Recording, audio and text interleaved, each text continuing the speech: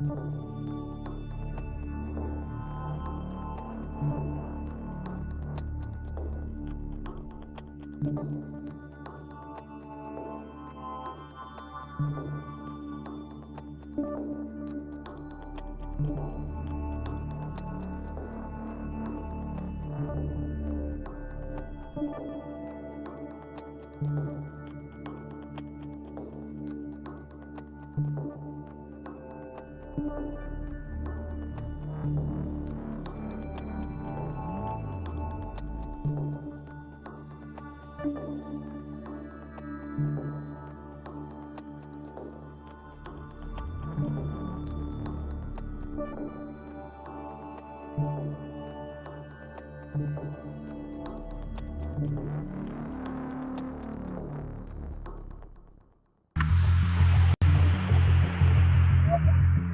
morning, Rob Browne, Brendan Martin here with you on a crowded Monday. It's going to be a lot of stuff happening. It is Monday, October 13th, 2025. Take a picture, get your coffee cup ready. Take a picture with your QR phone of the QR codes. We're live on Twitter, Facebook, and YouTube. Got a lot to cover today. Look, if you watched any of the games this weekend or went to them, love to hear your comments in the chat room. We do this every day. This channel is growing. It's booming.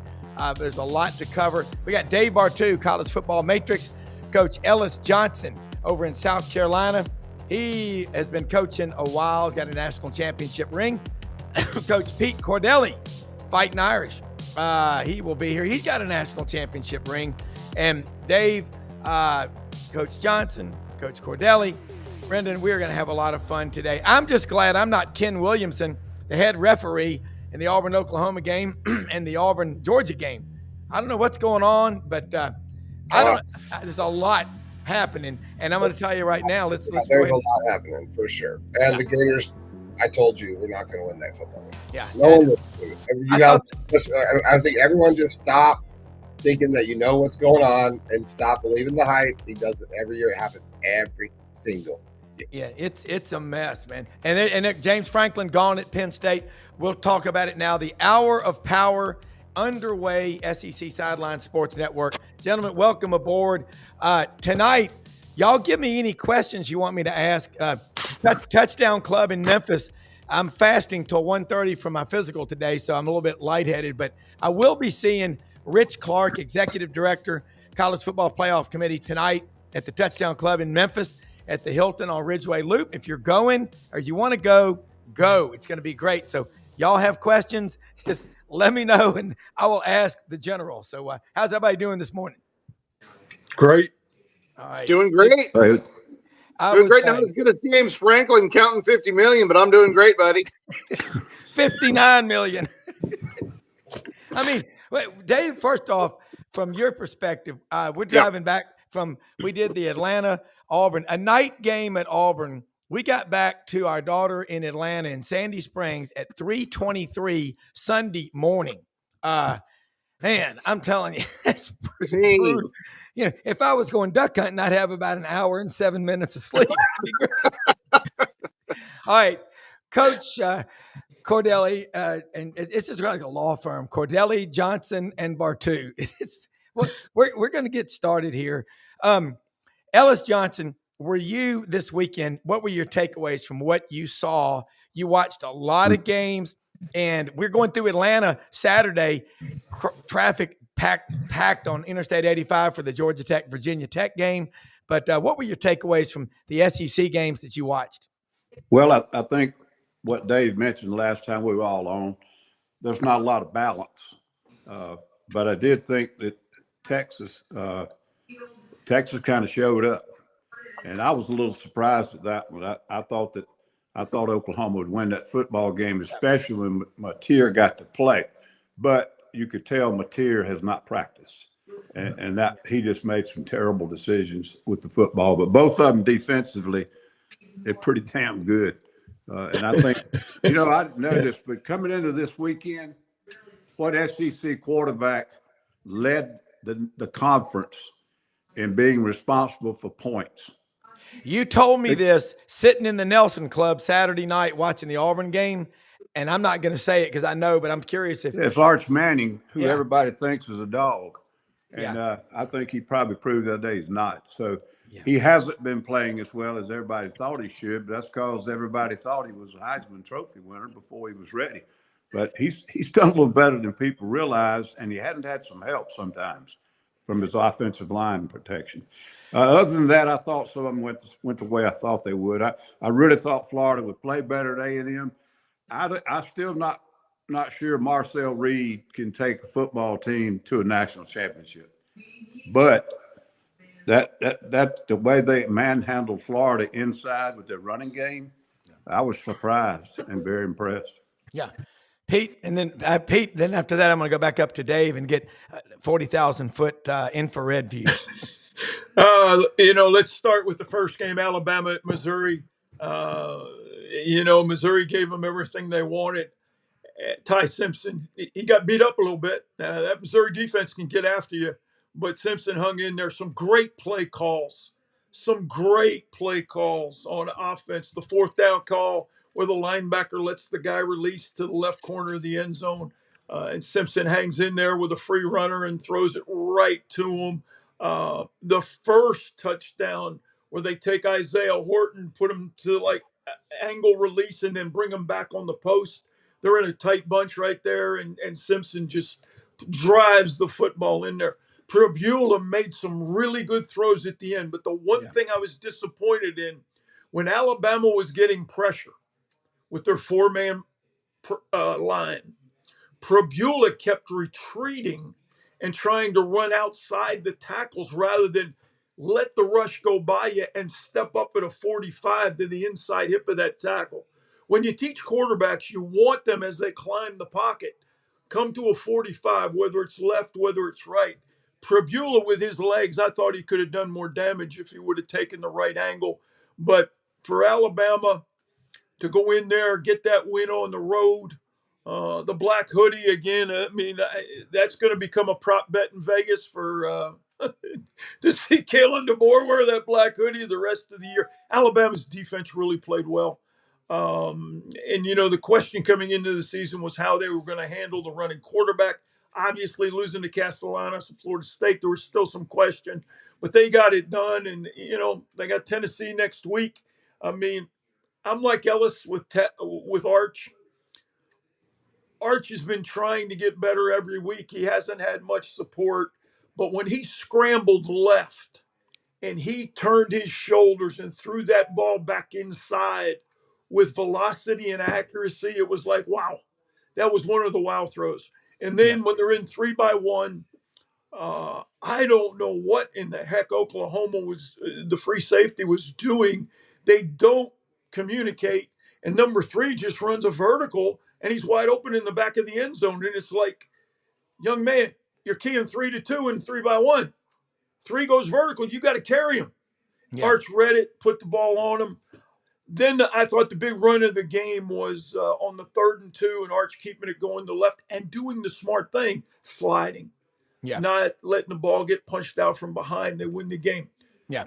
My question about the Texas-Oklahoma game, if all scoring plays are reviewable, why was that punt return not reviewed? Because there was a clear block in the back, right in front, or right about the 45-yard line. So if all scoring plays are reviewable, how do you miss that one? Yeah. Because from that point on, the body language changed. Yeah. I just thought that when you looked at Florida and A&M, Moss and that offensive line for A&M, they can wear you down. Yeah. And then they got Craver and Concepcion on the outside. Yeah. And then the defensive end. Now, that second half, they turn it up to 11 over there on defense at A&M. That was impressive, the way they pulled away from Florida. The Georgia-Auburn game, look, I know we're going to talk a lot about it. I know you already mentioned the referee's name, and I'm sure that he has been under duress God. all day yesterday. I got to tell you, and watching, I've never seen a crowd of 90,000 people. It was like, I've never seen it. I have never seen that. It's like Auburn people, Dave, you saw a game. You were at the Oregon Indiana game. I mean, Dave, take the ball and run with it, man. I want to hear you because Pete, this is incredible analysis. Ellis, Pete, Dave, God, I love this. Well, how am I supposed to follow that up? I'm not an X's and O's guys, man. I don't watch film. I don't pretend to watch film. So if we're talking Oregon, that elk camera you have, you watch film. You just watching them in different species. Exactly. Yeah, but it doesn't tell me anything. Only what I can't shoot. Damn it. If we're talking Oregon, Indiana, I think there's only one story here, and that is Curt Cignetti is one bad mother effer. Yeah, that's it. There's nothing else. What he has done with James Madison in Indiana so far is unequivocally on paper. And hell, I could sit down with everybody listening and watching this right now and show you what he has done is unequivocally the most amazing run of head coaching that I have seen in my lifetime. Wow. Okay. I mean, and he's doing this with Indiana, a formerly good basketball school that still can't play basketball. I mean, who's backing the truck up to this guy, right? I mean, does he? I hate to say it. Does he not even consider a Penn State? That's too below him, right? I mean, I want a top 10 brand. I want a top 10 recruiter. Can you imagine? Can you imagine a Cignetti and all of his coaching prowess at an LSU, an Oklahoma? I mean, it's what he's doing right now is amazing. He has on paper, he's got the number one strength of record in college football right now. He's got a top 3 offensive scoring efficiency. He has top 10 defensive scoring efficiency. And if the playoffs started today, the playoff committee would make Indiana the number 1 team in the country. Well, what's amazing, the roster, Coach Johnson, 0 5-stars on the Indiana roster, 6 4-stars, and the rest, somebody's done a great job of evaluating, Ellis. Yeah, and developing. Yeah. But there are a lot of not a lot, but there's several coaches who have had some big time success at JMU. When Curt left there to take that Indiana job, I thought that's not a good move. That's a money move.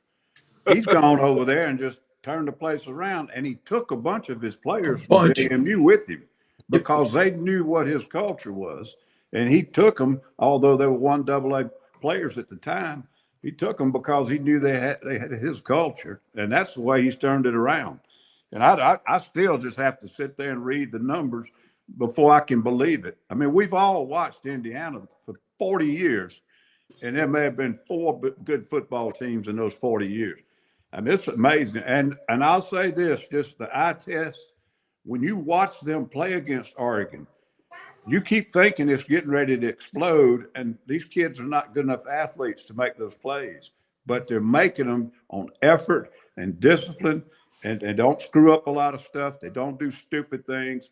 You don't ever see a lazy step on that football field. I mean, it's just that's how they're winning. They're not winning with talent. Curt is a lot like his dad. I knew his dad. His dad was the head coach at Indiana, University of Pennsylvania. And his dad had a steel workers mentality. Yeah. Hey, here we are. The only adjustment I'm making is with my chin strap because I'm going to whip your ass. And Curt and his brother Frank are of the same mindset. People don't know this about Curt Cignetti. He coached for Chuck Amato at NC State, and he coached Phillip Rivers, and he recruited Russell Wilson to NC State. Wow. And the guy has always been, I love Curt and the way he develops quarterbacks. Everywhere he's been, he's had a productive quarterback. Now he goes through and he gets Mendoza to come in, and all that kid does is make great decisions and shows the toughness. But Cignetti, he was on Nick's staff at Alabama, and he was pretty blunt with Nick, and he and Nick,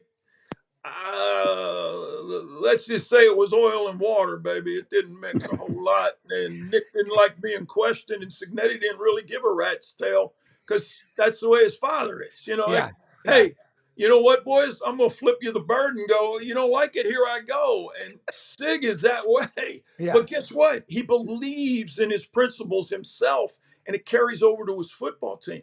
And I'm like Ellis, at critical times when you think, uh-oh, somebody comes up with a play. When they got Dante Moore to throw the 2 interceptions there late, you could tell those kids, I mean, they're flying around and they are playing hard. But Signetti, I'm like Dave.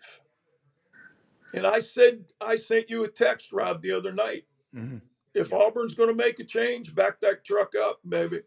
I think Sig's going to end up, if Florida makes a change, it's my understanding that Signetti's their number 1 guy in Gainesville if they make a change. So I think Signetti's going to set the bar for a new payout with college coaches.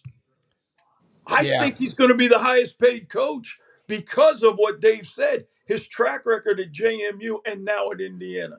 Yeah, Dave, thinking about that and looking at this big picture. And by the way, Dave, is there technology, you or Brendan can answer this, where you could put a laser tag, something on the tip of the football so that if it goes over, crosses the plane, just like we have all this other stuff, there's a marker, there's a tracer, and there's no question that some ref who is, you know, I don't know who he's working for, goes, well, that ball didn't go over there, you know. No,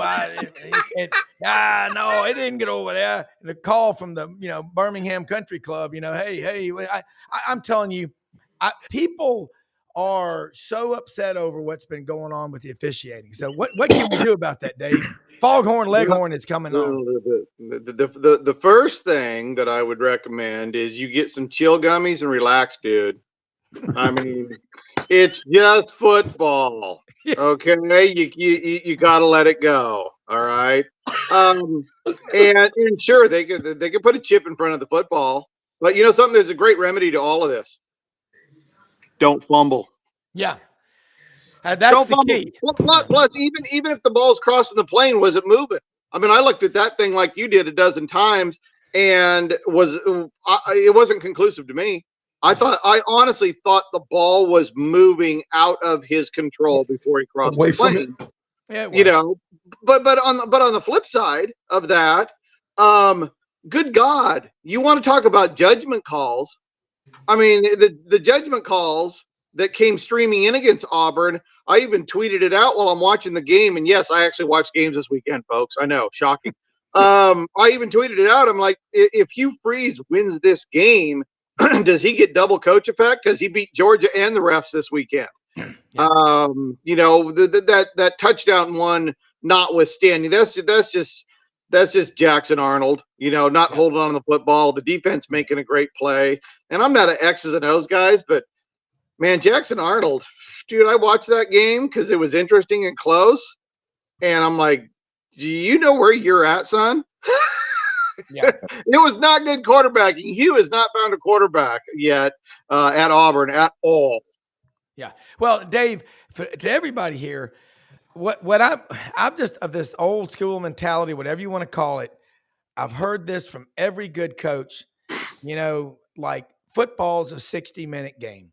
You cannot let the refs take it away from you on 2 or 3 plays here and there or at the last seconds. You got to get out there and play your ass off. And if you play the victim role as a head coach, that carries down to your damn team. And I've seen a lot of interviews with Auburn players that said, yeah, that affected our heads after the game. So look, yeah, the ball was wobbling. You're just hoping it was wobbling in touching part of his skin when it crossed the plane. But you're right. Don't fumble the ball. And Ellis, what would you have said to the team to avoid letting them? And hey, 42 yards of total offense in the second half, that doesn't help Auburn. No, I thought protection was average. Of course, Georgia's gotten into a lot of teams with their pass rush. But I agree with Dave. The decision-making by Arnold was terrible as in consistency. Yeah. And he's just not a really good passer. He may be a good passer on the run and maybe a playmaker and sort of that. But, I mean, it's a shame with the receiver room they got. Yeah. Those kids almost being wasted. And it's just a shame. And it's not only his fault. I mean, they're not really protecting that well. And Hugh and Gus Malzahn are a lot alike. They spend so much time in the running game because of all the eye candy and the motions and the timing up the shifts and all that. It takes a lot of practice time to run that style of running game. And you look up and you've spent about 10% of your practice on pass protection. So when you get an obvious passing situation on third and long, they don't really know what they're doing every time. Backs are not picking up the right guy, or either they're getting whipped. Maybe there's a bad step by an offensive lineman and may get the assignment right, but fundamentally, they can't protect the quarterback consistently in obvious throwing situations. And like I said, it's a shame because they got some kids out there in the receiver corps that could really burn some people, but they're not consistently getting them the ball. Rob, to go along with Ellis, when we were at Notre Dame our first 3 years, we didn't have a drop back pass in the playbook. We did not have a drop back pass. And here's why. We were a belly option play action team. We were a trap option. And then we were power run. And the only protection we had was turn back, where the right tackle would lock on, the guard would block down, and tailback could go through check one, the fullback could check the edge. I had 15 minutes of individual with the receivers while the quarterbacks went over and loosened up. Yeah. 12 of the 15 was based stock block, crack block, stock block, crack block, arc, and then play action off it. When Al Davis came in to take Timmy Brown, I said, Mr. Davis, I said, Coach, Timmy's not going to be the best receiver in his first year and then when we go to the perimeter drill, we're pitching the football 15 out of 20 minutes. So we are spending an individual 12, 15, 27. Then we go to team, and 80% of team is run. And that's what Gus and Hugh do. Those receivers are blockers first. And then once you come off the RPO and do all that stuff, but you're not developing those receivers. And that's why when those kids get to the NFL, they're going to be breakout stars. But I got three things for you. The command center for the SEC is not in Birmingham. It's in Vegas. The second thing is I agree with Dave. Take a chill pill. The second thing is I'm watching Arnold's left hand, and his hand is moving away from his body as the ball's going forward. And if you're going over, you tell that guy, press the ball to your body so you don't get it punched out. Yeah. That's ball security for the quarterback. Jackson Arnold, go back and watch it. His hand was moving out, and there was there was space between his hand, the ball, and his body. Third thing, you asked Dave a great question. Is there a way you could put something in the ball where it crosses the tip? It's already in the ball. Wilson makes a ball with a chip in it that tests the revolutions when you throw it. We had it at Lipscomb Academy with the former coach at UAB, Trent Dilfer. Wilson sent us a dozen footballs with the chip in it. And that, because he was doing the Elite 11, you can measure the rotations and the velocity of the football through this tracking system. So there's already a chip in the ball. You have room for another chip. That's a great question, but it's already out there.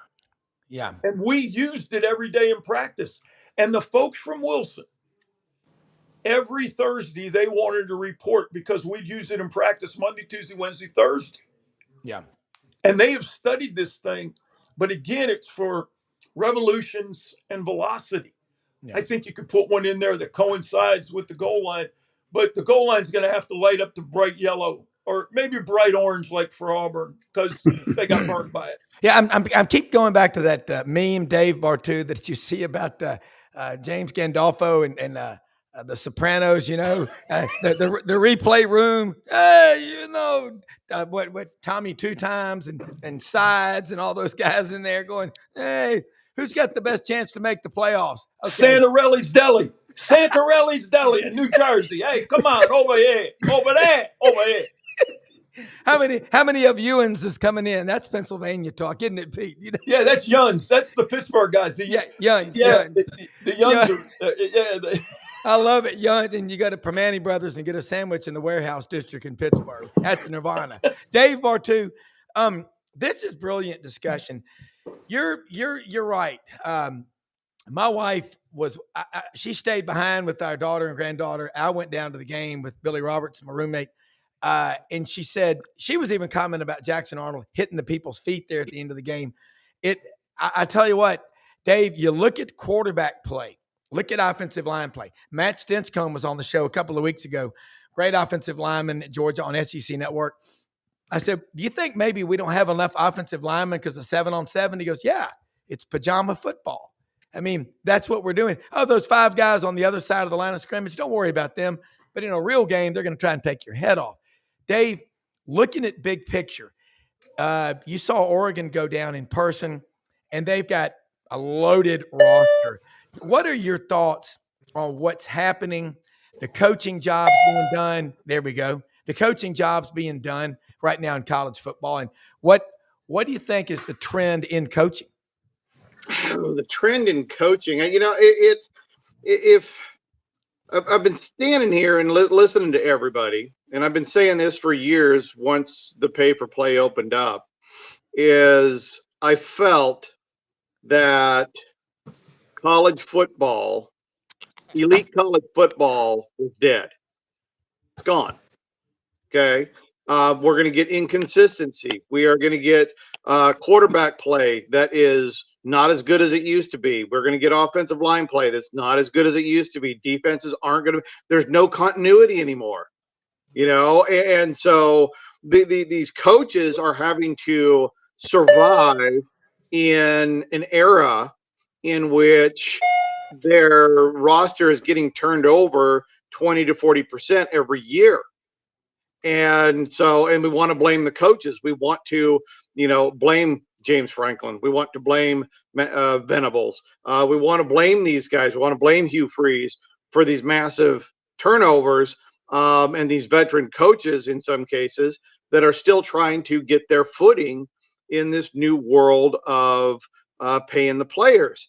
And with the paying the players, they move around. There's less continuity. There's also the psychology of, look, I don't have to try as hard. I don't have to work as hard. If I don't like it here, I'll go get paid somebody else. If they're good enough, they're going to get, look at Jeff Sims is on his 18th year. He was, starting for Arizona State this weekend, right? I mean, he'll make more money in his career as a backup quarterback in college. So I think the theme is simply that the quality of football is far worse in all aspects. And that being a coach in this is, in my opinion, much tougher under probably more difficult scrutiny with all of the moving around than ever before. Well, what I say about Kirby Smart is, I really like him. If I was a coach, my personality would be like a Peter and Ellis, or Boom, Will Muschamp, or Kirby. Get after their ass, play the full 60. Georgia, it's not a pretty sight to see them play.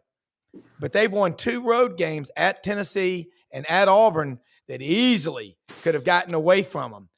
But I always was told by people that Jeremy Pruitt was great at adjusting in real time as a defensive coordinator. Kirby was better at halftime.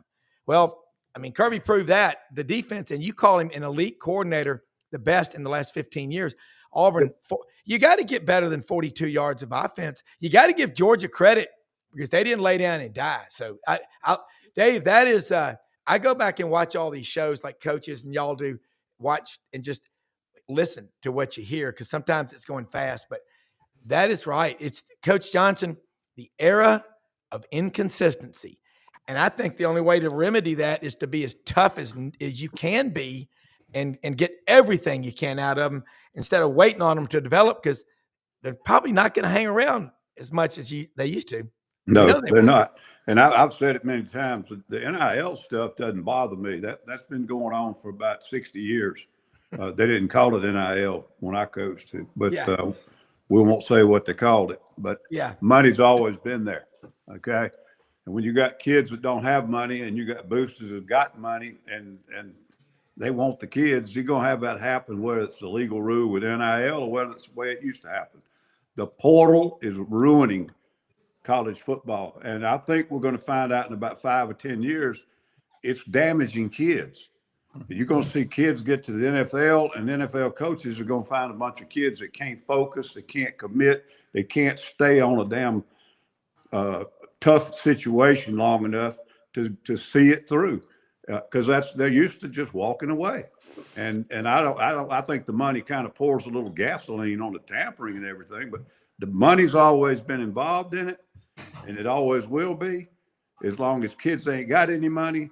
And there's a bunch of big, rich boosters that want their football team to win. But they got to do something about this damn portal. It's hurting kids. They don't think it is, but they'll find out later on it's hurting the kids and it's hurting the teams. Well, and Pete, what I would give, because, Dave and Brendan, all of us, to have a coach like you or Ellis rip your ass, I mean, that's just what we grew up with. And also we got it from me with my mother. My dad was as laid back as Willie Nelson on Valium. But, you've got to have a sense of urgency. Dave nailed it. It's like having Bob Newhart in the room.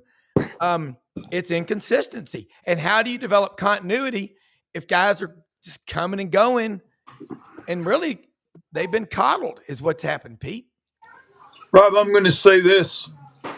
The transfer portal, the kids aren't bothered by it. And let me tell you why. We've had kids being recruited by other schools since they've been in 7th grade. In South Florida, you look at rosters and they change. And when you recruit Dayton Broward County, there is 93 schools that play football in those 2 counties. And then you got Pahokee, then you got Glades. Those kids move around. So they've grown up knowing that in Memphis they do it for basketball. Memphis does it for football. Yes. Nashville, I've seen it here in Nashville. A kid, they're out scouting flag football and youth league football with these guys and so all of a sudden the kid's at one school, he goes to another. Now it's not the numbers, the mass of 15, 20. I laugh at these guys that say, well, we brought in 70 new players. Guess what? You can only play 11 on one side of the ball, and you can only play 11 on the other side of the ball. That isn't a badge of honor or badge of courage, bringing in 70 new players. That's not very good. That's not smart. You got to have balance in building your roster like you have to have balance in your offense and your defense. But kids have been being recruited since the 7th grade to go. So that's not a big deal for the kids. Where it's a big deal, it's like Ellis said, they're getting paid. Yeah. But they're getting paid more money now. How do you keep them hungry? We used to always say, here's the standard. Tuesday, if it's not good enough, we're going back to 0. Piss on that NCAA rule that says, well, you can only practice. Guess what? We're going to, some people used to call it the dark period. Start over, run it again. You don't have that going on where you can teach kids it's not acceptable to have all these damn penalties. Yeah. They're free yardage. You're giving up. Discipline is not there anymore. And the kids that don't like disciplines, like Ellis said, they leave because, hey, man, nobody's ever talked to me like that. I can't tell you how many kids have said, Coach, I said, what's the matter? You don't like me. I said, what do you mean I don't like you? You raised your voice at me. You yelled. I said, son, I asked you to do it right for 3 times. I got to do something to get your attention. And the last thing I'm going to do is put my hands on you. But, man, yeah, I'm loud. But it's to get my point across. Yeah. And this goes back to how soft kids are being raised today for the most part. Yeah. And I can tell you, having gone to Christian Brothers High School, been in Memphis since 1871, I wouldn't swap what I went through for all the money in the world, because I knew those teachers cared about me, Brother Adrian, Brother Stephen. And sometimes they would, boy, but I'm going to tell you what, you knew what their commitment was. Dave, you were raising your hand. It's like class. No, but it reminds me when I do that, it's like, okay, I got something to say about this, for the listeners, and this is a kind of a little nugget of wisdom inside the numbers, that I started passing on to assistant NFL GMs years ago. And I took it and I started passing it on to director player personnel and GMs in college as well. And there's something inside the numbers about transfers that's very, very important. Okay. And I probably mentioned this on the show before, but I'm old, so I'm going to repeat myself, just like everybody else on this show. When a player transfers up or down, okay, if the player is good enough to go from Georgia State to Georgia Tech, Georgia State to Georgia, okay, that's a transfer up. The player that can't hack it at Georgia that transfers down, okay, that's a transfer up, transfer down. At the NFL level, to date, guys that have on their resume in college a transfer down that are drafted, okay, they end up starting per player 750%, rounded up from 743%. So 750%, they start 750% fewer games per player than the guy that has a transfer up. Okay. So that is, to me, if I'm a GM in the NFL, a guy that has a transfer down, he's off my board. Okay. That guy can't make it. He doesn't have the mental stamina to get it done. Okay. So on the collegiate level, coach made a great point about all these guys. They're used to transferring around. And I tell this to college GMs and director player personnel all the time too. See where they transfer to. If they're transferring up, okay, they're transferring up in level 2A to 3A to 4A to 5A and they're moving up because they're so damn good mentally and physically. Look for those guys. The guy that is at a 6A school that transfers somewhere else because he can't start, transfers somewhere else because he really doesn't have the overall mental capacity to compete. Stay away from the transfers down. That's the rule of thumb. Transfer up, transfer down. You got to look at that. It helps with the subjectivity. And yeah, you're going to maybe miss on a few guys, but you're not going to waste your time on a bunch of them that don't have it right here to begin with. You can't train this. It's there before they get into your program. Brilliant. Rob, going back to to Dave's point, in South Florida, if you go to a public school, you have to pass what they call the FCAT to graduate from a public high school in Florida. I went to a high school one day and the students are walking out. And I said to somebody, "What's going on? You got a fire drill?" They said, "No, our valedictorian just found out he's not going to graduate." In Florida, if you go to a private school, you don't have to take the FCAT. So when a kid's in 9th and 10th grade and he's not doing well in his classes at the public school, guess where he's going? Private school. And that's why Plantation Heritage, St. Thomas Aquinas, those private schools, you don't have to pass the FCAT to graduate in South Florida or in the state of Florida, excuse me. So as a junior, I'd go watch a kid in spring practice, and then I go back in the fall. And it's like, where did Jimmy Joe go? And they're like, "Coach, he transferred to Christopher Columbus or some private school." And I'm like, "What are you talking about?" "Well, he wasn't doing great academically, so he doesn't have to take the FCAT to try to graduate."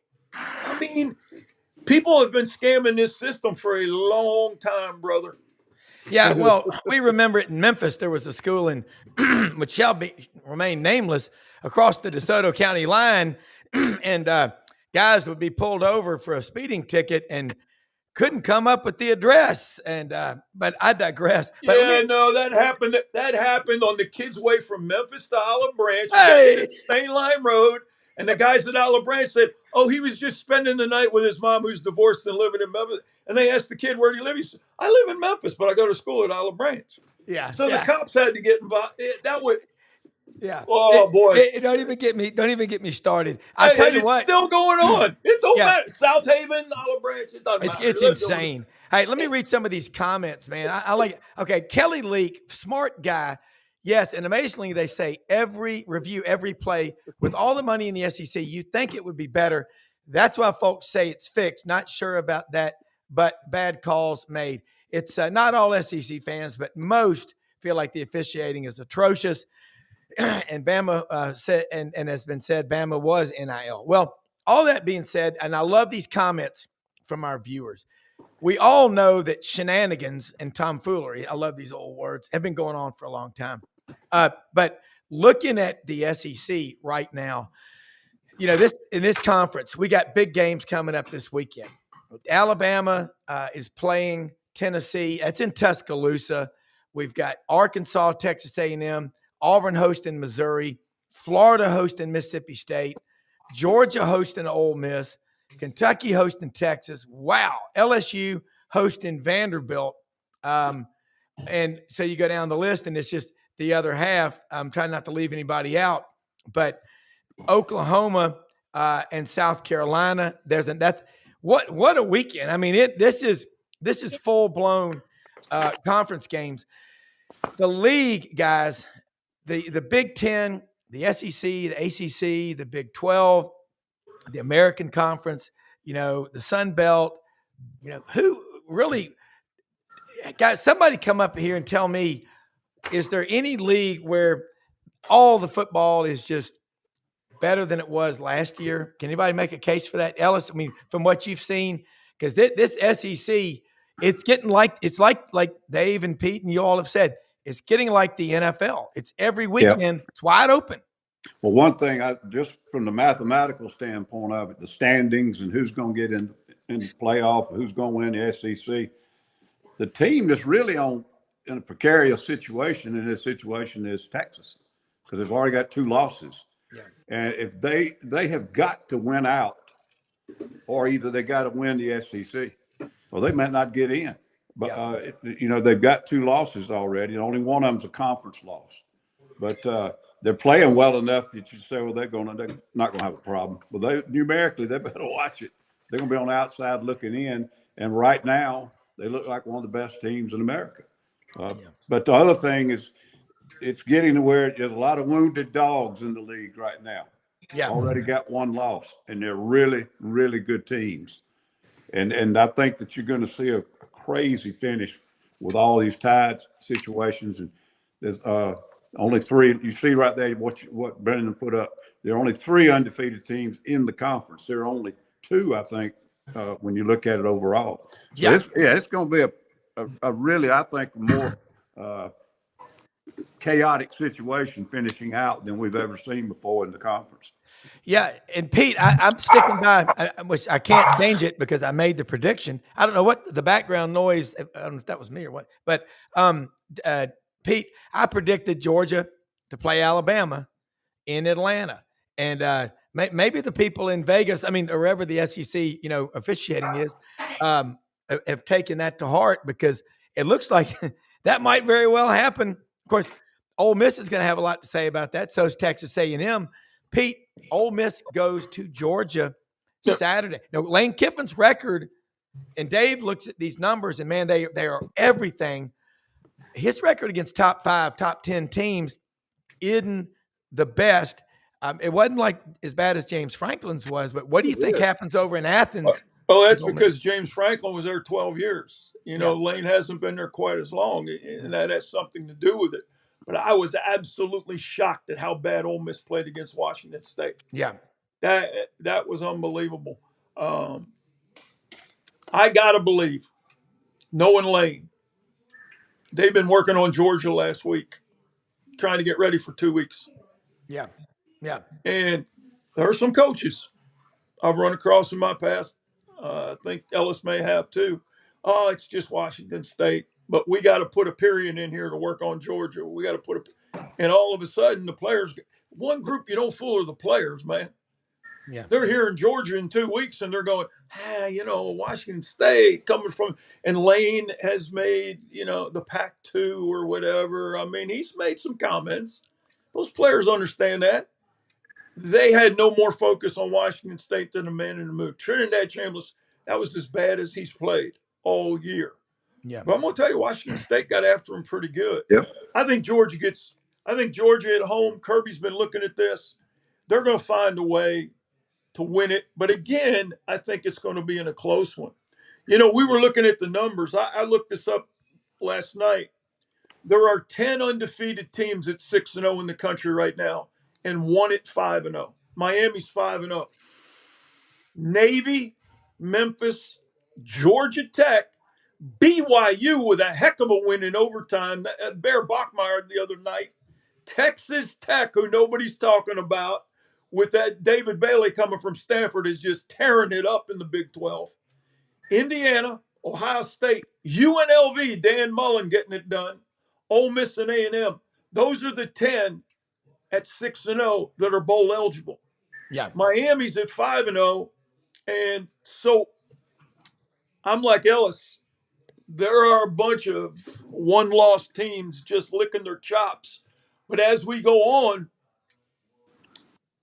is the SEC going to get somebody in with 3 losses? Yeah. Yeah. No. Because you may have the SEC 2 teams playing in the championship game that have 2 losses each. Correct. Dave Bartu, I got to ask you something following up on what Pete just said. Dan Mullen getting her done, as they say down here in the South and all over the country, really. Would Dan Mullen be a fit at Arkansas? Oh, sure he would. I mean, come on, he's got SEC ties. He knows the SEC culture. He knows the SEC boosters. He would be a fit at Arkansas, absolutely. And he's done a great job at UNLV. I'm actually honestly straight up, when you look at the numbers and the roster churn, I think he's done an excellent job offensively and defensively. So yeah, he would certainly fit if he wants to go there. And like I've always said, once you're a head coach, most of these guys want to keep head coaching. And Arkansas is a great paycheck to go to win 20 games over the next 4 years.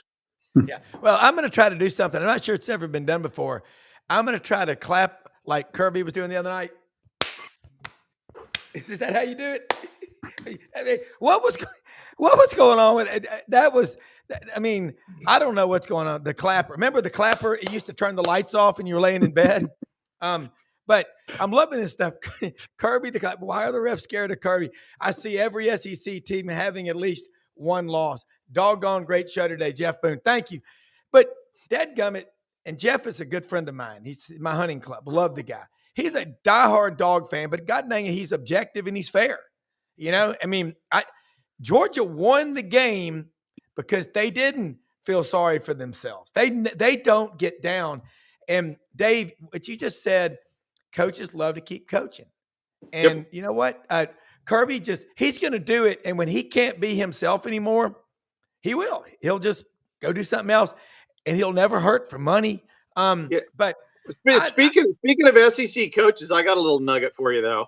I got a nugget for you with the James Franklin, which we haven't touched on. Obviously, it's Big Ten, but the guy I think in the SEC that is going to benefit the most out of James Franklin getting fired, Mike Elko. Really? Mike Elko is going to get paid, because right now, when you look at his pay relative to the rest of the SEC coaches, it ain't up there. Guess who is a Pennsylvania native? Mike Elko. Yeah. And Mike Elko has won at A&M. Mike Elko has won at Duke. If I'm Penn State, that guy's in my top 3 on the board. And if I can't get him, A&M's going to pay. I think Mike Elko is going to be a big winner in the firing of James Franklin out of the SEC. Mike Elko went to the University of Pennsylvania. And he's got strong Northeast ties, but I'm like you, Dave. I think A&M's going to pony up. If Marcus Freeman hadn't accepted the Notre Dame job, the next guy they were going to was Mike Elko, because he was the defensive coordinator there at one time. You mean Marcus Freeman? If Marcus Freeman had not taken the Notre Dame job, the next guy they were going to was Mike Elko. Okay. But that's a great point, Dave. Elko went to the University of Pennsylvania, and so he's got strong Northeast ties. Well, Ellis, looking around here, man, I love these comments, and I mean, the comments are awesome. I mean, and we're free speech, you know. And by the way, those lights out gummies, took up one last night, got off the road, man. Pinched the nerve, sleeping on an uncomfortable pillow down there at the daughter's house. My lawyer will call you. Okay, no, I was just, man, it is so sore. It took that lights out gummy. Slept for about 7 hours, man. Just, man, what great dreams I had. I had dreams of calling a timeout. No, but anyway, Ellis, are you dreaming of being the next head coach at Auburn? hey, give me 5 minutes, sign the contract, and then fire me with the buyout. When I was a kid, I was like everybody else. I wanted to be a cop, a fireman, or a garbage man. Now, if you're a kid, you want to be a coach and get fired without cause, of course. You don't want to, but hey, 20, 30 million, you can buy some drinks down on 38. You know, you can do you that. Still have Brian Harsman's agent on speed dial? Woo! I'm telling you what, that one, that's still just, that gives me PTSD. Ellis, I love this round table, folks. And our executive producer, Brendan Martin, pulling up these videos and all the graphics, the schedules. It's incredible. Ellis, look, I want to ask you, stepping outside the SEC, because, you know, Atlanta feeds the SEC. And you got Georgia Tech, Brent Key doing a hell of a job there. I mean, you know, if you're a kid and you stick it out at Georgia Tech, you got to pass calculus your freshman year. But if you stick it out and you want to hang around Atlanta with a Georgia Tech degree or anywhere, that's why you don't want to hit that portal button, man. You can make a living with your hands. You can make millions with your mind. Graduate. Yeah, I think he's done a great job. He's a perfect fit, former player. And I can sort of see his former coach. He had Ralph Friedman was a coordinator, and I think he kind of has that personality. Wow. But he loves his school. Yeah. He probably won't be there but about another year or two, but he loves his school, and you can just see his players. They reflect him, you know, what he believes in and so forth. Yeah. So, yeah, he's done a great job, man. Dave, when you look around right now, SEC schools, people are saying you got to make a move now because you've got December signing period. That's got to be hard on both ends. The coach that knows he's walking the green mile potentially, and then the one they're going after. You know, it's like, you know, driving home from work, going by your old haunts, all the old bars you go to, and you're trying to stop doing that. Yeah, but it's still live by the sword, die by the sword. So many fans are recency bias. You know, 2 weeks ago, Texas sucked. Now they're a national championship contender. You know, James Franklin is a great coach, and now he's fired. I'm like, you can't, this whole rinse, dry, wash, repeat cycle, you can't keep doing it to your program, hoping to find something in 2 years. When you fire a guy, you're pretty much 2 years out right off the get. You're losing your entire roster. You're bringing in one. You don't know what you got, you know? Yeah. So, you know, the fans or an AD that you know, you got to give it 3-4+ years, you know, no matter how bad it is, because you start falling into this cycle of, well, this isn't the program. This isn't how we won before. Nobody is where they were before. Nick Saban retired because he couldn't beat old Nick Saban. The new rules, he didn't like new Nick Saban. That's how hard it is, folks. So, you know, to compare yourself to what we used to do, I mean, it's always kind of dumb, but it's really stupid now, especially in the SEC. You start getting into, this is what we used to do when you have 9 SEC games. Stop it. Yeah, it's getting worse. It's going to get worse when you go to 9. Yeah. That window is closed. That window's closed. The good old days are gone. They are not coming back. There's no coach. There's no situation that's going to save you in that regard. So I think you got to be really careful in terms of not falling into the trap of trying to find that perfect guy in a system that is in constant churn already. Yeah, And now, we're Ellis, talking about some of these coaches that everybody wants fired. They've got $60 million, $30 million, $40 million payoffs. 2 weeks later, your team's getting beat and embarrassed. And you're damn talking about signing another guy to bring him in there and give him a 5-year contract with 3 years guaranteed. Yeah. It's like a drug. They just can't stop. I'm going to bring up You know Billy. what, Coach? You know what, Bill- Coach? I never heard of a guy back when we were in coaching, a head coach getting a 10-year contract.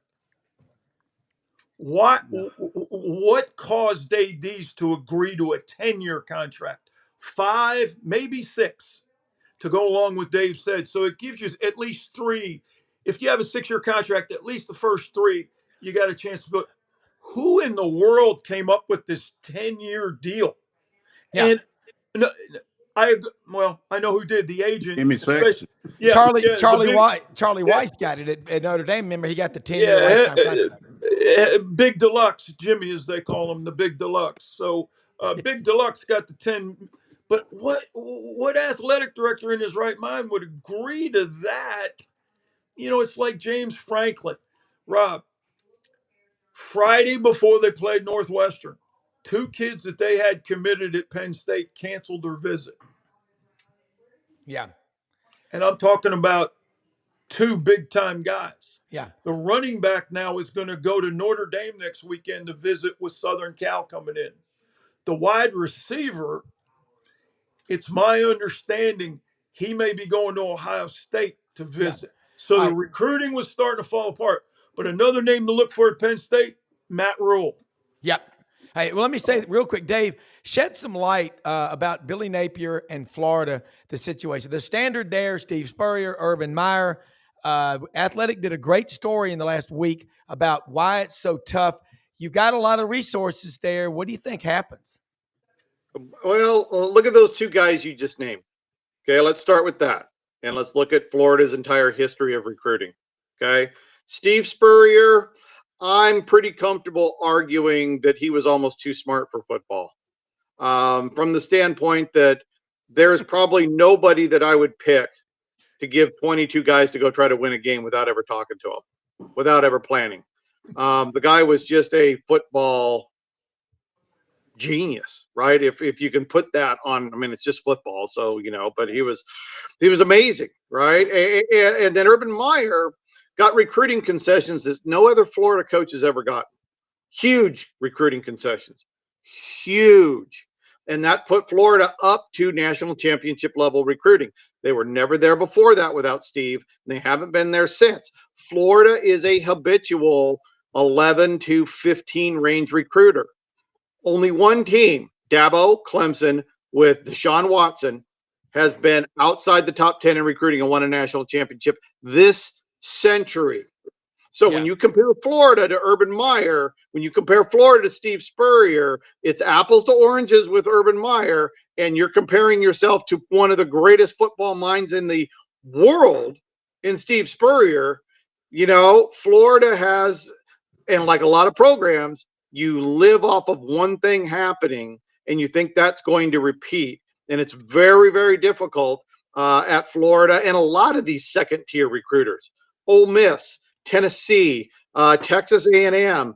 These are all these tweener programs that have championship dreams, but have never really had that championship talent except for a tiny, tiny window in their history, and they think they're going to get back to it. So I think with Florida, it's just that's who you are. And unless you change your recruiting concessions like you did for Urban to let the floodgates open and not review any players, you're a tier 2 level talent in the SEC. Well, hey, look, Brendan has given the signal we can go a few extra minutes, extra innings today. Great show. God almighty, look at these comments. Thank you. First off, thank you so much, everybody watching. We're blessed. Thank you more than you know. It's what my friend Mary always says, and that's true. Incredible knowledge. Ellis Johnson, Pete Cordelli, Dave Bartu, executive producer Brendan Martin, making all this happen. And Ellis, speaking of what he said about Florida, that standard, it is so hard. It's like someone taking over a family business. They're always compared, there's portraits of all the founders, that's my great-great-grandfather. And they're all the portraits. And here you come along. we all saw the movie Tommy Boy. Even the great-great-grandmother looked like one of the men. It was quite a family of lookers. But, Ellis, talk about you've coached with Steve Spurrier for 4 years as his defensive coordinator. How cool was that? Well, I coached against him for several years, and every time he had an opening, I kept trying to get over there. It was my hometown too, but so anyhow, it was so damn hard to coach against him. You felt like there were a lot of coordinators that made good adjustments when they got their offense to the bench, and then came back out the next series and they got something for you. And then there were some other really good ones, and they'd take them in at halftime. They come back out and they got something for you, and you better be ready. With Steve, if you stop him on one play, the next play, he's got something for you, and you better be ready and able to handle it. He's just so difficult from the standpoint of trying to call a game against him. Yeah. And then when I got over there, that's why I realized it was so difficult. I mean, he really is. He's either a genius or he's at least got a photographic memory.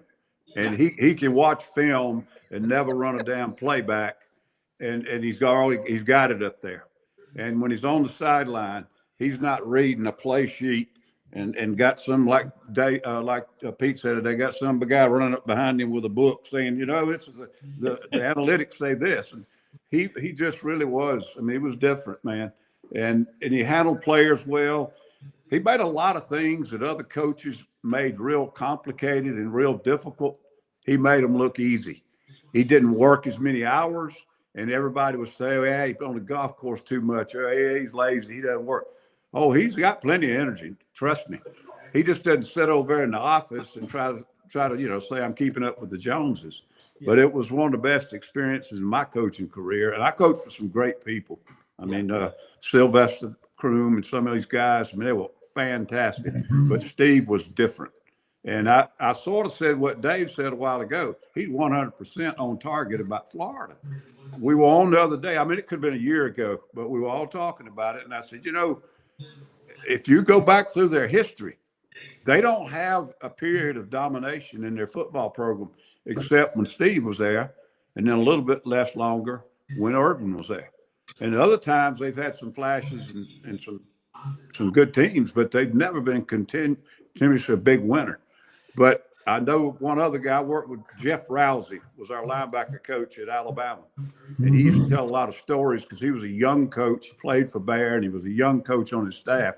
And he told about a story, I think actually Logan was on the plane with him, but they were down in Florida recruiting.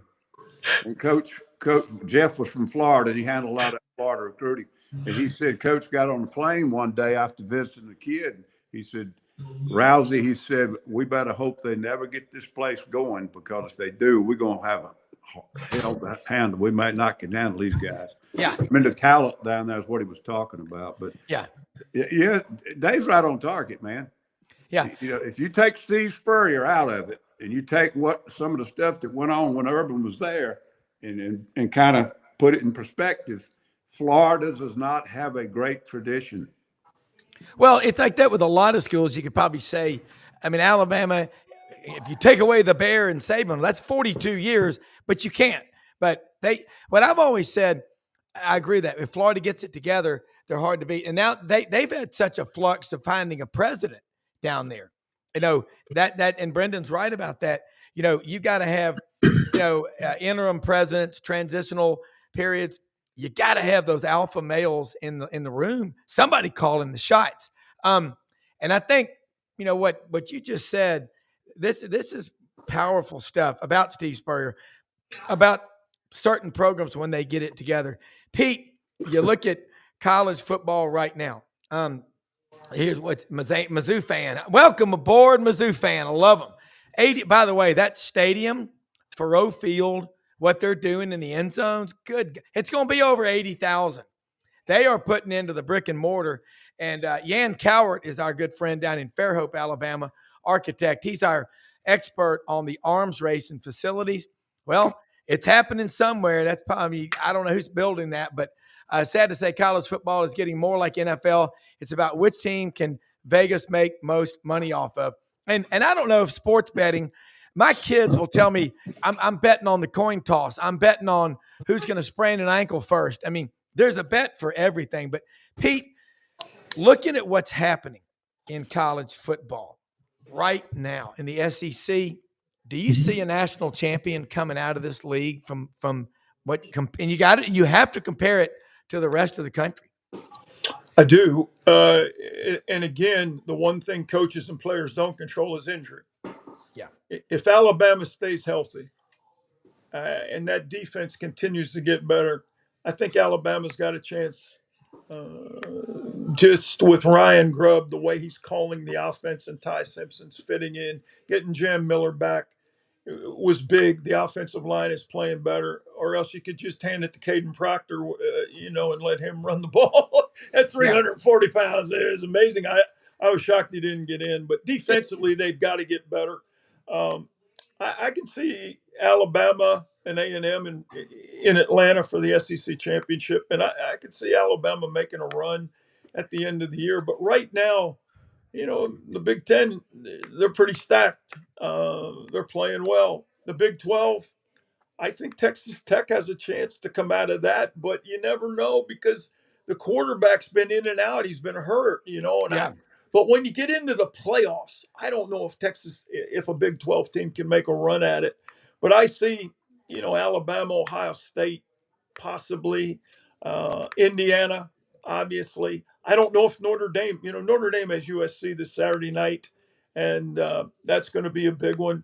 But Ellis, I'm going to have to call you after the show because I got to tell you, I miss Logan. I do too. Let me tell you, I used to spend so many hours when I lived in Memphis with him and my brother-in-law, and we're going to have to talk after the show because, man, oh, man, I miss Logan. We all do. And Coach Bryant knew that as long as Logan was on the plane, Florida wasn't going to break. I'll talk to you as long as I'm not under oath, okay? That makes two of us, man. That makes two of us. And one thing is cool is his son's a friend of mine. I love him, Logan 3, and that you cannot get better than these stories about college football. And Dave, what we're talking about right now, Pete just gave a really good look around the country. Let's get your take, and I think it's important that college football is a big deal all over the country. One of the things I want to do before my 100th birthday is go to Laramie, Wyoming, and go to the University of Wyoming High Altitude Performance Center. It's like 7,300 feet where they study athletes and the effect of altitude on athletes. By the way, if you want to make a good bet and make some money early in September, at the beginning of the season, always take a team from the Deep South playing at Wyoming early. Remember they beat Missouri in Laramie in 2019? That was crazy, but Missouri now, you don't want to bring Missouri to come. But Dave, what are your thoughts on kind of throwing into this? Is great stuff. It's just let you know I'm on a tight schedule. I'm going to drop it here. I was going to say, I figured, something. It's wild. I said at the beginning of the season, this is going to be the craziest season we've ever had because of the portal. I think the national champion might be the biggest outlier we've ever seen. And it's a battle of attrition right now. We might get a 3-loss team in the playoffs, which I think it's going to be boring. The more losses you have going into the playoffs, to me, it loses interest. I want 12-1. I want 11-2. I want teams that haven't lost a lot of games, but I still think the cream rises at the top in the end. And like we have for the last 25 years, bet the better recruiters. Bet your Ohio State. Bet your Oregon. Bet your Georgia. Bet your Miami. Bet your Alabama. Those are 5 top 10 recruiters that are all top 25 in offense and defensive scoring efficiency right now. So, until something changes long term, I'm sticking with the talent as long as the talent works hard. Rob, I want to say, I'm sorry. Kirby had a press conference yesterday, and he was as blunt as ever. He said, the one thing that concerns me about our football team is we're not explosive enough on offense. We're not hitting the explosive plays. And he's right. I mean, he's got the Humphreys kid catching the ball. Branch hasn't really taken the top off. Yeah. And Gunnar Stockton's not that guy. I'll tell you who is the guy. The kid coming from Nashville Christian next year, Jared Curtis. He is a big time dude, man. Yeah. And Georgia's offense will be very explosive next year. But I was surprised at how blunt Kirby was yesterday. Yeah. Yeah. And Dave, thank you. I know Dave's got a tight schedule. Dave Bartu, College Football Matrix, thank you so much for sharing your time with us. We went a little bit long, and I want to say, and I'm going to come back with some comments, but Landers Ford, Poplar, and Houston Levy, where Germantown and Collierville meet, they're open every day of the week except Sunday, 7 a.m., 7 p.m. Ask for the general manager, Brad Bellamy. They'll get you in a new Bronco. You can also get those F-150 trucks, the 250s, the King Ranch. They got the Ford Escape, the Expeditions, the Explorers, and they will bring you round trip on the service side. Pick you up at home or your office, take you back in. Great stuff out there. The best people, Landers Ford, and you'll see them at the Touchdown Club tonight, where we will have Rich Clark, Executive Director of the College Football Playoff Committee, right down the street from our good friends also at Hewlett and Dunn Boot and Clothing Company on the historic square in Collierville, Tennessee. Boxes coming in every day. Barber, Duckhead, Filson, the Ariat, the Wrangler, the boots, over 7,000 pairs of men's and women's boots. And they also restore boots. If you want your boots to be restored or cleaned up, they make them look good as new. Open every day of the week except Sunday. HewlettandDunn.com. You won't find better clothes and boots for men, women, and the kids anywhere. And Rumble Boxing at Union and McLean. How you fight is how you live. Better work out. You know what? You'll catch up on your sleep when you're dead. Get out there, work out, engage both sides of your brain. Rumble Boxing, open every day of the week. Union and McLean, the boxing classes, 45 minutes. Weights, they've got 250-pound punching bags you hit. You will love. You're having a rough day? Go to Rumble Boxing, man. Take it out on that big bag. Before we wrap up, guys, great conversation today. Man, I don't know if I've ever seen this many comments coming in. It's kind of like it's gonna explode. But this is what I love. There's tremendous interest. Ellis, Pete, y'all's knowledge of football, which you share with us, and you're right. It's the history, the traditions, and the heroes. You can't get any better than this. And also freedom of speech on this show. You know, we're not afraid to tell what we think. Pete already getting the Georgia fans excited about this quarterback coming in next year.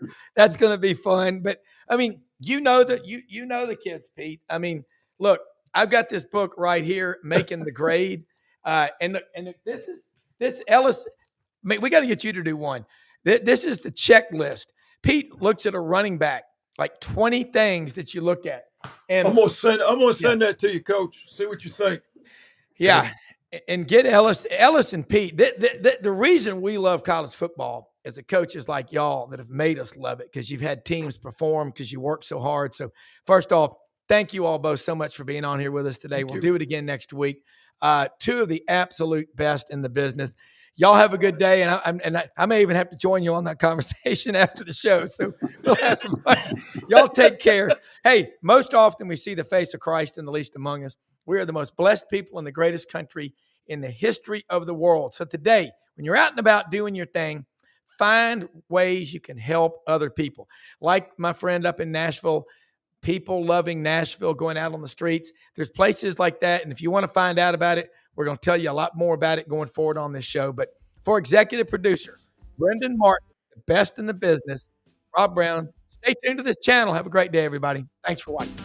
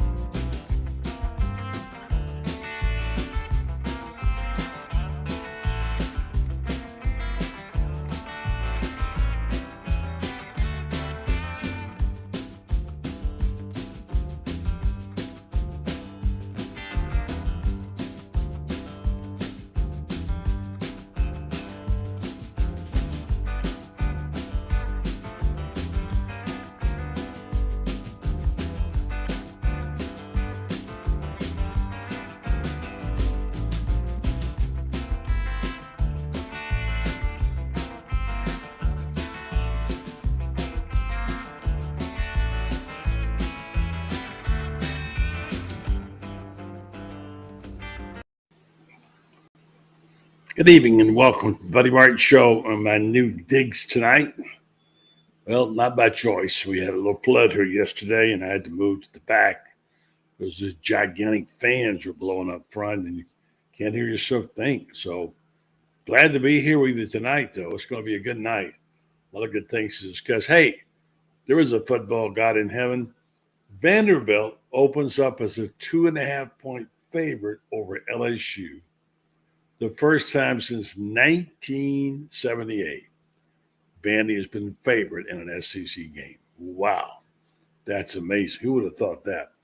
Congratulations to the Doors.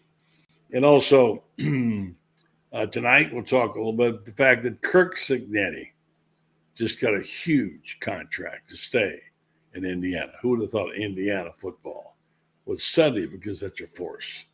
Congratulations to Kirk Cignetti.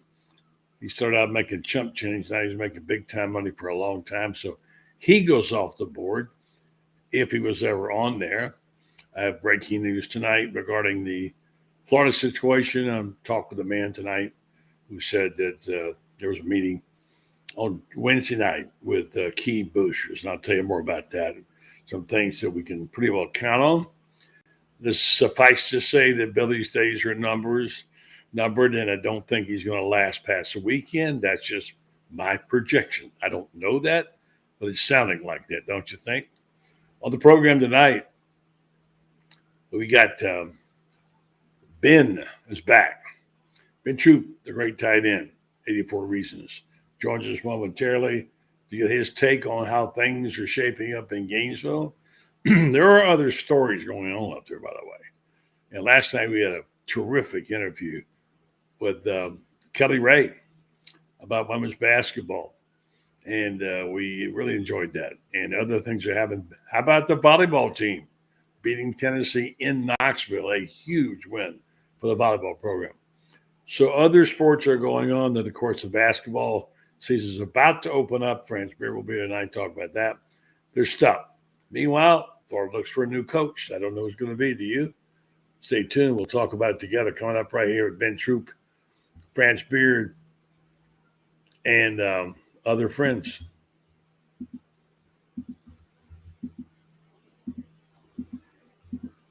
Yes, it's time again for Buddy Martin. Call him up and tell him what you're thinking. But be kind because he's doing the best he can. Better, stronger, faster. Mama says that alligators are ornery because they got all them teeth but no toothbrush. Hey, what if the voice calls while you're gone? Take a message. Bye. You ready, champ? I'm ready for this my whole life. I'm incapable of small talk. But that's why you love me, right? Kind of intimidating to be in the presence of so many great athletes.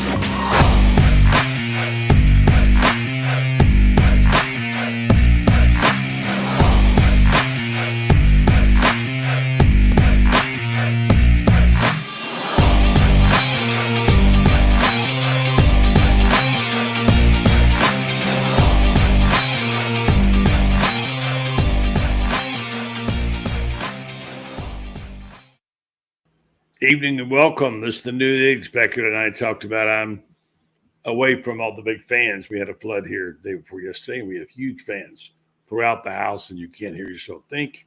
So my wife and her sister are in the next room. Doors closed. You might hear a hum. That's the best we can do tonight. I'm sure it'll be okay with you, and it might be okay with this guy too. Ben Trooper joins the program tonight. Much to talk about regarding the coaching situation. All kinds of speculation, all kind of list people have got, etc. All I can tell you is that I was told by my really great source who knows all things. Got to give him a nickname. That the boosters met this week over at Stewsbury Ground Grill. Ben Troop's taking a nap right now, but the boosters said the money's there. Let's go forward. Matt Hayes reported something like that earlier today. I confirmed it through my source who has really good information. And he said that that the sentiment is they wanted to make a change and move forward. I can't tell you what that means exactly, but I can pretty well assume I know what is going to happen. It's not good for Billy Napier, right, Ben Troop? It's not, but I will say this: the whole Billy Napier situation. When people ask why is it important to have sources that we all can go to, because a credible source will make a an announcement, and everybody who covers Florida or has some ties to Florida, and I'm not talking about you, buddy, and I'm not talking about people like you. What makes these situations hard to follow is, good Lord, it's like everybody, because like you said, you got a credible source. This is why journalism and going to journalism school and understanding journalistic integrity matters in matters like this. Because to everybody who has a pulse on the situation, we've seen this before. How have we seen this before? Well, I mean, there was another coach here that right before the Georgia game, a lot of speculation before this Georgia game. Then you talk about Dolphins or Wales or whatever it was. I was covering that Georgia game, and the game got out of hand, and you kind of knew what was going to happen. But what makes this situation unique is this. Everybody always wants to talk about who has all the juice, the power, the control in college athletics. It is the boosters. It's always been the boosters, and it's always going to be the boosters. And I will say this. I give Billy Napier a lot of credit because obviously, if it's going to happen, it's not going to be a surprise to him. They probably spoke to him. The class. Oh, he's accepted. You can tell what he's talking. He knows what's coming down. But, buddy, I give him a lot of respect for the class and the professionalism that he's shown because, like I said, sometimes you get strong arm. I really don't know the full situation that happened in 2024 with Scott Strickland because it's speculation. I don't know. I just heard about it. But when you start looking at the coaches around the country that's already gotten let go, with the elephant being James Franklin, when you see that happen, that's the one that people, because boosters are watching. Yeah. And like I said, buddy, the one thing I had to learn when I was at Florida, which is definitely screaming volumes now, the two things that Florida always is going to protect, right, is the integrity of Florida and the reputation of Florida. And if any one of those gets threatened, something. So if it does happen Sunday, I guarantee those guys are going to play extremely hard for him no matter what the situation is going to be. Yeah. But, buddy, I've never seen this much media attention about a potential firing. Oh, yeah. Ever. Yeah. Because, like I said, if Billy Napier has proved one thing, it is how difficult the head coach position is at Florida. Because when people say, hey, man, does everything in Florida matter? Absolutely. 100%. So, and early signing day has a lot to do with this too. You got a lot of big time recruits that's already committed to Florida for 2026, and so you're gonna have to jump on this train sooner rather than later. Once again, I am just, I'm as a commentator, as an analyst, whatever you want to call me, when it comes to Florida, I am rooting for the orange and blue, no matter what. But the situation with Billy Napier has become, I mean, it's crazy, buddy, because we're looking at what's going on around Florida in college football. And now, Scott Strickland, the biggest hire of his career. I know he hired Coach Golden. I ain't taking that away from him. But the biggest hire in his career outside of Dan Mullen is going to be who's going to be the next head coach of Florida. I don't know who it's going to be. Well, he's not going to make that hire. That's going to be made by the boosters. Money people. Well, yeah. Wow. Yeah, Strickland's not going to be given that. He'll get. Is Scott Strickland's tenure at Florida safe right now? I don't know. I think it's a little shaky right now. I mean, remember this: that everybody thought Jerry Foley was a great AD because he hired so many good, great coaches. You look back at Billy Donovan, you see Steve Spurrier. No, he didn't hire Steve Spurrier. Steve Spurrier was hired before he became AD. And your list of, there's a long list of. Let me get back to the Signetti story, which I think is really wonderful. There's a lesson to be learned from this. I don't know if we'll ever learn it in Florida, which is when you can't find the right coach or roll your own. They took this. Listen to this. Chris Signetti has agreed on a new 8-year term contract with average annual compensation of $11.6 million. Okay, that's Indiana now. I'm not talking Auburn or Alabama, whatever. And so that's amazing. And he's going up the ladder. He's 64 years old.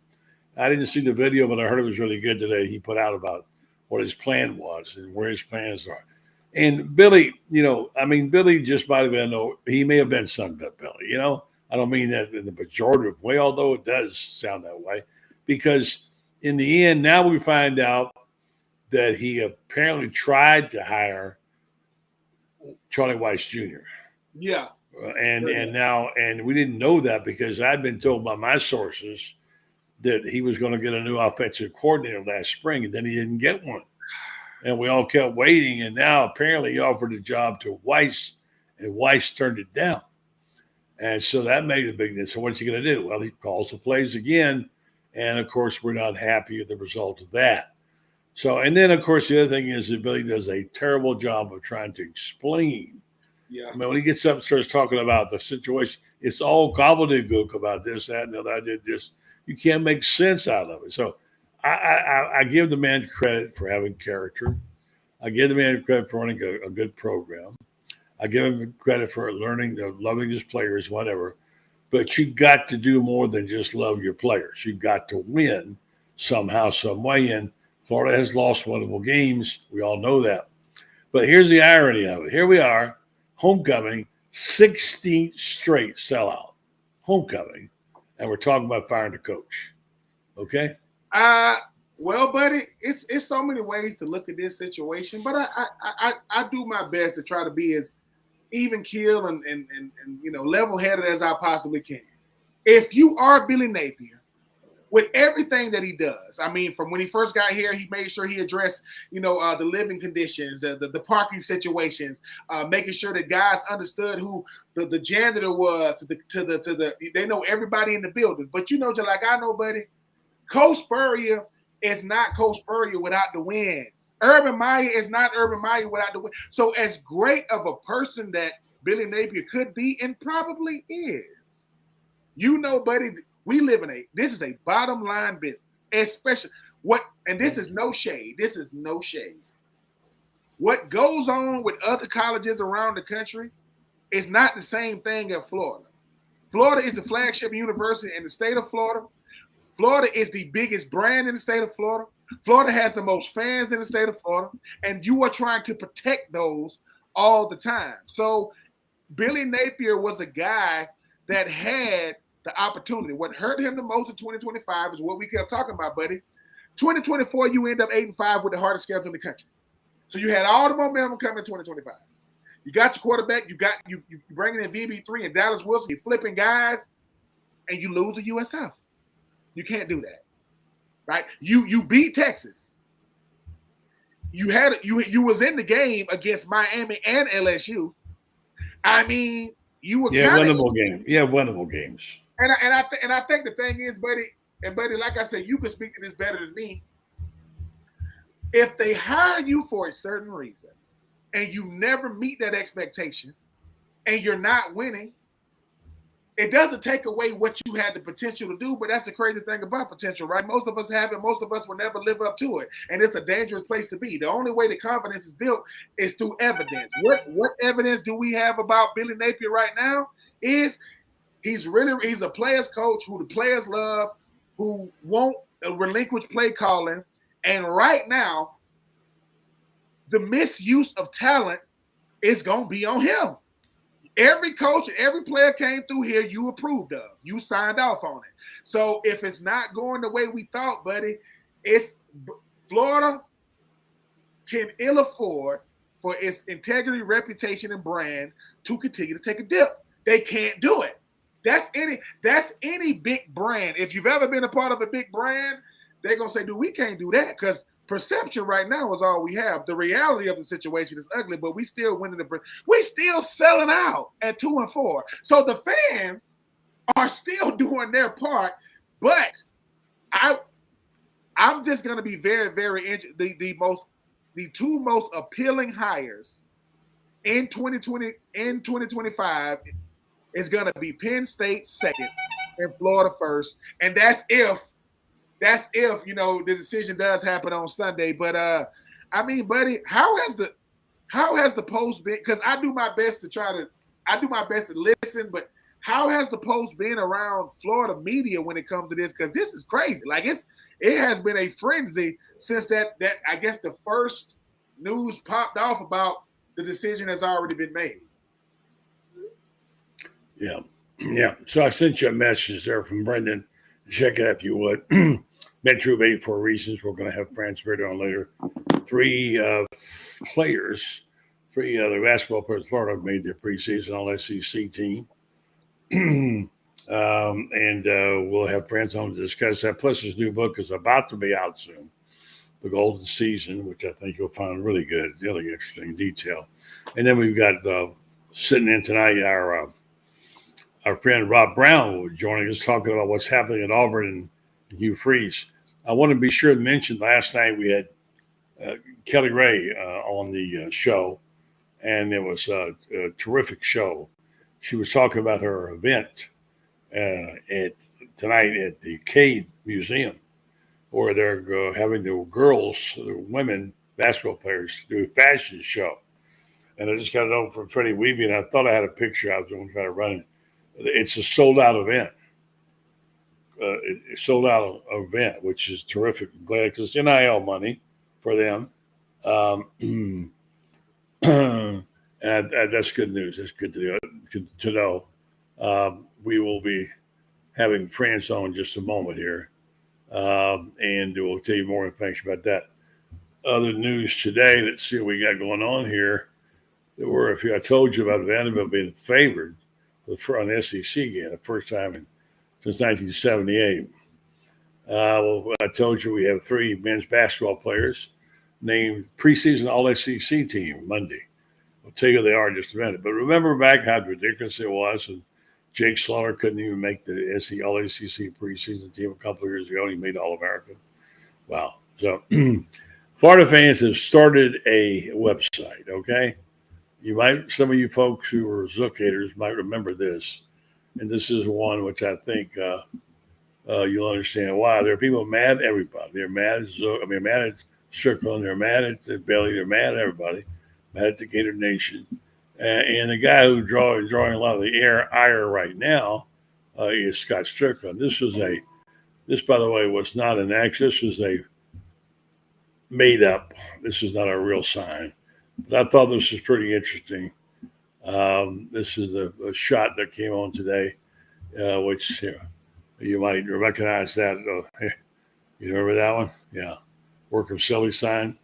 They painted it as Fire Scott Strickland. So I remember it was a Fire Ron Zook sign up there too. So, So Ben Troop is going to be rejoining us in just a moment. Let me see if I can jag this out of here. I hear you, Ben. Or coming. All right. Let's see if I can go get Ben. There's Franz. Right there. Hang on, Franz. I'm coming to get you. There's Franz. Hello, good evening. Let me go back and find Ben. He's up here somewhere too. How you doing, Francis? I'm here. So are you. Yeah, so am I. Yeah, I understand they have a packed house tonight at the women's basketball fashion show at the Cade Museum. And Kelly Ray is raising some money for their players. Congratulations to them. Freddie Weeby sent me a video of it. So, NIL money, you know how that goes. All right, now I'm going to go get Ben. He's over here somewhere. He's right here. Okay. There he is right there. What's up, man? What's up, friends? How you guys doing, buddy? Having a conversation here. We had to try to get Ben over to a better. Am I good now? You're good now. You're perfect right now. Always use that one. That was great. Oh yeah. I I'm trying my best not to be cheap in 2025. I did go get some updated, updated technology, but my daddy don't like it. My daddy say, "Boy, you use what you got." I said, "No, daddy, I got to come into 2025. No, I it's got to get out of the dark." definitely that. Yeah. Yeah. Brendan said you had a better one. So Francis got his hat on. You got your hat on. I got my Gatorade hat on. How about Kirk Signetti, his new contract? He's off the board now. Florida was on. Yeah. Of him. So how about that nice contract they gave him? Indiana football. Wow.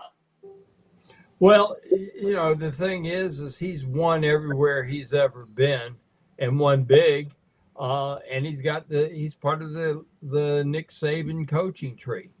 And, it's hard to have something better than that on your resume, it seems, although Billy Napier was also on that same one. So he's got a good pedigree and he's won big. I personally really liked him. I liked the brashness. He has a very Spurrier-esque personality. He's the kind of guy that would look up at Tennessee and say, the greatest pickup line in Knoxville is to look at a woman and say, "Nice tooth." I mean, he would do something like that. And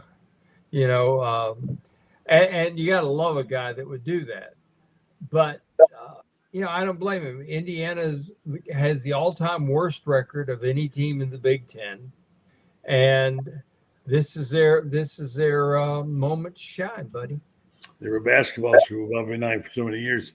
And by the way, let me just mention that a little bit of a surprise. A guy we know, somebody's volume is up too high, whoever it is, and the news tonight is not good for Mike Hill. He was fired at Charlotte. Remember, he was assistant AD here for a long time. Always liked Mike. He's been AD at Charlotte for 7 years, and so now he's out of a job. A lot of firing going on, guys, right now. It's the firing season. Who's going to be next? It might be right here on Gale Amaran Boulevard. It happens, and Smart Money says something's going to happen this weekend. I had a source I told Ben earlier today, and I'm going to give full credit to Matt Hayes, who had a story that ours had nothing to do with his, but he did break a story earlier than we did on the fact that there's some movement in that direction, and there definitely is going to be a change. Here's what I know, and I said it earlier. I said that a group of boosters met Wednesday night, I believe it was, at Spurs Gridiron Grill. The ones that counted, they met, and I don't know what was said, but I know that they did say the money is there now. It's time to go. They're going to agreement. Now it's a question of they're going to buy Billy out, and then they're going to negotiate whatever they can do. I don't know if that means he'll stay coach or what they'll do, how much they'll pay him. 21-3 is about what he's owed, but deals can be made for less money, better deal, and then we'll see what happens there. But some will happen next, and anybody's guess. I don't know. The favorite obviously is in Knoxville. We'll see what happens there. I don't know. What do you guys heard? I've heard that if he makes it through this weekend, we're talking about changing water into wine proportions, essentially. That sounds a little harsh, I know, but we've got boosters. I know because I've talked to some of them who say not another dime until Billy Napier's gone. Mm-hmm. And judging by his Monday performance at his press conference, and I've talked to some people who are really close to the program, they agreed with me. It was as subdued as it could be, the kind of press conference held by a guy that knows that his time has been called. His time clock has been punched. Lame duck, yeah, is the word. Yeah, he's a lame duck. So, is it this weekend? I don't know. I hear that it will. That when I've heard from prominent people that win or lose Saturday, he's gone. And the logic behind it, I know, for example, Bianchi said today, you can't fire a guy after he's won. Well, here's where I disagree. How about Jimbo Fisher? Here's where I disagree with Mikey on this, buddy. You don't take a chance that he might win this game and then beat Georgia, and all of a sudden he's 4-4 with Kentucky coming up, and could be 5-4, needing one game to be bowl eligible, and maybe maybe he gets 2. So you cannot take a chance that he goes in on a winning streak. You just can't do that. That's a funny line. Think about it. Can't take it chance he goes on a winning streak, right? Oh, no, not a winning streak, please. Yeah, Ben, what do you think? I think it's also a good time because of the open date. Make the change then. It's such a crazy situation because Billy Napier understands that this roller coaster known as Billy Napier, no matter what, just say he did the unthinkable and just won out. This offseason will be just as crazy because I think 2024 gave him the greatest mulligan you can ever have. Going 8-5 with that schedule was crazy, right? But 2-4, lost to USF, which can happen. I not to compare the two, but I keep saying this. My last 2 years of Florida, I had runs up. I thought the 8-5. I said, dude, we gonna be the worst teams ever came through Florida. We losing 5 games. I lost 5 games in 2 years with Coach Spurrier, and then, obviously, 2004 happens, and you lose to Mississippi State, and obviously he was gonna, he's fired. He goes and then runs the coach the whole year.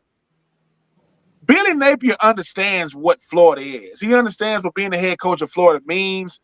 And sometimes it just doesn't work. It's not going to work for most coaches at most schools. Let's just put it out there. But what makes this situation different is the Scott Strickland stuff is crazier, I think, than Billy Napier. Because maybe I'm naive, buddy and friend. I didn't even know Booster could do that. Get out the way. Move. Because like I said, I know that boosters run college athletics. I didn't know how much power they really had in that regard because, like I said, this goes back to 22. All these 30 for 30s, when Urban Meyer 30 for 30 come out, when Steve Spurrier 30 for 30 come out, when the Scott Strickland, Billy Napier 30 for 30 come out, and we really know what happened in Spurrier's in 2024, if that really happened, because I think sometimes we forget where our bread is butter, or however you say it. And them boosters said, you gonna do what? No, we're not. I don't want Lane Kiffin. We're not talking to you, Billy. Yes, no. You are the head coach because of us. I don't care who hired you. Without the money, there is no coach. So when they said that about the boosters, I think a lot of people stood up and was like, you want to know who runs college athletics? It ain't the commissioner. It ain't a chancellor or a GM or a AD. It's the booster. So, well, especially right now, Ben, where money is king. Where money, this whole thing has changed a lot in the last 5 or 6 years. Yeah. I mean, money used to be big. Now money's everything. And you can buy your way to whatever you want to buy and be and so on and so forth. And I don't know. I mean, there's a lot of people, and we didn't even know some of the boosters' name back in the day.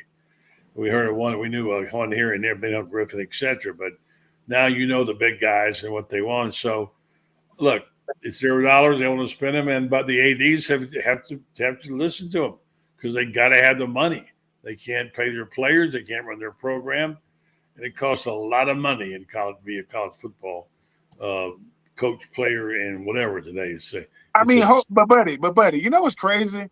Just imagine, Buddy Martin and Franz Beard, they went to Texas for 10 years, and somebody let them get some of that oil money. They got old hundreds to burn. And somebody go, what you gonna do with all this money?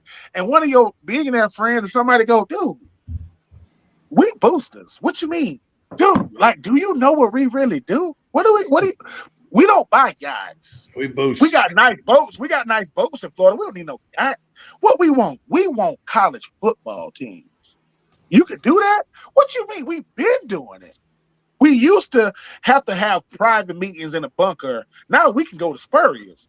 Because who gonna say something? Like, who's going to out the booster? Nobody. So when people going, them boosters are faceless people. No, they're not faceless. No, they're not nameless. But you don't want to come at the booster because the booster's going, look, people say you get what you pay for in college football. And that is literally and figuratively. If you are Billy Napier, the greatest thing ever happened to you was coming to Florida. A $21 million cash out. It's hard to feel sorry when you're going to get that much money. I wish it would have worked out.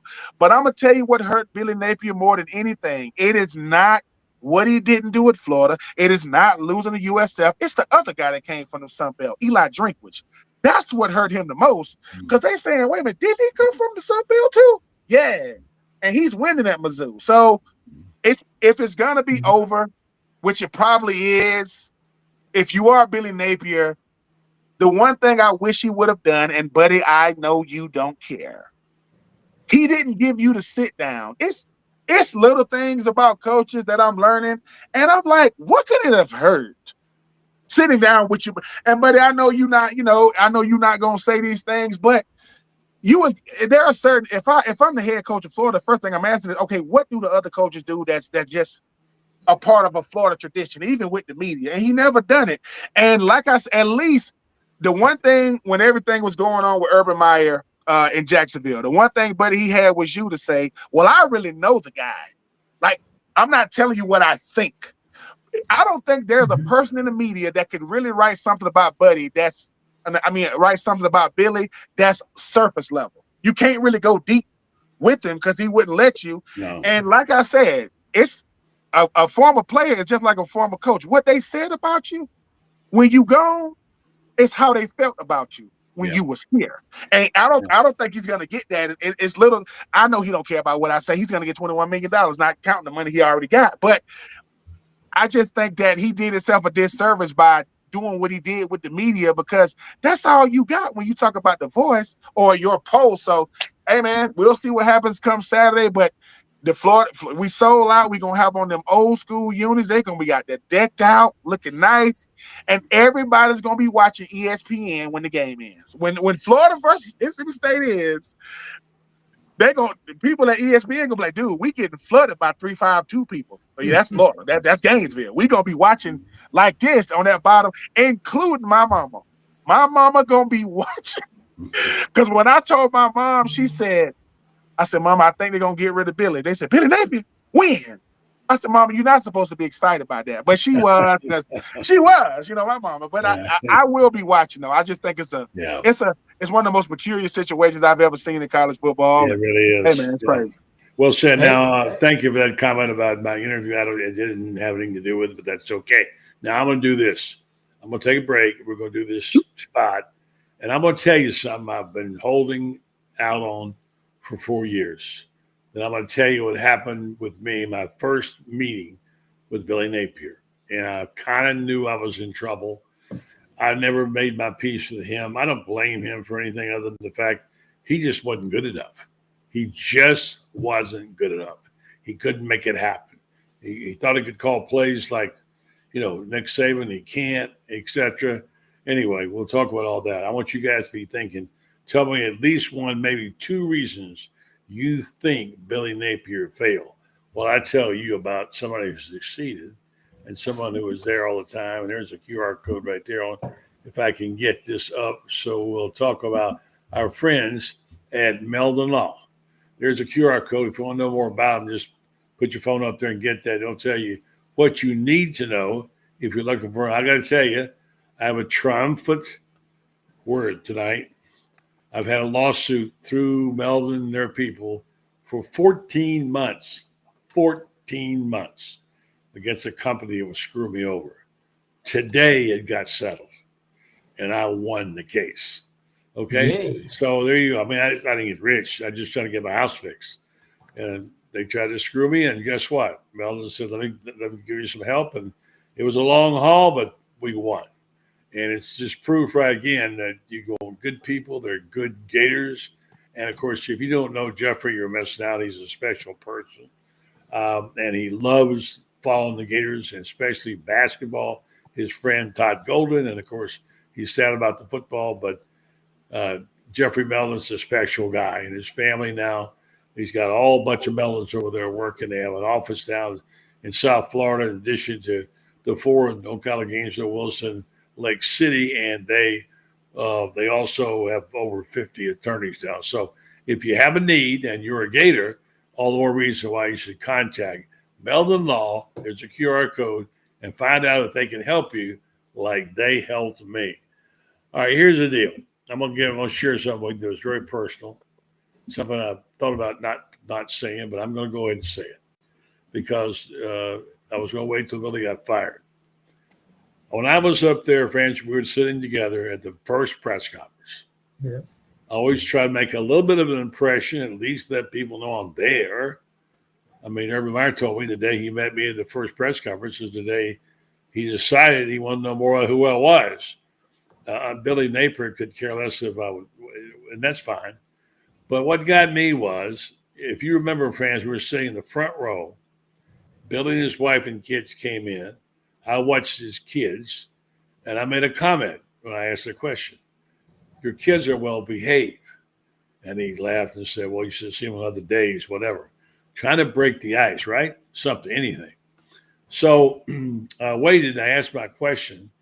And then when we got up to walk to the water fountain, I walked over to Billy and said, this is the simplest question. What's your favorite scripture? All right. I think you guys could have come up with something if they asked you that. I don't care what it is. And Billy looked at me and said, I don't know. There are a lot of them. That's not an answer. And he perfected the art of not giving answers for 4 years. And you heard him do it, fans, many times. Probably you have too, Ben.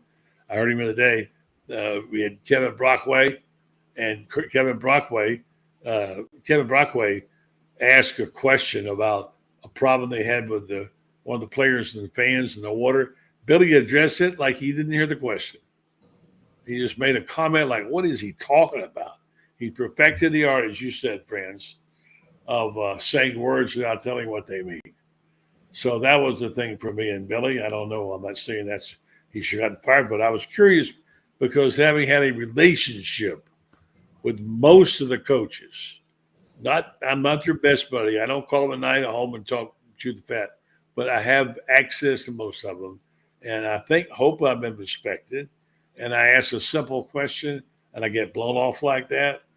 That told me right there something wasn't right, which is basically what he's decided. He was not going to tell people really what he was about. He didn't want people to know who he was, and that's what it told me. All right, there was a big event tonight. I didn't think this guy was going to be on. A big event tonight. Kelly Finney had their big night. A color's called Eleve, I'm sorry, is what it's called. And it was a big fashion show. I got a nice note today from Freddie Weeby. Said our interview last night with Kelly Ray was the reason they sold it out. I don't know if that's true, but I'll take it. Let's talk to a guy real quick who was there. Didn't expect him to be here. I thought he was going to be too busy.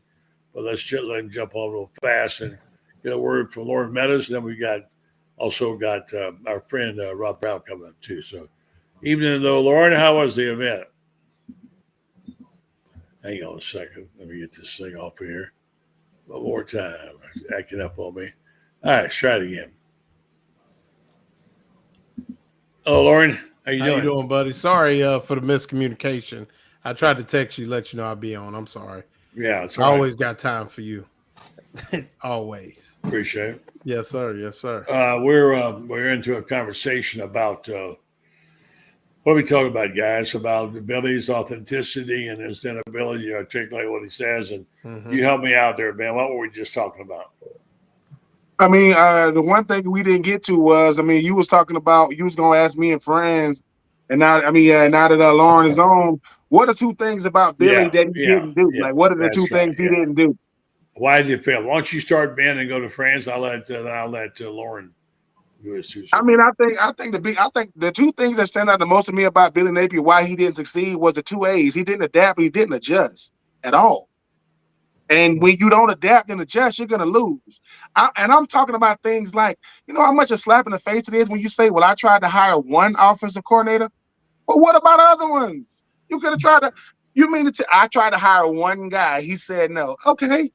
So now you tried to hire a dude. And adjusting is something that Loren is always talking about. We had a Monday through Friday problem because they showed on Saturday. I get how the practice became, but the third, I said adapt and adjust, but the third was access. There was something about the way Billy Napier wanted to keep everybody away. And I get all these coaches are superstitious. All of them got their quirks and they things they do, but there's a reason why he kept people away. He didn't want you asking anything about the team for real. What you think we're gonna ask you? We ask you about what's going on. I'm not gonna ask about an availability list, which I don't even know what it is. Is that a injury list? Just give me the guys that ain't playing. Like, I don't like when people try to reinvent stuff. If I come to the stadium, I'm like, Coach, I ain't seen my name. No, you on the availability list. Does that mean I'm up? Does that mean I'm playing? Yeah. Oh, okay. Because it used to be who's playing, who's not. So I would go adapt and adjust availability and access because Billy Napier got paid a lot of money. More people know Billy Napier in 4 years than he's ever known in his career. And that happens when you come to Florida. That's nothing against him, but it's not for nothing good. Because like I said, one of my former teammates, Steve Harris, said he took his daughter. He lives in Tampa. He took his daughter to a dentist appointment or something. And he said the guy took him in the back and looked at him and said, "Oh, you went to Florida?" He said, "Yeah, the guy went, go Bulls." Oh, hell no. I'm just saying, like when that type of stuff has happened, I lived in Tampa for 4 years. And the last thing a USF Bull gonna say is anything to a Florida Gator. And now, so it's little stuff, but I was adapting and adjusting, access and availability. But hey, man, it happens to the best, I guess. Friends? I think that what killed him in the end is that Billy only trusts Billy. And Billy can talk all he wants to about everybody, about great assistant coaches and whatever like that.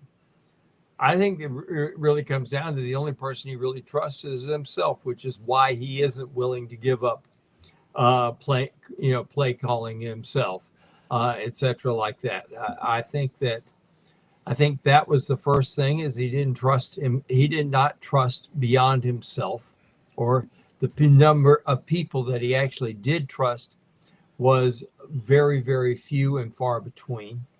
The second reason I think that he did was he tried to keep everything too behind closed doors. Wasn't transparent enough. You run a program where there's no access, where there's no availability, where you don't get stories about players, etc. People start wondering, what are you trying to hide, particularly when you lose games? And they say, well, gee, they're winning games over here, and they get, their players are interviewed all the time, etc. People may say that that's just an old reporter sour grapes, okay? I hear that all the time, but it isn't sour grapes. The thing I find out is the coaches who tend to give a lot of access, they trust their players play hard for them. The coaches who keep it all under wraps, okay, you don't have access, you can't, let me give you one quick example. And Loren, you were there a couple years ago, I believe it was, in Tallahassee. And this was, they came out of the game. They had just lost the game. I'm coming out of there, and the guy who was the strength coach at the time comes up to me and starts talking to me, and I start talking to him. I'm talking to him back, and he brings a player over. He says, this guy, and he brings over Scooby Williams. He says, this guy's really going to be a star, and I hope you'll write something about him. And I shook his hand. About this time, along comes Rick Hurtado, who is the SID. And he screams at me about, how dare you talk to a player? And I said, hey, I got spoken to first. I didn't, I just responded to that. He says, you know how bad this makes me look in front of my coach? Whoa. You're worried about if the coach sees me talking to to one of his assistants, he's going to blame you. And you're going to be in trouble. That's a joke. That was absolutely a joke. Ridiculous. No, it wasn't a joke. No, I mean, I'm saying it's ridiculous. Yeah, well, it Absurd. is ridiculous. I'm sorry, I misunderstood. No, I don't mean it was funny. I mean, it was that's the kind of thing. Yeah. That it shows you that for all this supposedly it's all fun and games and everybody it's a group hug at the Hev. Gotcha. Guess what? They walk on pins and needles if that's the case. Exactly. All right, let me do this. I'm gonna let Ben go. He's been here early for a long time, and then we go back to doing the final. I'm gonna get Loren's thoughts on that. Any final thought, Ben? Any final thoughts? Oh, look at there. Love it, man. Looking good. I just want to say before I get out of here that your Rays was just as bad as my Braves this year. You didn't really have a lot to say this year, and I'm happy about that. No, I'm gonna say that. Like we both was bad. Like we both were equally bad. Yeah. But because we got a Yankees fan on here, the MLB did what only the MLB did, and we took down the evil empire known as the Yankees. So now I'm good. As long as the evil empire is not good. No, man, listen, love you guys. I will be saying this. Everybody that's everybody that roots for Florida, root against Florida, everybody gonna be watching the end of Florida and Mississippi State because they're gonna be seeing, is it really? I have never seen this level of anticipation for a firing. 16 straight sellouts. Another sellout. You know what? You got to run, guys. We got to move fast. You want to know why they sold it out? Because 15 years from now, there will be 197,000 people who will swear up and down they were there the day Billy Napier coached his last game at the University of Florida. It'll be just like the number of people who swear that they were there when Roger Maris hit number 61. Yeah, I was there. Ben, thank you, Ben. I'll say good night to you. And hello to Rob. Thank you, Ben Troop. Yes, sir. All right, so it's Loren's turn now. Good evening to Rob. Loren, I'm going to give you a chance to step up here and respond to what we said, one of the 1 or 2 reasons that Billy fails. It's funny, man. I tell people all the time, do you listen to music or do you just skim through it? I mean, if you've been watching us for the last 4 years, I think we got some astute guys between Buddy, Franz, Rob Browne, Brendan Martin, and Ben Troop, and it all remains the same. It's a lack of adaptability, a lack of access, but I think you could sum it up. Billy made the easy things hard. Kickoff team, 11 guys run out. Kickoff team, 11 guys run out. Punt, 11 guys run out. But it was never that easy. It was never that easy to sub and do these things. The things that should be normal for a high-level college football team just never came to pass. And when you look at a guy that has only won 4 road games, it shows you that the lack of preparation is consistent and evident week to week. And to preparations. I just think that just when you look at, for all the things that we were told about no detail, no stuff. I mean, we heard these things, buddy. You asked the very first question of Billy Napier at his first press conference. I remember it. And it was, everything was going to be detail oriented down to the number. And we heard all these things.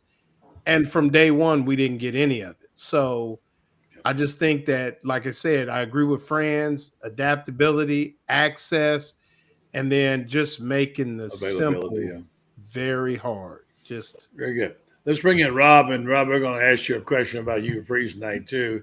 Thanks for coming on board tonight, Rob, from that popular show in the morning with some guy named Brendan Martin. I believe it's called SEC Sidelines.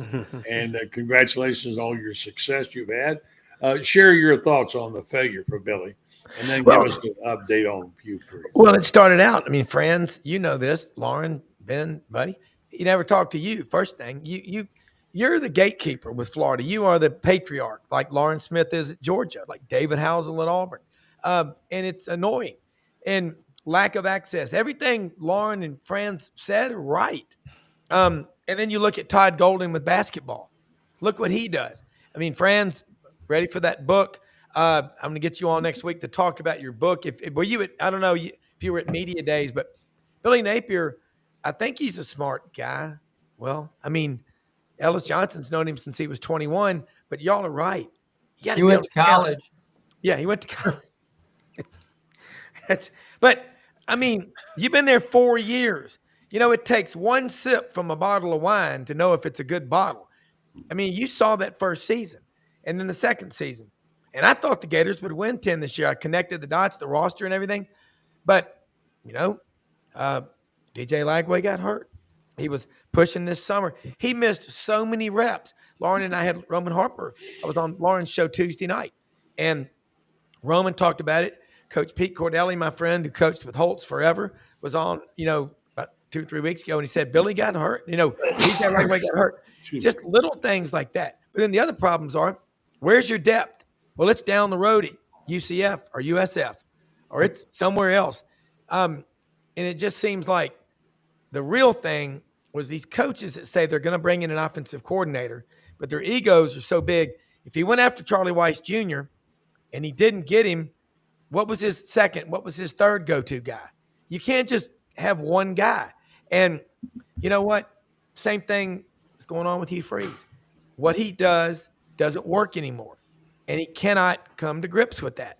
He looks like the defeated man. Remember the character Debbie Downer on Saturday Night Live? That looks like the female version of Debbie Downer. He whines and bitches about officiating. Everybody with a set of eyes knows there have been some bad calls. But as the head coach, you can't talk about it. You got to move on. And I don't know, Billy, these guys are right. You thought he won 41 games at Louisiana.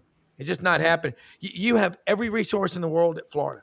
You have a big, big deal. And a friend of mine was at Spurrier's, Gridiron Grill last night, and there was a big meeting going on upstairs. And who knows what's going on up there? I think they love the steaks and the seafood, though. But Maury said, by the way, Spurrier's Gridiron Grill, he said, I've never seen anything like that. He said he loved it. He said he loved it. Freddie Weeby gave him a good tour. He said Freddie Weeby was awesome. Can I ask a question, buddy? Yeah. Real quick. And this is to you guys, how much I respect your knowledge of everything. But can we really be honest with ourselves and say that this is far more than just an offensive coordinator problem? Yeah. I mean, we're seeing a pattern here, and it has very little to do. I think it's like people want to talk about the offensive coordinator, but did we forget that the defense was historically bad his first 2 years? I mean, it's like this is, you had offense, you had defense, you had special teams. It's been bad for 4 years, and we tried to be objective and positive, but let's face it. I mean, it's been bad. I think you have concluded he's an average coach. Beg your pardon? I think I've concluded he's just an average coach. Yeah. Here's what I would conclude. I would conclude that the Peter principle is alive and well. Could be. Because he got promoted beyond his capabilities. And there's a lot of guys that can, it's like you see some of these great high school coaches, and they suddenly get a small college job, and all of a sudden they're not having that same success. And why is it? It's because everything that's involved, for example, at Louisiana, go back to the colleges instead, but everything that's involved in Louisiana is romper room compared to the University of Florida. He's dealing with kids that, at Louisiana, if you're breathing, you can get in school. At the University of Florida, guess what? The academics are pretty damn serious. It's the number one public institution in America for a reason. We're running out of time here. I'm going to ask you, since you're up there, Rob, real quick, I'll give you 30 seconds on Hugh Freeze, and then give me what you think the best hire is for Florida for a coach. Well, I think Freeze, just if they don't beat Missouri, you got to say, what have you done? 3 years in, no signature wins. The I have 350 to 400 texts every time Auburn plays coming into me, 15 different group texts. It's crickets now. Auburn's in the apathy stage, so change is coming. As far as Florida goes, if you're not going to get Kurt Signetti, you got to look at people that know the South. Well, he's gone. He re-upped. Yeah, I know he re-upped. So, I mean, for now. But, I mean, I would look hard at John Sumrall, Rhett Lashley. I mean, Arkansas will make a look at him, but they're going to try to keep Petrino. But you've got to get a guy that's had success, that is a great recruiter, but is a people person. The University of Florida has a massive fan base, and greet the people, open the doors. It's a public university. God bless America. The sunshine laws apply in politics. Open up the doors, bring people back to practice. Ask them, hey man, we forgive you as administrators. We want the people like Charlie Pell did. Say what you want about that guy. I think he was the greatest ambassador for Florida football ever because of what he did for just Joe Sixpack out there. Put on your orange and blue. I don't care if you went to school here or not. So I'd get someone like that. We've got to run fast, friends. You get a minute, and then Loren, how old is you? A minute? Go. I think that Saturday's going to be the last game for Billy Napier here. Win or lose, I think it is, and I think that they can't afford to keep him on if he wins, because what happens if he goes on a winning streak? They've decided to fire him, but then all of a sudden they're going to have to back out, and there would be too many unhappy boosters for that. He's got to go, unfortunately. Nice guy, as Brett McMurphy wrote, maybe the best coach in America from Sunday to Thursday. But unfortunately, the games are played on Saturday, and they expect you to win. Yeah. Don't forget Francis' book coming out soon. We'll talk about it later. It's a great book. It's called The Golden Season. Loren, you got a minute. People will love Lane Kiffin. People will accept Eli Drinkowitz. I think there's a really good coach down in Tampa that I've seen in person operate, and I think he would do a great job. He runs a great offense. I think it'd be fun to watch. And I think the guy would put really good people around him to coach a football team, and that's Alex Golish. So if we have to go to the next tier, I think he's a guy that I have a lot of respect for. Josh Heupel.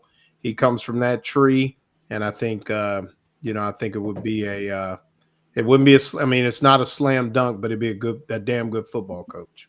All right, thanks guys, great job, appreciate it. All right, we'll see you on Saturday. Have a good one. Thanks, Rob. Thanks, Franz. And thanks, Loren. Well, thank you, Ben, as well. All right. Good night, guys. Thank you. All right. We'll wrap this up with a message from Titan MRI, who was one of our fine sponsors. We do appreciate them so much. And tell you a little about their locations in Gainesville. They have two. New Park Avenue location and now Millennium Center. One in Lake City, serving all of Columbia County and Valdosta, Georgia. Titan MRI Imaging offers the same great customer service. You can actually make your appointments at night if you can't get your MRI. And today you have to work. Accept insurance, or you can go to their convenient self-pay option. They offer MRIs, CAT scans, X-rays, ultrasounds, easy scheduling, as I said. I like this part about it. They have the larger MRI machines for your patient comfort. That's what I like. I don't like to be claustrophobic. Coming soon to Ocala, but it's served Marion County. Titan MRI. It's your choice. Thanks, folks. Thanks to our guest tonight with the guys, and we'll see you. Be watching this weekend, and don't forget to join GatorBait, GatorBait.com, and read what the pros like to read. All right, and we will catch up to you again soon, right here on the Buddy Martin Show. Tell your friends and neighbors we're back next week, and don't forget to read GatorBait. Good night.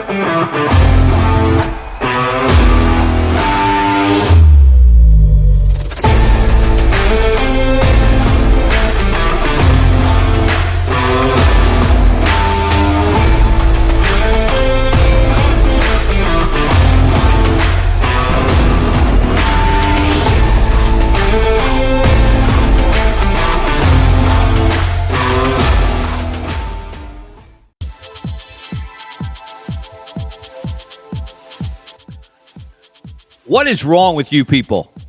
And by you people, I mean all of you people who are overlooking the third Saturday in October, the game that defines the third Saturday in October, and that is Alabama and Tennessee on a weekend, the only weekend, I believe, all season in which all 16 SEC teams are playing SEC games. 8 conference matchups, one big one after another. College game days in Athens, Georgia for Ole Miss and Georgia. But people, I believe, are talking about everything but Alabama, Tennessee. I feel like I should be smoking a cigar right now. I don't smoke. The last time I smoked a cigar was January of 1987 when Penn State, of course, those of you who know me know I grew up in Pennsylvania. As a Penn State fan, was enrolled to go there before I moved to Alabama. And my brother and I were watching Penn State beat Miami, the hated Hurricanes, in the national championship game. And he broke out the cigars after Joe Paterno and company beat Jimmy Johnson in Miami. That's the last time I had a cigar. And there's the iconic photo, maybe the most iconic photo of Jay Barker, the Alabama quarterback, and Gene Stallings, the Alabama coach, back in the day after a win in Knoxville. Obviously, Jay's wearing the road white jersey. They're playing in Tuscaloosa tomorrow. Isn't it amazing how that's become a tradition? Now it goes both ways. And you will see cigar smoke rising in a cloud in Bryant-Denny on Saturday evening if Alabama gets it done. And they can't lose to Tennessee, can they? Can they? Hey, everyone, I'm Kevin Scarbinski. This is Scarbo Knows. Thank you for joining us today. I want to say thank you to our executive producer, Brendan Martin. Thank you to all of you for watching. We're really growing this show. Check us out. If you're watching us on YouTube, give us a like. Go ahead and subscribe. We'd appreciate that. And scan the QR code for our sponsor. We are very indebted to them. Money Management Services, Birmingham's Financial Advisors. They are a family-owned, fee-only financial services firm. Whatever you need, if you're thinking about retirement, I'm not. I plan on doing this for a long, long time, God willing. But if you're thinking about that or any other financial needs you have, check out the Rice family. Give them a call. They're good friends of mine. They will take great care of you. We'll hear more from them later in the show. So let's get to it. I feel like, and this is a rarity in this state, that people are talking about everything but Alabama football and everything but Alabama, Tennessee, the third Saturday in October, when the colors clash, but they mix perfectly. Those are fall colors. The leaves are they're not quite turning yet because the temperature just went up. I was at a high school football game in Lochapoka, Alabama yesterday. Had so much fun this year. The Thursday night AHSAA TV network game of the week. I'm fortunate I get to host the pregame show with my buddy Chris Blackshear. We've had so much fun going all over the state, and it was 85 degrees during our pregame show yesterday. We were close to the plains, and of course, everybody's talking about Auburn because things are not going well for the Tigers and Hugh Freeze. People are wondering, is this a win or leave town game for Hugh Freeze? I don't know that it's that drastic, but it's getting there. We're not that far away if Auburn doesn't beat Missouri and it drops its 4th straight SEC game on Saturday night in Jordan-Hare. So that game's getting a lot of play. Obviously, Georgia and Ole Miss getting a lot of play. Vanderbilt, LSU, you just heard Frank Duffy on the Sidelines.live network talking about that game, breaking it down for the first time since, as Frank put it, the Carter administration. Vanderbilt is favored in an SEC football game. Pretty unbelievable what Clark Lee, led by Diego Pavia, have done there in Nashville. But as I said, I just feel like people are sleeping on this game. Now, they won't be sleeping on Saturday night in Bryant-Denny Stadium. That place will be as electric as it's been in some time because, and this is a great debate. This has been going on. I've been doing this a long time. And as long as I can remember in this business, this debate has raged in this state. Who is Alabama's biggest rival? Is it Auburn? Of course, in-state rival. They truly do not like each other. Or is it Tennessee, which has a much greater history, a much longer history? This will be the 108th meeting between the Crimson Tide and the Vols. They played a lot more often than Auburn and Alabama have. And so I've always thought that the divide is really based on your age, that if you're an older Alabama fan, if you're a more seasoned Alabama fan, that you look at Tennessee as your biggest rival, because we can go back to Bear Bryant against General Neyland and the mutual respect the two programs had for each other and the incredible games they played through the years, all the championships they won. But I've always thought that a younger generation, the younger generation, looked at Auburn as more of a rival, because even as Alabama was beating just about everybody, just about every year under Nick Saban, the biggest thorn in Alabama's side was the Auburn Tigers, particularly when Gus Malzahn was there. So I was a little surprised this week to hear this quote from one of the iconic figures in this rivalry, one Terrence Mount Cody. Let's look at what Terrence had to say. He was a guest on the Beat Everybody podcast on AL.com. Ben Flanagan and the boys, my friends there, do a great job. I urge you to check it out. You can find it on YouTube. You can find it on AL.com.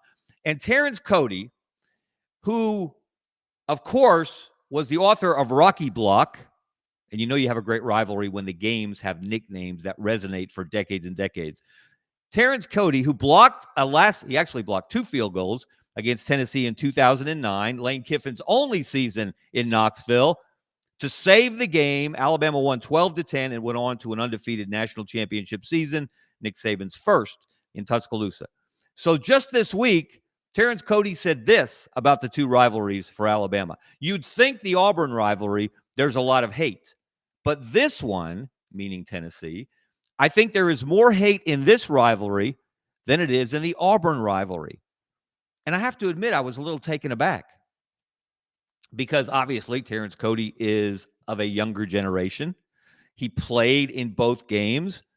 And by the way, in that 2009 Alabama championship season, both of those games went down to the wire. The Tennessee game in Tuscaloosa, and again, it took, you see Mount Cody there reaching up his big left paw to block that last-second field goal attempt from Daniel Lincoln.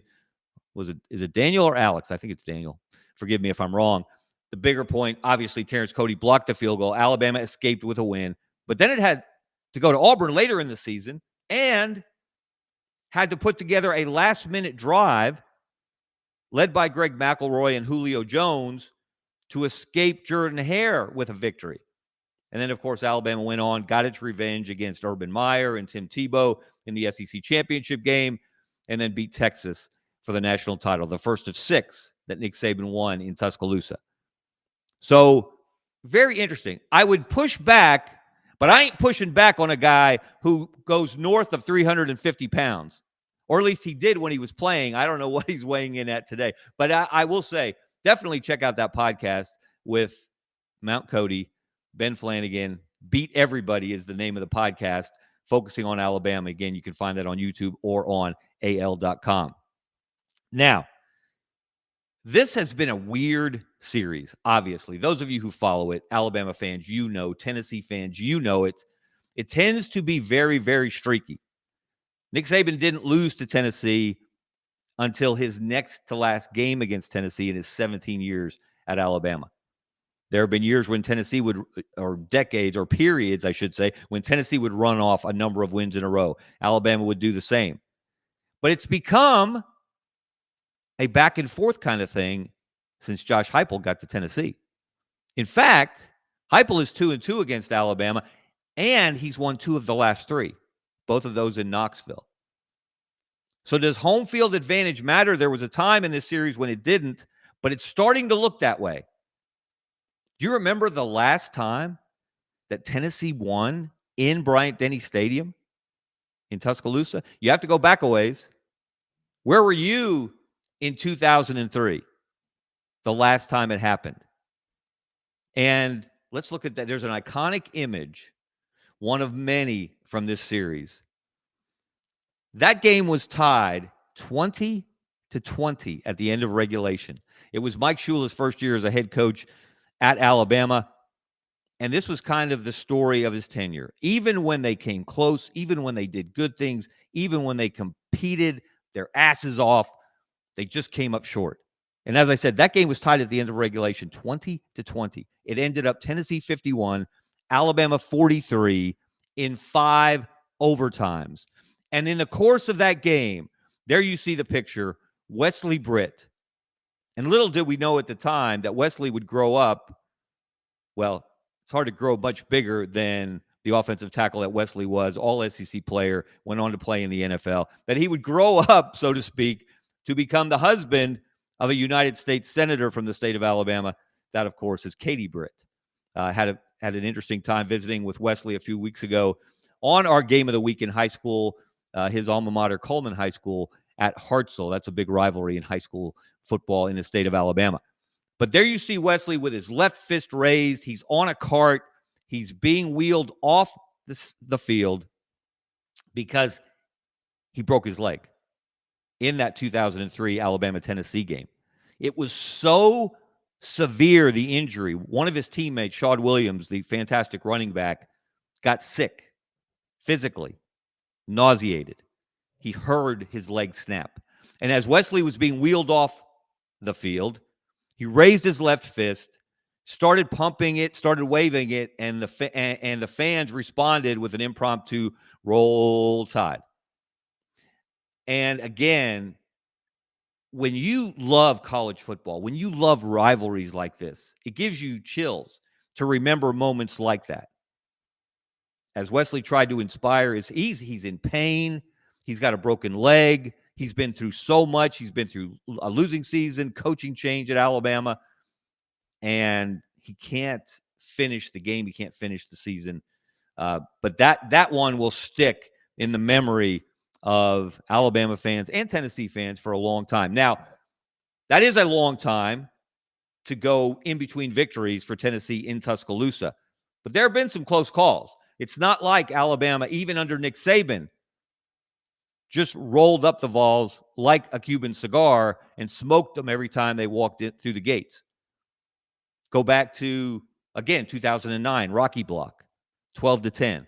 Terrence Cody had to block 2 field goals in the fourth quarter, including on the final play of the game. Go back to, and this one resonates, 2015. Alabama's already got a conference loss to Ole Miss, and they have to stay perfect from there to get into the playoff, the 14 playoff, which was in its second year at the time. And Tennessee came to town and gave Alabama everything it wanted and then some. And Jake Coker, one of the most underappreciated players in Alabama history, had to lead a fourth quarter drive to beat Tennessee and really spark Alabama on its road to another national championship. And before the game tomorrow night, that 2015 Alabama team, think Reggie Ragland at linebacker, think Derrick Henry at tailback, and think Jake Coker at quarterback. Those guys are going to be honored before the game tomorrow night in Tuscaloosa. Is there a little magic there, a little mojo maybe, if this game is close, which I think most people expect it to be? Can Alabama rise to the occasion against the Vols in the fourth quarter as that 2015 Alabama team did?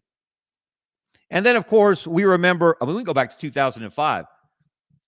Alabama won 6-3. That was the best season Mike Shula had, of course, as the Alabama head coach. They started that year 9-0. And included in that run was a 6-3 win over Tennessee in Bryant-Denny Stadium. Tennessee was going in for the go-ahead, potentially winning touchdown. And Roman Harper, one of the best defensive players in Alabama history, an incredible safety, had a great career in the NFL. Now you see him on a regular basis on the SEC network.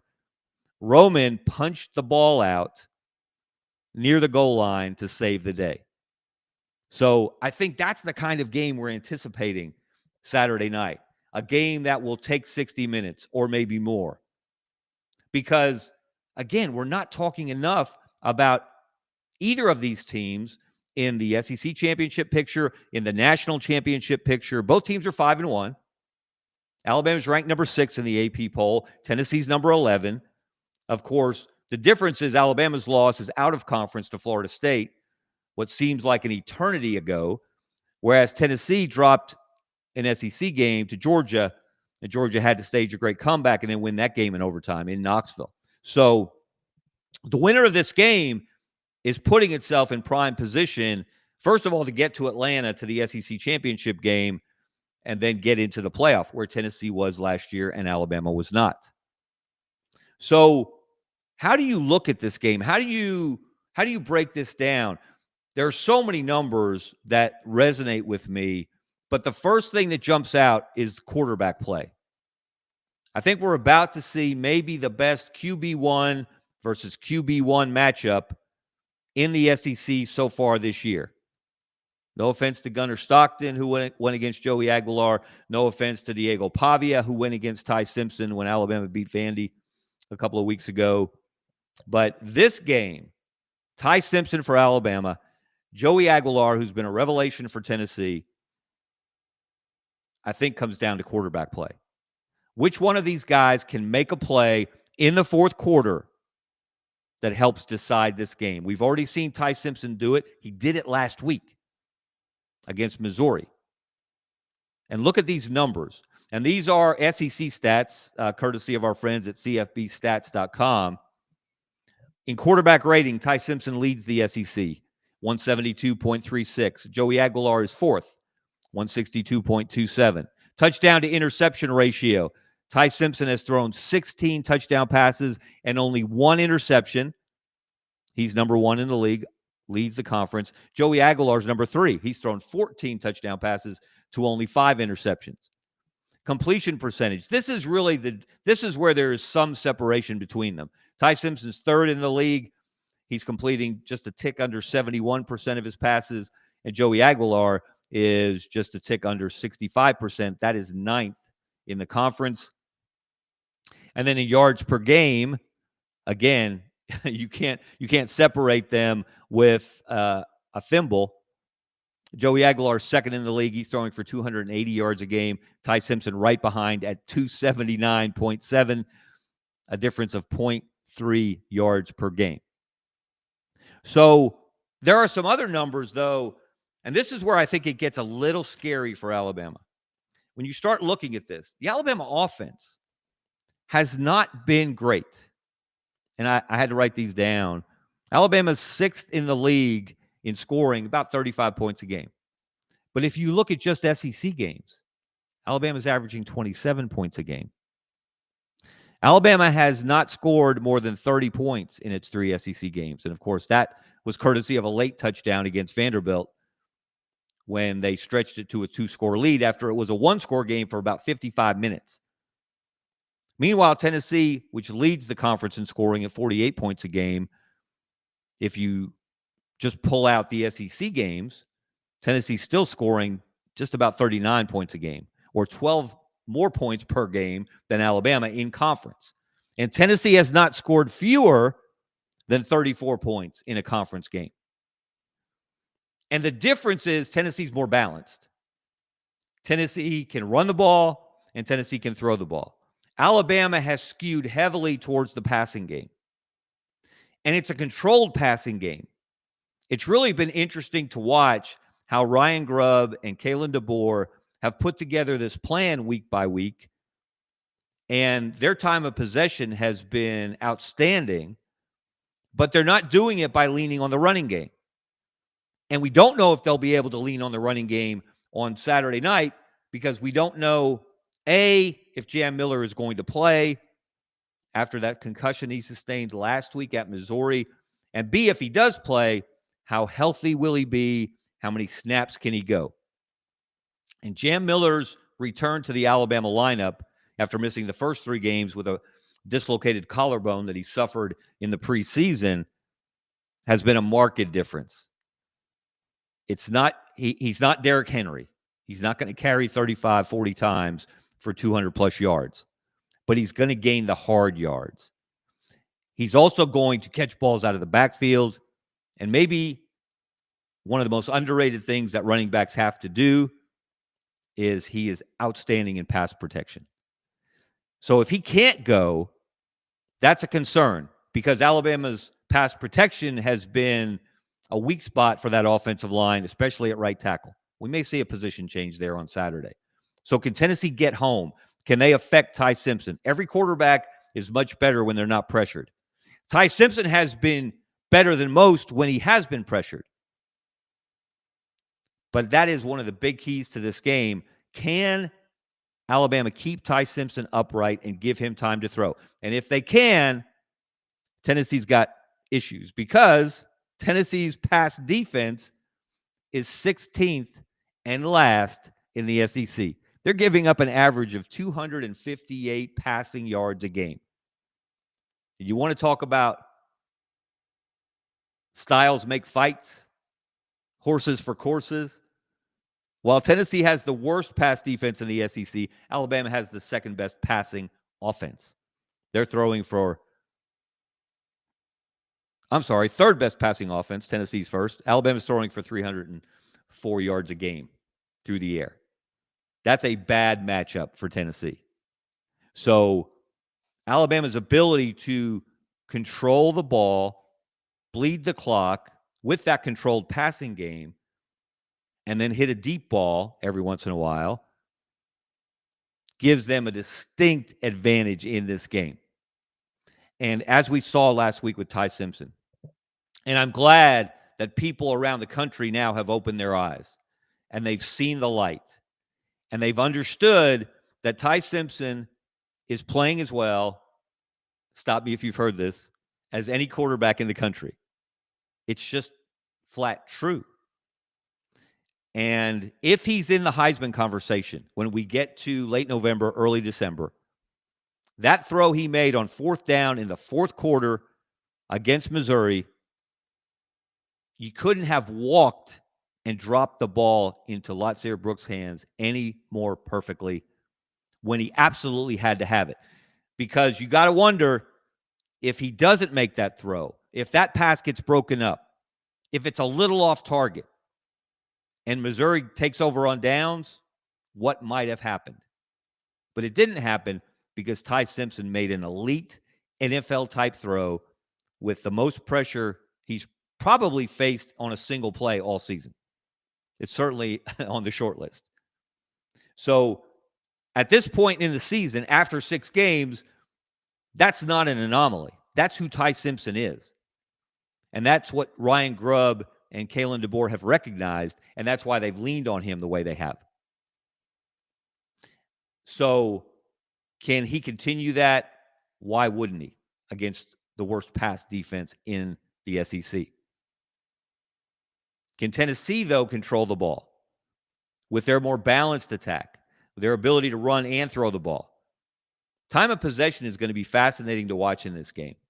Turnovers are going to be fascinating to watch in this game because I don't think there's much separation between these teams. There really isn't. And again, you look back over the last 4 games, they've each won 2. Even when Alabama in Nick Saban's last game on the 3rd Saturday in October got one last victory over the Vols, ended up 34-20 in Bryant-Denny 2 years ago. But if you remember, Tennessee came out on fire and hit Alabama in the mouth early. Alabama responded. The crowd picked them up, and they ended up winning by 2 touchdowns. But that final score distorted how difficult that game was for Alabama. This game should be no different.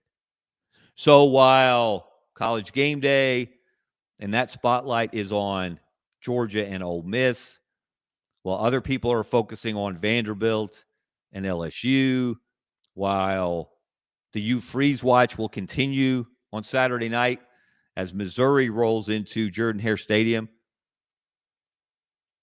I wonder if it'll be the last time Eli Drinkwitz coaches in Jordan-Hare Stadium.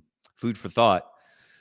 Eli's going to be a very, very, very popular call for ADs and search firms looking for new coaches at the end of this year. He's done a really, really good job at Missouri. And, of course, he has an Auburn connection.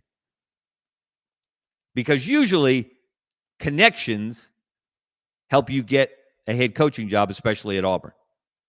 Brian Harsin was the outlier, and after the way that crashed and burned, you will probably never see that again in your lifetime or my lifetime, where Auburn goes outside the box, outside the building, outside its mind, and hires someone who has no clue what it means to win SEC football games, or more particularly, what it means to recruit in the SEC. So, Eli Drinkwitz, is this an audition? Last time he was in Jordan-Hare Stadium, he did everything but beat Auburn when Harsin was there. I think it was may have been Harsin's last win at Auburn. And Missouri just gave the game to the Tigers on a platter. And they didn't accept it at first. They finally did. I have a feeling, how could you not lean Missouri? How could you feel good about Auburn's chances to beat any quality opponent at this point, when there has been more crying than coaching going on the Plains? Okay, maybe that's unfair. That's probably over the top. But there's been far too much focus on officiating and bad breaks, and far too little attention paid to dealing with the adversity that you didn't create, but you were hit with. How do you respond? How does Auburn respond on Saturday night? That's going to be fascinating to watch. But while everybody else is focusing on all of these other games, and they're ignoring one of the core rivalries of the SEC, Alabama-Tennessee is part of the fabric of this conference. And kudos, and really they couldn't have gone any other way, but kudos to the SEC for keeping this as one of Alabama's 3 permanent rivals and one of Tennessee's 3 permanent rivals. And we have to use the word permanent in asterisk, or put an asterisk after the word permanent, because they're going to revisit these 3 permanent opponents every 4 years under this new 9-game conference schedule. But I would venture to say the SEC will cease to exist before Alabama and Tennessee don't play football every single year. So what's going to happen Saturday night? Who's going to win this game?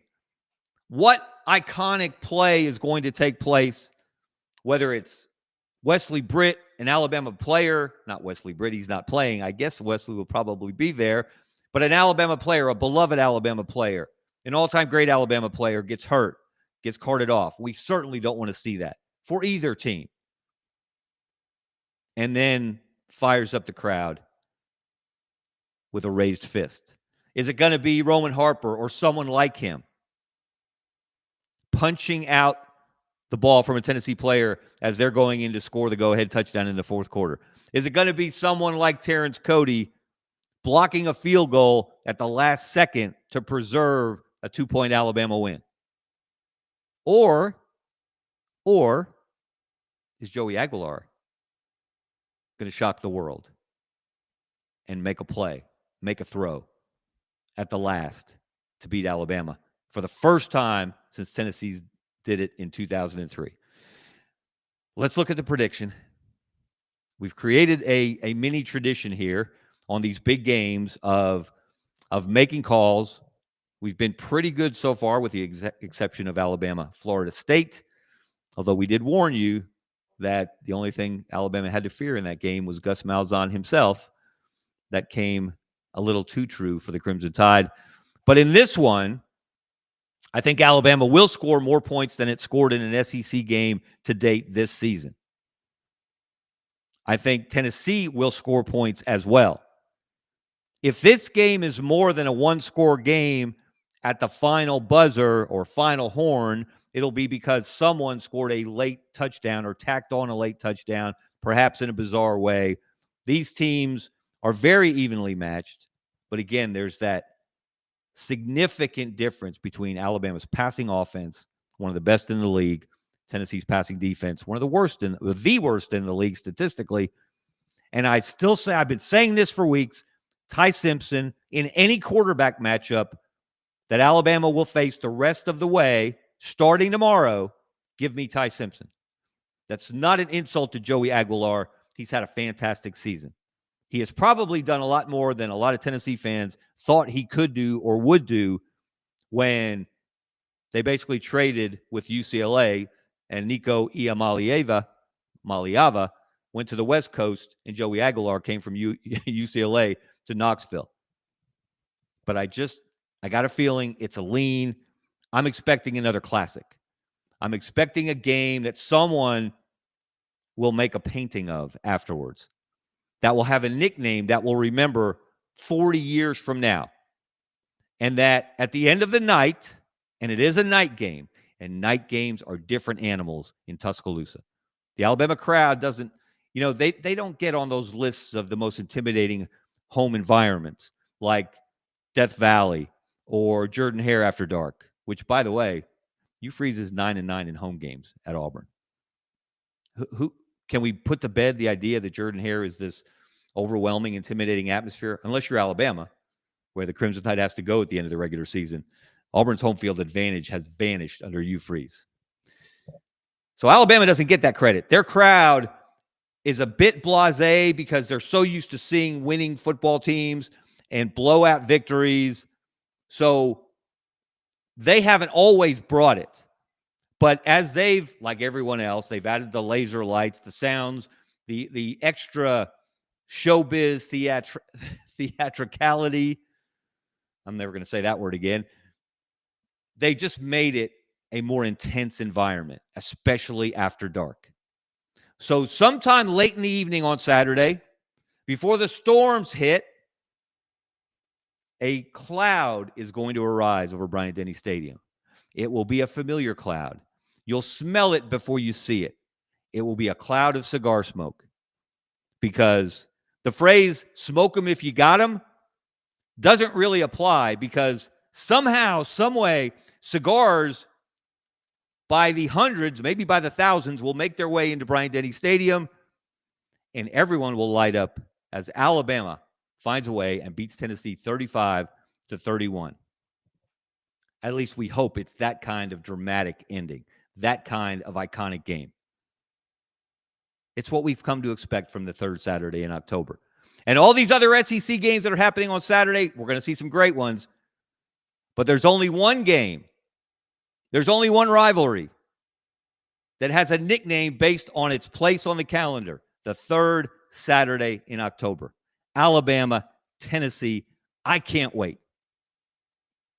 All right, everyone, that's going to do it for us today on Scarbo Knows. I'm Kevin Scarbinski. Thank you so much for watching. And like I said, if you're watching on YouTube, please subscribe. It helps us out. Give us a like. Don't cost nothing. Thank you to Brendan Martin, the executive producer on the Sidelines Live Network. And a special thank you to our sponsor, Money Management Services. Scan the QR code. Give them a call. You'll be glad you did. All right. Thank you, everyone. That's all for me. Have a great weekend. See you.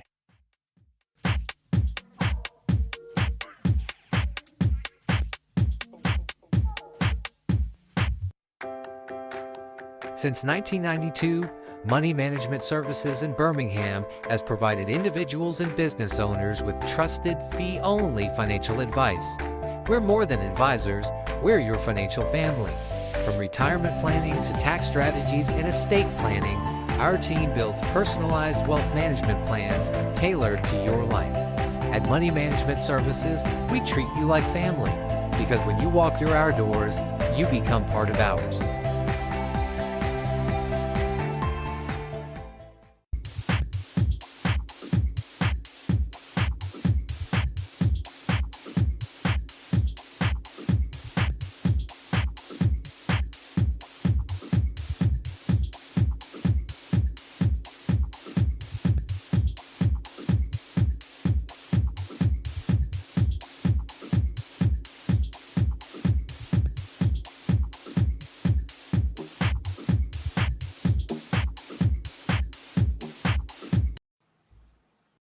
Good evening. Welcome to the program. It's the Buddy Martin Show. And coming up in just a moment, the coach of the Florida Gators basketball women, Kelly Ray Finley, joins us for a special program. Alec Pete Wilbur will be here. She's always great to have on, and she'll have a few things to say always. Some of them controversial. And then Kevin Brockway we'll round out the night talking about what else the latest on what's happening in football. There are other things going on in Gainesville, however. Some of them are fairly important, like right now, it's not in Gainesville, but in Knoxville. Gator volleyball team is right in the middle of a third game. They're leading 2-1 over Tennessee. They're down 19-17 in the third, in the fourth set. So a lot of big things happening. They could win more and more. They win the big game up there in Knoxville. Stay tuned. Coach Finley is right around the corner. We may have a guest. The baby may join us too. Yeah, it's going to be a fun night right here in the Buddy Martin Show. Stay tuned. Tell your friends and neighbors we're on the air. Yes, it's time again for Buddy Martin. Call him up and tell him what you're thinking. But be kind because he's doing the best he can. Better, stronger, faster. Mama says that alligators are ornery because they got all them teeth but no toothbrush. Hey, what if the voice calls while you're gone? Take a message. Bye. You ready, champ? I'm ready for this my whole life. I'm incapable of small talk. But that's why you love me, right? Kind of intimidating to be in the presence of so many great athletes.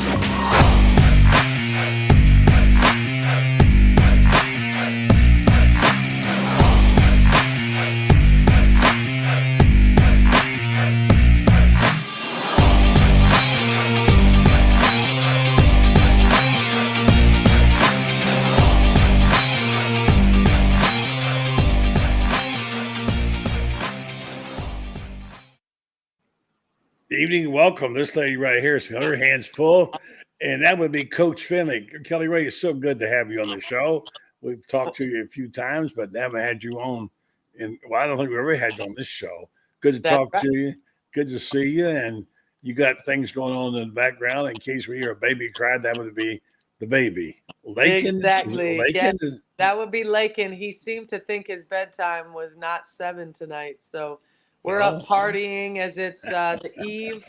It's post-media day and the eve of our inaugural fashion show. I know. I want to talk all about that pretty quick here in just a minute. I'll keep one eye towards this volleyball game. The volleyball team is now behind 2019 in the fourth set. They're up 2-1 on Tennessee in Knoxville, so keep an eye on that. But listen, I want to talk to you, first of all, a lot to talk about on the event, but I want to talk to you a little bit about you.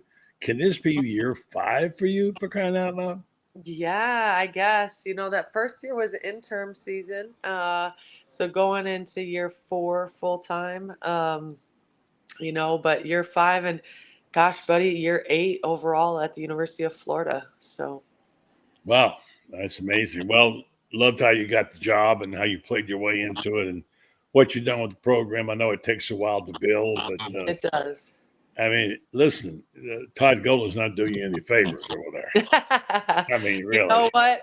Or is he, though? Because the buzz about basketball is tremendous. And so now we just want to carry that over on the women's side, right? Yes, that's correct. And he's done a fabulous job. And I'm kidding because we've got a book coming out here soon by France Beard called The Golden Season. It's all about that year. What an incredible run. Every basketball fan, even if you're not a Gator basketball fan, can appreciate what that was like. I mean, I know you followed it every step of the way, and it's been fun. Yeah. Well, tell me a little bit about your team, about this year, before we get into the program, part about the event. Yeah, absolutely. Well, we're really excited. The buzz, like I said, around basketball in general in Gainesville is tremendous. And we have a really special, unique team. They're young and hungry, but very versatile and talented. And so we returned our core group from last season in Liv McGill, Layla Reynolds, Miara O'Neill, Davi. And then with the change in the JUCO rule, Alexia DeZecco was able to return to us, which was huge. She is a tremendous stabilizer for our program. And just a joy to be around in every way. And so this off season was a bit unique, buddy. We have 7 international student athletes, all who were able to compete with their national teams. Liv McGill being chosen as the USA point guard. Unfortunately, she wasn't able to compete with them. She was here training with us, which I guess to our advantage. But nonetheless, it's a prestigious opportunity to be chosen for that team. And so we're excited about our young core, and excited, for Gator Nation to show up and show out November 3rd for our home opener. Yes. All right. Let's get into the event now. I don't know a lot about this. I got the release. Interest. I know it's a big fundraiser you got going on, and it's called Elieve, I think, 352. Yeah, you're French. I don't know, buddy. How good's your French? Eleve, Eleve, okay. Eleve, okay. Looks like in honor of our international speakers, right? Oh, So we got some French, some Portuguese, some Italian, obviously English, Japanese, Yoruba on our team. So our young women can do it all. But the event tickets are on sale now. The event is tomorrow evening. In order to purchase, please go to our Instagram. I want to say our socials, but I guess our Instagram is the best place to go. Gators WBK. But Elevate 352 kicks off. Doors open for VIP at 6:15 tomorrow night. And 7 o'clock, doors will open for general admission. Going to be highlighting a lot of up-and-coming designers, people that have flown in from all over the country. But will be a great event celebrating women's basketball, the Gator community as a whole, and kicking off homecoming weekend. And at Cade Museum, which is an incredible place and an incredible story, part of Florida's history. It is for entrepreneurs. They do that a lot over there. And terrific. And you got, as you point out, you got general admission and VIP tickets. The VIP guests enjoy the early entrance, a private happy hour, exclusive meet and greet, putting you in front and center for everybody for an unforgettable night. So the ticket supports the Florida Gators women's basketball team, champions mental health awareness. Yay for that. Making your night both glamorous and meaningful. Enter early at 6:15. Guests at happy hour, etc. Doors open, as you say, 7 p.m. for general admission. So this is, you're such a sophisticated. You have to go back to school and take all these languages, Kelly. Yeah, absolutely. Wow. The good news is, buddy, that basketball is a universal language, right? Yeah, that's the truth. It really is now. Everywhere you go, you see, my gosh, and certainly in the NBA, you see all these countries represented. So it is an international sport in every way whatsoever. All right, so let's talk a little about specifically about the SEC. Tough place to play anyway. Tell me about who's really good this year in the women's national picture, who's really good in the SEC, and how do the Gators fit into all that? Yeah, so, obviously for us, SEC is the premier league in women's basketball, right? The best of the best and true competitors come here to play. So every night it's going to be a great challenge for us. UConn obviously returns the core of their group. South Carolina is always going to be a contender. Naturally. Boy, she's an incredible coach. Yeah, wow. what Coach Staley has been able to do there has been incredible. Building that foundation in a different era of basketball, I believe is an asset, but what she's done is incredibly admirable. Tennessee, has invested a lot in their women's basketball program. I could go down the line and tell you why every SEC opponent is going to be a tough draw, but I can also tell you where our advantages are. And we have an elite point guard. We have experienced guard play. Layla and Liv were able to grow in that through the season last year. We had some growing pains. But, a lot of times we talked about what's the difference between Walter Clayton, his junior year, and his senior year, right? Wow. Experience, it's the greatest teacher of all. And so Miara O'Neal has made tremendous steps in her process over the course of the summer. She's bigger, she's faster, she's stronger. Her IQ has improved. She's able to really begin to show her skill set. And then, newcomers, Caterina Piatti is from Italy. She's got a lot of international experience. Dad's a coach, mom's a coach, both played, right? So when you talk about that language that is basketball, she's very, very comfortable. And I'm excited for everybody to see her shine this season as well. You mentioned Walter Finley. Seems to me he followed the women's basketball program pretty well. And talk about the interaction that your players had with some of these guys who were such wonderful players, including Walter was amazing. Yeah, and they're good players, but great people. And that's what we have in our basketball complex. It's a unique environment that men's and women's staffs, we spend time together. Our players, we practice at similar times, so they're in the training room a lot together. And, the difference that Elijah Martin was able to make when he joined the Gators was huge, right? He's just a competitor. He set a standard. But Will and Alex and Tommy, all those guys, when the Gators win, we all win, right? And that was resounding message in that training room in our basketball complex. We're all rooting for each other. They talk game plans, they talk strategies, but most of all, they talk about the pride that there is to be a Gator and what that means. And so as we, embark on the season ahead, it's not just a new season. It's an opportunity for women's basketball to write this chapter the way that we want it to be written. What's it like to be the coach of a school like Florida, the everything school, where everybody's expected to win all the time? So many championships. It's a lot of pressure. There's not too much patience here, buddy. No. You know what? That's great, because as a competitor, that's what you want. Florida is the best of the best, and it's where the best come to play, compete, to coach. We're surrounded by greatness in every aspect. And, people say a lot. You hear the saying, you are the company you keep. We keep great company, and we're excited about what's ahead for us. All right, let's put the basketball on the back burner for 1 second. Talk about Lakin. First of all, I love that name. I'm not sure where it came from, but I'm not really sure where it came from either. But it sounds like it has something to do with the Lakers. I don't know. But anyway, the point is Lakin. A lot of people have said that to me, and I'm from Minnesota, buddy. So I know. 10,000 lakes. Yeah.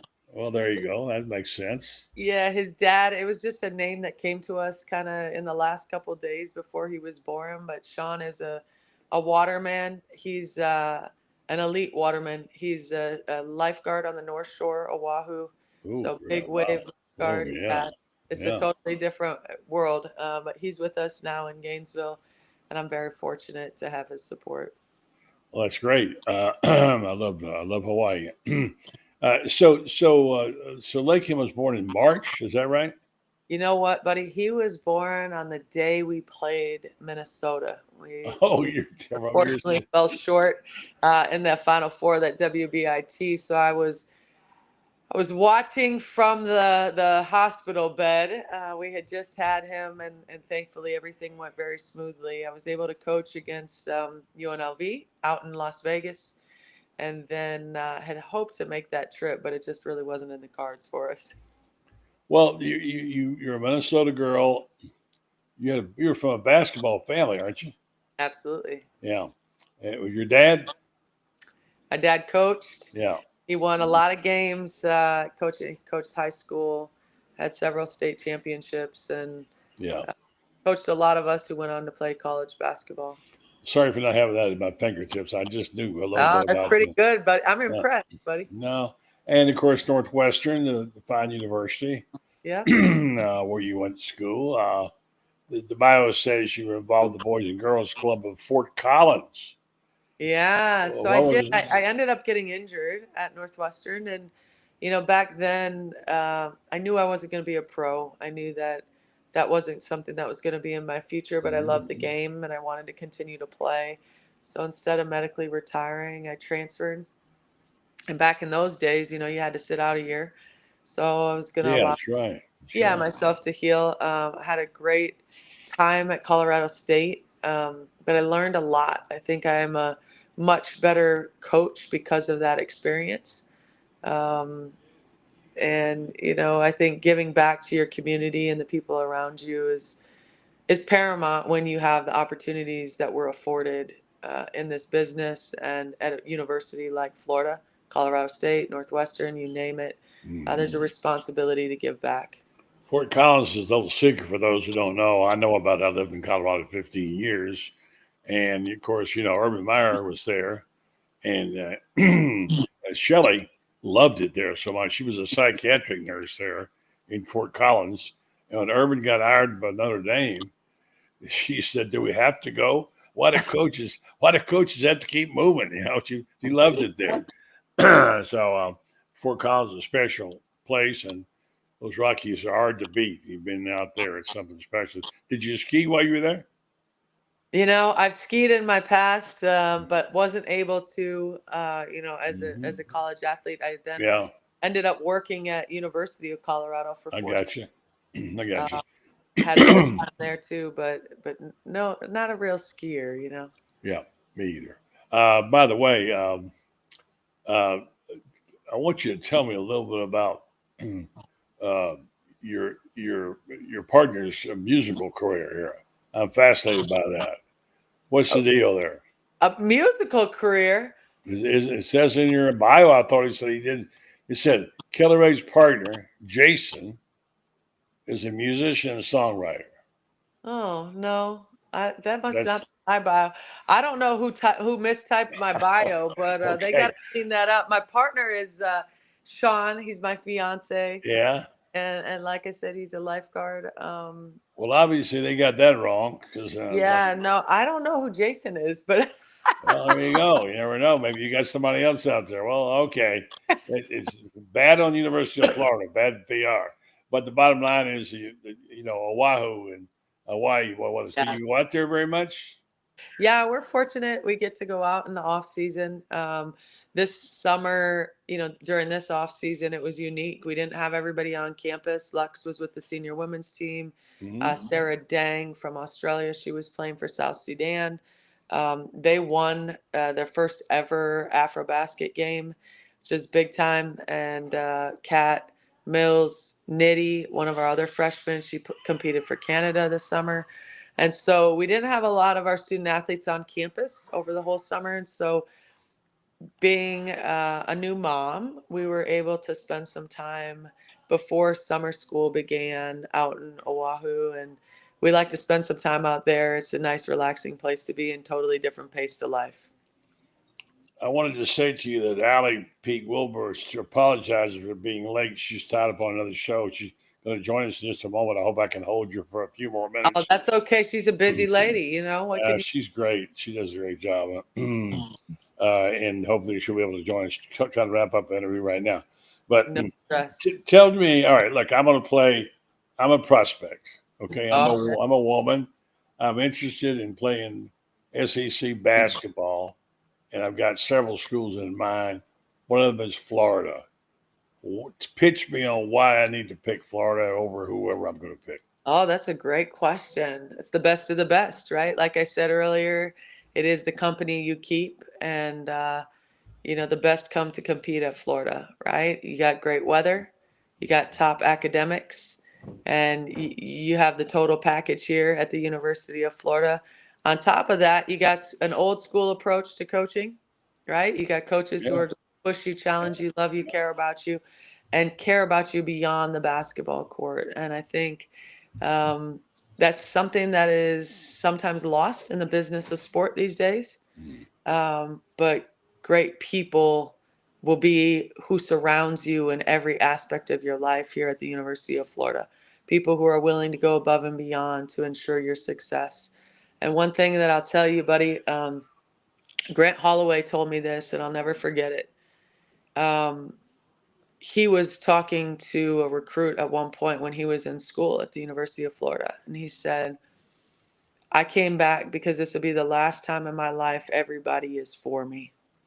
And everybody here at the University of Florida wants to see me succeed. And that's not something that you find everywhere. We have the resources, we have the opportunities. The dining hall is second to none. We just got to put it together. And if you are a competitor and you want to do something for the first time, Florida's the place to be. I heard one of your fellow coaches, I wish I could remember, it was a he, who it was today in the SEC media days, talking about his wife saying to him one time, the best advice she ever gave him was, if they don't like you, they love you, they're not going to play for you. And he said the most important thing is to have them love you, and they won't quit on you, and they'll keep playing for you. And he said that was the difference in his. Now, as a fan, I love hearing that. Yeah. I like to think those things still matter. Yeah. But we kind of think, well, it's all NIL deals and this, that, and the other, whatever. It's about selfishness. Look, everybody's got a little greed in them. I grant you, including us. But these kids that play and play hard, they have in their hearts, they do care for everybody, their teammates, their coach, and the university. Am I right about that? Absolutely. And you know what's unique about our team, and we were talking about it on the plane today, buddy, was their loyalty, their dedication to each other. One of them was asked today, why did they stay when they could have gone somewhere else and gotten more money, right? Right. And the reason was there's a non-monetary value. Now, you still, as a woman leading women, I want to teach them what a good business deal looks like, right? Yes. And so there's a monetary value, but there's also a non-monetary value to what we do, right? And if you bet on yourself, Layla Reynolds, she is the consummate teammate and Florida Gator. And buddy, I'll tell you, she said, Kelly, if I am as good as I should be, I believe that I can earn everything that I should make here at the University of Florida. I just need to make us good enough. Well, dang, those student athletes are kind of far and few between. But I'll tell you, we have them on our women's basketball team right now, and they're committed to helping this program take that next step. Interesting. Dan Bond from Dallas wants to know, says, Coach, what's your favorite road venue? Road venue? Favorite place to play at? or for what he means, he says road venue. I guess he means. I'd say LSU is pretty fun to play at. Really? Yeah, we, a couple years ago, we beat them by 4 at our place, and then we went to their place. And I like to compete against Coach Mulkey because she's just fun. She's a great coach. She's a strong competitor. But we had a great game there. We ended up losing by 4, but man, the atmosphere was electric. How much does Mulkey pay for her dresses? You know what? That's a good question. She might have an NIL deal, buddy. Well, she was wearing a long time there. I'm told they're like incredibly expensive. I would guess. Yeah, look at it. Sequins and all that stuff. Are you kidding me? Yeah. Well, here's the fashion expert would know the answer to that question. Kim Mulkey's dresses. Allie Peak Wilbur, say hello to Kelly Ray Finley. Hello, Kelly. How are you? Hey, Allie. I'm good. How are you? Good. Thanks for hanging on. I was juggling lots of different things going on tonight, but I appreciate getting to hang out with you. And I also appreciate what you wear on the sidelines far more than what Kim Mulkey wears. So. Thank you. Sequins is just not, to each their own, but sequins, it's not really my style. No, that's okay. I don't know that that's a very Louisiana thing, and that's totally. I was gonna say us Minnesotans, maybe not quite so much. Not so much. Probably not us Floridians down here. You're a transplant. You've adopted the whole. Exactly. I was thinking the other day. I thought to myself, Allie, geez, I've spent my 30s in Florida. You have. That's pretty crazy. I have been here my whole life, and I will never leave. I think it's the absolute best state, and we're really lucky to have you in Gainesville. I don't know what Buddy got to talk to you about beforehand, but he sent me all of your information about the runway to the rim. Tell me a little bit about it. I think that this is so creative. I feel like we see so many different types of fundraisers, but a fashion show is incredibly unique. Yeah, we spent some time brainstorming, what would be fun, what's something that our student athletes could get behind. They've had a huge part in planning this event. They reached out to some of the vendors, they reached out to stylists, friends, people that they know, and really have had a huge part in putting everything together in combination with the Dazzlers. So we had a whole, walk the runway lesson the other day. I love I that. don't know, we got to take some entertainment pieces from the Dazzlers. They do a great job for all of our teams. But it's, as women, we're so much more than athletes, right? And so the confidence that's going to shine tomorrow evening, I'm really excited to see. And how did you pick mental health awareness as what you wanted to bring attention to and raise money that, for? yeah. Yeah, great question. I think so many times in this space of athletics, especially in Gainesville, especially at the University of Florida, Buddy alluded to this earlier, there's an expectation and a pressure to win. Mm-hmm. Our student athletes are still 18 to 22-year-old young adults. Yep. And sometimes what you read about yourself on social media, it gets a little bit, it gets a little bit tough. And to remember that they're humans first, that we're competitors, but that we're people, and we're people that are showing up and showing out for our community, our school, and are in front of many, many people, right? That can be difficult. But we talk as a program a lot about we train our bodies. Well, if we train our minds in the same way, how much healthier may we be, right? And mental health is very real. It's something that we all can relate to, whether that's good mental health. I struggle with this. Oh, I'm having a great day. What that looks like, right? And it's something that everybody can relate to. And so for us, it's a cause that we really want to get behind. I think that it's really interesting and unique that you tied the fashion show aspect to that, because I feel like there probably is some confidence that can be gained from walking the runway and maybe facing of some fears as well. I was going to say we have some that are very nervous. Yes. And maybe not quite so confident, but it's okay to do things that are outside your comfort zone, right? On the court, we're very comfortable and confident. But to do things that are outside of your comfort zone, it just builds strength. It builds character. We talk a lot about what happens to a muscle if you don't use it. It atrophies, right? And so it's a muscle that we need to exercise, and it will be on full display tomorrow night for sure. So I don't know if Buddy told you this, but my husband played football at Florida in the 2000s. And he was on the 06 national championship team. And during the season that year, they lost to Auburn. And he was a punter. And he dropped a snap, the only one of his entire career that he dropped. And afterwards, that was when Facebook was just for college students. Yeah. But there was a group created that was, F. Eric Wilbur, he cost us a shot at the national championship. And he got all of these mean, messages and stuff. I remember how detrimental that was then. And I think about how social media was so minuscule compared to what it is now. How do you shield them a little bit from, I don't want to say the armchair quarterbacks, but essentially just everybody that has an opinion. And when you're behind a screen, you are so free to share that opinion without consequences, essentially.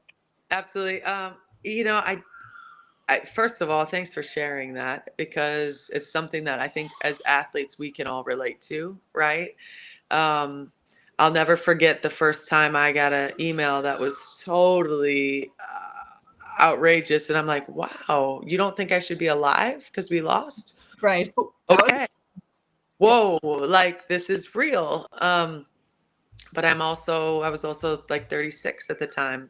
It's a heck of a lot different than 18, right? And so while we can't shield them, we can continue to guide them and speak truth and perspective and put people around them. Buddy and I talked a lot before you got on, Allie, about the company that you keep, right? Mm-hmm. And the community and the family that is the University of Florida and their student athletes, as well as the student body, is really second to none, and our dining hall provides an opportunity for that community where, our student athletes even, this season, I feel really bad for so-and-so. Well, did you send them a message? Did you tell them you're rooting for them? Did you tell them, and so just to have that community, I think is is really great and can be very powerful. Yeah, I know. I think that UF with their new facility did such a nice job. You weren't here with the old Gator dining, but you know what? I was 1 year. I went over you? there 1 year, as crazy as that sounds, but it was much different, and it was a tremendous. It's been a great investment. It is so beautiful, and it's so neat. And even, they even welcome former athletes in there, which I think is so cool. Yes. My brother swears it's the best $10 steak you can get in Gainesville. Oh, 100%. It's changed a lot. Talk to me a little bit about you have mentioned over the years about elevating the standard within your program. And I think that you have clearly done that, the things that you're talking about from a behind the scenes perspective and how you get them to train. But how do you raise the standard for this upcoming season? Wins. We do that with wins, Allie. We don't shy away from the truth in our program. One of our core values, and anybody who knows me knows, the honesty is of the utmost importance. You just don't tell a lie, and it's okay to tell the truth and stand in your truth. And you don't shy away from trying your best. And I think many times this generation, we as people kind of shield ourselves from, because what if I try my best and it's still not good enough? Right. It's okay. It's life. That's what happens. But it doesn't mean you don't try your best, right? Be courageous in all things that you do. And I internally, we feel like we've made great progress. We feel like we're poised for a very good season ahead. We're still young, but we're young and hungry, right? And a little bit of that old school approach to building, right? Our freshmen have now turned to sophomores, and our sophomore turned to a junior. We still only have one senior this year. But returning that core has been very integral, and having consistency in your roster is something that you just really don't see. And so being able to retain them and build on that, as it relates to winning, we should see a lot of this non-conference season in the O-Dome. Have you seen the team chemistry just improve because there are so many people who have now been there for at least this season? Yeah, and you know what? Like, they're understanding now what that standard is, right? When Layla Reynolds talks and she's like, she has to step into a leadership role for us, a vocal leadership role. Liv McGill, Miara O'Neill, they have to do those things. Alexia Dizeko, she has to do that. It's not just the coaches saying, here's the standard, here's what we do, No, it's like, hey, let's do this. This is what we do, right? And player-led teams are always the best type of team. And that's what we're looking to have this season. I've always felt like, excuse me if I'm interrupting this great conversation, because I could just listen to you talk, and it just sounds kind of sexist in a way, I guess, but it's reverse. Is that in my business, working with sports writers and women, I have found women to be much better teammates than men. They are reliable. They're mostly honest. They'll tell you what they think. They're strong. Women are really strong. I mean, they're a lot stronger than men are. I'll tell you the truth. They are. But you said it. We didn't. Okay? No, I live by it. Listen, I was raised by two women, my sister and my mom. I love my dad, but they were divorced. My point is that just in general, I find it easier to be around women friends and in the professional than I do men. Now, I have a lot of good buddies. Don't get me wrong. You two are kind of sort of front runners and pioneers in your own way. You played for a coach and you had a basketball background. You wandered all the way from Minnesota to Denver, to Fort Collins, to Florida. Now you've been here all of your 30s, as you say. You're trying to carve out this niche for women's basketball. And Allie is amazing too. Allie, I'm gonna put you up here. I want you to educate Kelly a little bit about your family. She's like a 5-time legacy. Pull that picture out on your right side. I knew this. Get Allie, come on, give me. I knew this guy. So this is my grandfather, Scotty Peak. He played for Florida. He actually played for Florida, left, fought in World War II, and then came back and finished his career at Florida. He ran track there too. My dad played at Florida. My brother played at Florida. My husband played at Florida. My cousin swam at Florida. There was a lot of we are Gators through and through. And honestly, growing up on the sidelines at UF at practices is why I wanted to cover sports. I always joke I'm the only 12-year-old girl that cried when Florida State beat Florida in 1996, in the regular season. Right. And it's very much shaped who I am. I love Florida athletics. I think that it's just such a special place. It's such an amazing university, and it has changed the course of my family's life. Like my grandfather being there in the late 40s dictated the path that the rest of us took, which is kind of cool. And I feel strongly about the university and who they hire and who represents us. And that's why it's really neat to be on with you, because not every sport has always had a coach that I'm thrilled is representing us, but I feel like you are somebody that all of us are incredibly proud of. Oh, well, thank you for saying that. And, like I said, we always talk about we have to do the right thing. And that doesn't mean you don't make mistakes. And when you do, you own it, right? And when you fall short, you own that too. You don't shy away from that.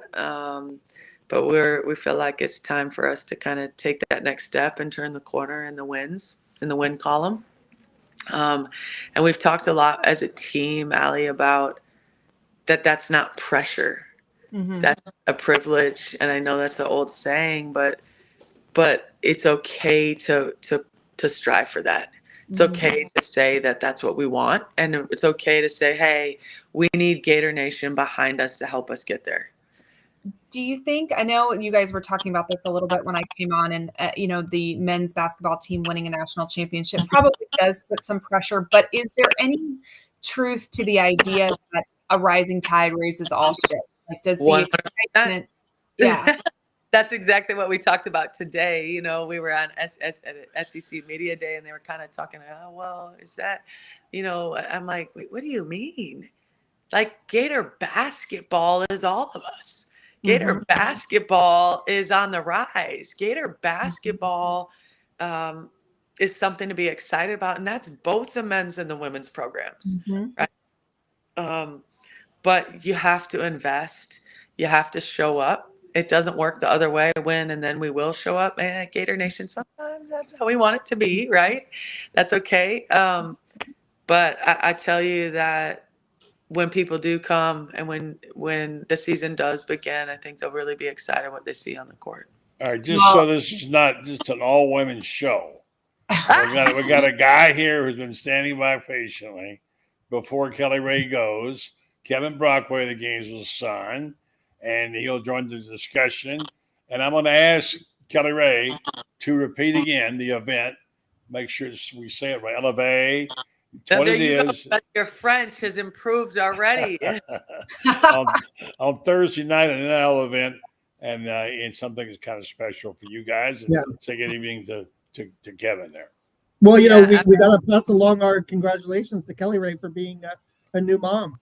Yeah, I'm sure it's exciting and has a lot of challenges. Yeah, not new anymore. She's been a mom for a while. We're 6 months into this thing, but I don't know. It still feels a little new, right? Yeah, but Lakin has not made a sound. You said, well, he may say me crying. He hadn't made a sound.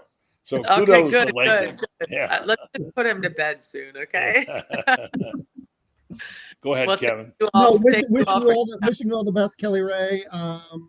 It's amazing. About 4 or 5 years ago, when I was up in Indiana, I got to do the Big Ten women's tournament. And I got to see Caitlin Clark, and it's so amazing. And the strides that have been made in women's basketball at the collegiate level, I think the last 2 decades has been amazing. And it would be, quite exciting if it can come here to Gainesville and if you can make it work, because it is an exciting game. Absolutely. That's the plan, Kevin. All right. I found thoughts for the coach of the Florida Gators. Been so kind tonight to be with us. My gosh, look at this time we had her. And appreciate it very much, Kelly Ray. Wish you much luck on your deal. Give us your final wrap-up and final thoughts as you prepare to go into your 5th season, Allie. Yeah, fifth season. Fifth season, but kind of really fourth, buddy. Come on, don't put. Yeah, okay. No, I just am appreciative of this time. Thank you guys for your insight. Thank you for your questions, your thoughtfulness. Gator Nation, we look forward to seeing you on November 3rd. And if you don't have plans tomorrow evening, Elevate 352 at the Cade Museum. Doors open for general admission at 7 p.m. and we'd love to see you all there. Thank you, Coach Fanley. We really enjoyed having you. Hope we get you back again sometime. All right. Sounds good. Have a good night. Go Gators. All right. Thank you very much. All right. You're right about that, Allie. I think there's something about her. She's got that quality that wonderful. She really is. She is terrific. And you just know she has to win. I mean, but on the other hand, Kevin, we're talking about a coach in football who supposedly has it going the right direction and has the players liking him and all that stuff. And he's going to get fired this weekend, probably, isn't he? Well, yeah, it's a results business. Yeah, unfortunately, and the results have not been there. But it's funny. We were just at Billy Napier's press conference a couple hours ago, and he seems strangely calm and resigned to his fate. These last 2 press conferences are as relaxed as I've seen him all season. And he's stayed enthusiastic up until the end, and we will see if it's the end against Mississippi State or not, win or lose. I mean, there is precedent to be fired even off a win. We saw that a couple of years ago with Jimbo Fisher. But I do think that certainly maybe there's a chance he goes into Georgia, but then beyond that, I mean, who knows?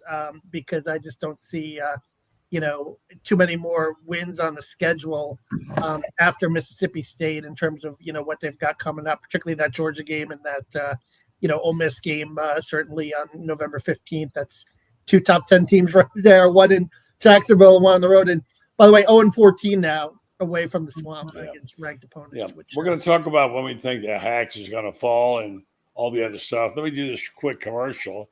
I do have to pay a few bills around here because we've been talking a lot about other things, but just let me say that folks over at Meldon Law, there's a QR code if you need a lawyer. Click on that and check it out. And, their story, they love the Gators. They love what they do. They love representing you. If you have an issue, legal issue, I recommend them highly. I've used them myself. Call them up. They have 4 offices to serve you, now 5. Opening one down in South Florida, along with Ocala, Gainesville, Wilson, and Lake City. If they don't have the specialist you need, they'll find it for you. And, of course, you know what Jeffrey does. Jeffrey supports the Gators every way he can, including his tremendous giveaway program on Facebook page, Around the Law. And he, of course, is a big fan of all the sports, especially in basketball. He was able to visit and go with Todd and follow him all this year and loved every minute of it. Meldon Law, they won't back down. Okay, guys, how many games are left that they can win, number one? And secondly, when is the axe going to fall? Allie, you go first. I think they're all winnable on this schedule. Now, that doesn't mean I think they're going to win them all. I'm going to guess that they can get 6-ish wins is what I'm going to think. And I do, from what I've heard, I do think the axe is going to fall on Sunday. But I don't know that he doesn't coach out the whole season. Some of the stuff I've heard is that there's really not somebody that is acceptable, but also interested in being the interim head coach. So we may look at a situation like Ron Zook. Mm-hmm. That's kind of what I said about 3 weeks ago. Let him coach the season.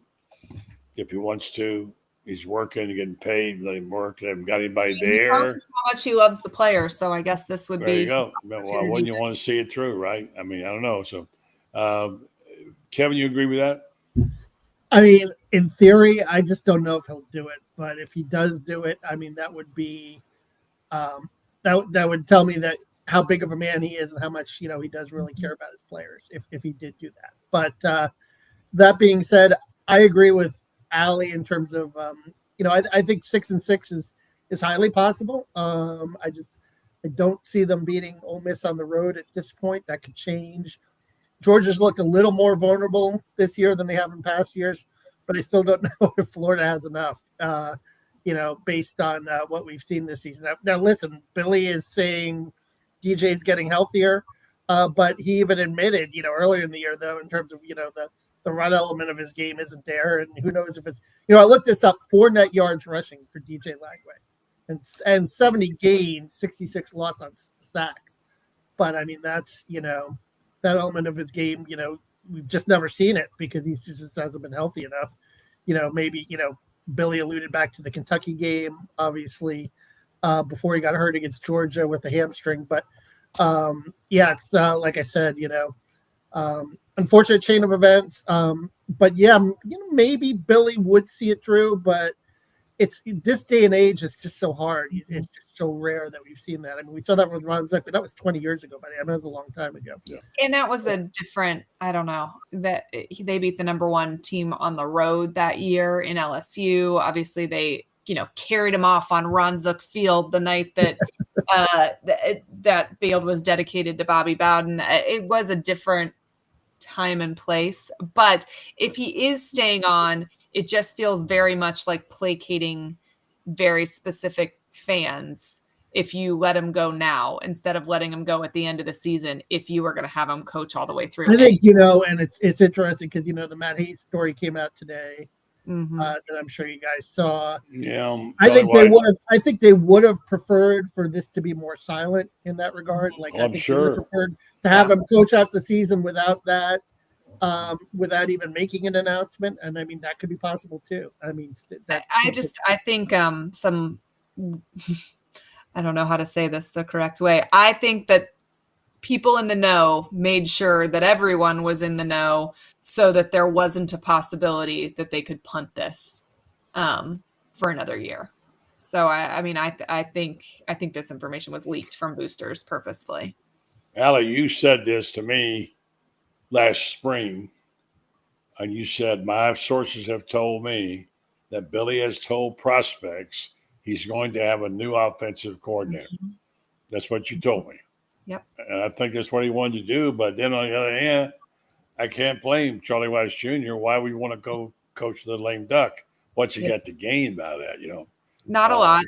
But is that the only person he talked to, or did he really exhaust all options and try and land on himself being the best choice? Like, I mean, shoot, buddy, you were available. That would have been a better choice. Yeah, well, I'm not so sure they could pay me enough. Yeah, I would. I think it is what it is, and it's going to be the way, like they say, there's 2 kind of coaches who have been fired and coaches who are going to get fired. Mm-hmm. And we've seen most of that. Yeah. I saw some stuff online today about how Florida has screwed up every coaching hire, and that they've never had, one guy said, they've never hired who they wanted to hire. Always who they said they were going to hire, they didn't hire. That's just not true. I can go back far enough with you on that to Doug Dickey, who was, by the way, a very desirable guy at that time. And then, of course, with Spurrier, we all know that story. I think they made the exception in Urban. Yeah, I think Spurrier and Urban. But I will say, Florida, by and large, in the modern football era, has not ever made a splash hire. Spurrier was a splash hire because Florida fans knew who he was, but it's not like they went and robbed a power program of a coach. He was at Duke. Urban, who obviously worked out here, was only in his 2nd year at Utah, and before that only had 2 years at Bowling Green. So even though he worked out, that's not going in and plucking, the guy you want from Ohio State or Michigan or Notre Dame or Georgia, anything like that. Dan Mullen, honestly, is probably the guy that you could say was the splashiest hire because he at least was at another SEC program at the time we've hired him. But I can see why fans would say we haven't done a great job. And it's probably because we haven't ever been willing to pay the big fish. But now if we want a big fish, we're looking between $10 and $12 million a year. So we're going to see if UF's administration is willing to do that. I will say that price of fish has gone up. Yeah, I will say this, Allie, because I remember when they flew me out to do Urban at Utah. Urban was, that was a 12-0 season that he was having. Oh, yeah. he was on the comm, and Florida beat out Notre Dame to get him. So I think he was, and he in that was a top aspect. name. Yeah, I think in that aspect he was a little bit of a big fish, and Mullen coming from Mississippi State. But buddy, I kind of have this theory going back to your days though, in terms of like the big name. Do you think, but because things didn't work out for Doug Dickey for many years, that was one of the reasons why they didn't go for an established coach, and it went all the way back to the 1970s, and that experience not working, that they didn't, because they do seem to go young hungry. They seem to have a profile. It's early 40s, mid 40s. They don't go for that. McElwain was a little bit older, but he was still from a smaller school. But that seems like that's kind of the profile. They fall in love with people. And let me just say this. The Doug Dickey thing was done at the highest level. The politicians and everybody got involved in that. And that was a commitment that Doug didn't technically make before the season, before the year. He wasn't going to say yes. But they had that backroom deal. And Ray Graves didn't want to go when the time came. He wanted to stay, and he had the best year ever, and he couldn't stay. And then, of course, then they beat Tennessee in the bowl game. And Tennessee was the SEC champion. And Dickey came here with a lot of ballyhoo with Reeves and Alvarez, and it was pretty much a disaster. And Dickey's whole coaching career really wasn't very good. And his offense, which was good at Tennessee. By the way, he pioneered a lot of African-American players in Tennessee. He did a lot of good things, but he never got to do it. And he's a Gainesville guy from University of Florida, went to PKU. So you look at those situations and you say, well, I mean, Will Muschamp was the guy everybody wanted. He was a coach in waiting for Mac Brown. He had a Gainesville background. He loved Gainesville, loved the Gators. I think he'd still be the coach here had he had a different offensive coordinator.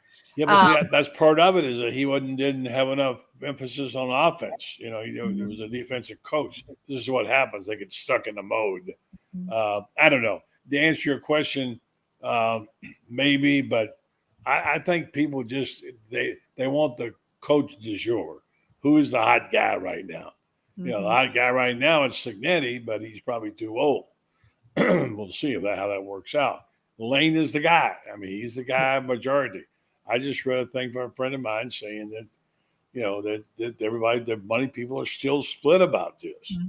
There's a group of them that know Urban's not going to come, but they kind of want to make a play for him. Lane is the guy, but a lot of people say Lane's not going to come. And if Lane comes and brings Charlie Weiss, that would be obviously a great idea. And then after that, you go into Cignetti's and all the other people at that point in time. So I think it's still wide open, but it's who gets there first with the money. And like Shane says, nobody's offered anybody anything yet that we know of, right? I mean, if they don't get Lane, I mean, the names that I'm hearing are Eli Drinkwitz and Rhett Lashley. Yeah. Those I don't hear so much Lashley. I think a lot of people think he's just flash in the pan. He's about fifth on the list. Yeah, so if we end up with Lashley, I think 4 people have told him no. Right. I have heard that they're vetting Marcus Freeman too. I like Marcus Freeman a lot, and I know a guy who knows him quite well. Says he's Irish through and through. He loves. Well, the interesting thing that I heard this week from somebody that knows him is that supposedly he is not allowed to choose his offense or defensive coordinator at Notre Dame. And that has caused some frustration because currently he's getting a lot of flack for his offense that he doesn't have control over. Well, I'll call my guy. He'll know. He's a Notre Dame graduate, and he knows all about it. We'll find that out next week. Yeah, so if that's true, that makes him seem more available than I thought he was previously. Yeah. I've heard that he's interested to back channels in Florida as well. Yeah. Let me get most obvious 90-second forecast. If you're an analyst for a stock company, this is what to expect out of the Florida football program in the next 2 months, and who the guy will be and who, and give me your best guess. And you got 90 seconds apiece. Kevin, you start. What, in terms of just here's how you think it's going to go. This is your analysis. I think it's going to go either Eli or Rhett Lashley, and I think that they'll get to 6 wins, and I think that Billy will be asked to leave after the Georgia game. Who's the coach going to be? I think that asked to leave. He could end up coaching the rest of the season. If not, then I think they'll go with Billy Gonzalez and keep the coordinators. Now, who's the new coach going to be? And I told you the new coach is going to be either Eli Drinkwitz or Rhett Lash. Well, I didn't know you. That's part of this. That's what you Yeah. said. Okay. All right. Well, that's your pick. Yeah. All right. All right, Allie, give us your prognosis and tell us what you think is going to happen. So I think barring a 40-point win on Saturday, he's going to be let go on Sunday. If what I'm hearing is correct, I think there's a great chance he stays on and finishes the season. I've been told Ron Roberts is not interested in being an interim coach. I think Jaluk isn't a possibility after you slap a opposing team's player. Gonzalez would have always been my pick because I think he's the only person that knows what winning at the University of Florida looks like on that staff. So I think that's what happens. And I think Florida's head coach is one of these five: Marcus Freeman, Rhett Lashley, Brent Key, Drinkwitz, or Interesting. Yeah, Brent Key. I keep hearing his name. I think it'll be one of those five. I think two of those five ignite Gator Nation much more than the other three do. I think all five are probably an improvement over what we've got. But I think it's going to be an interesting few weeks for Gator Nation. I think Lane's the guy. If they don't get him, it's going to be a come down. Be disappointed. I don't know if there's anybody out there. Just flies on everybody. Everybody's got a shortcoming. Mm-hmm. What if Lane's in the college football playoff? Do you wait for him? I think it depends on how deep the run is. I would say yes. You wait for him, and you just go ahead and put your assistant head coach in there and do all the bidding and the recruiting, and it has to be announced that he's leaving. I mean, Lane, but that's a lot to give up. Mm-hmm. You make yourself a lame duck, you may lose the chance of winning a championship. Now, you can make it through 2 rounds of the playoff before the portal opens. Right.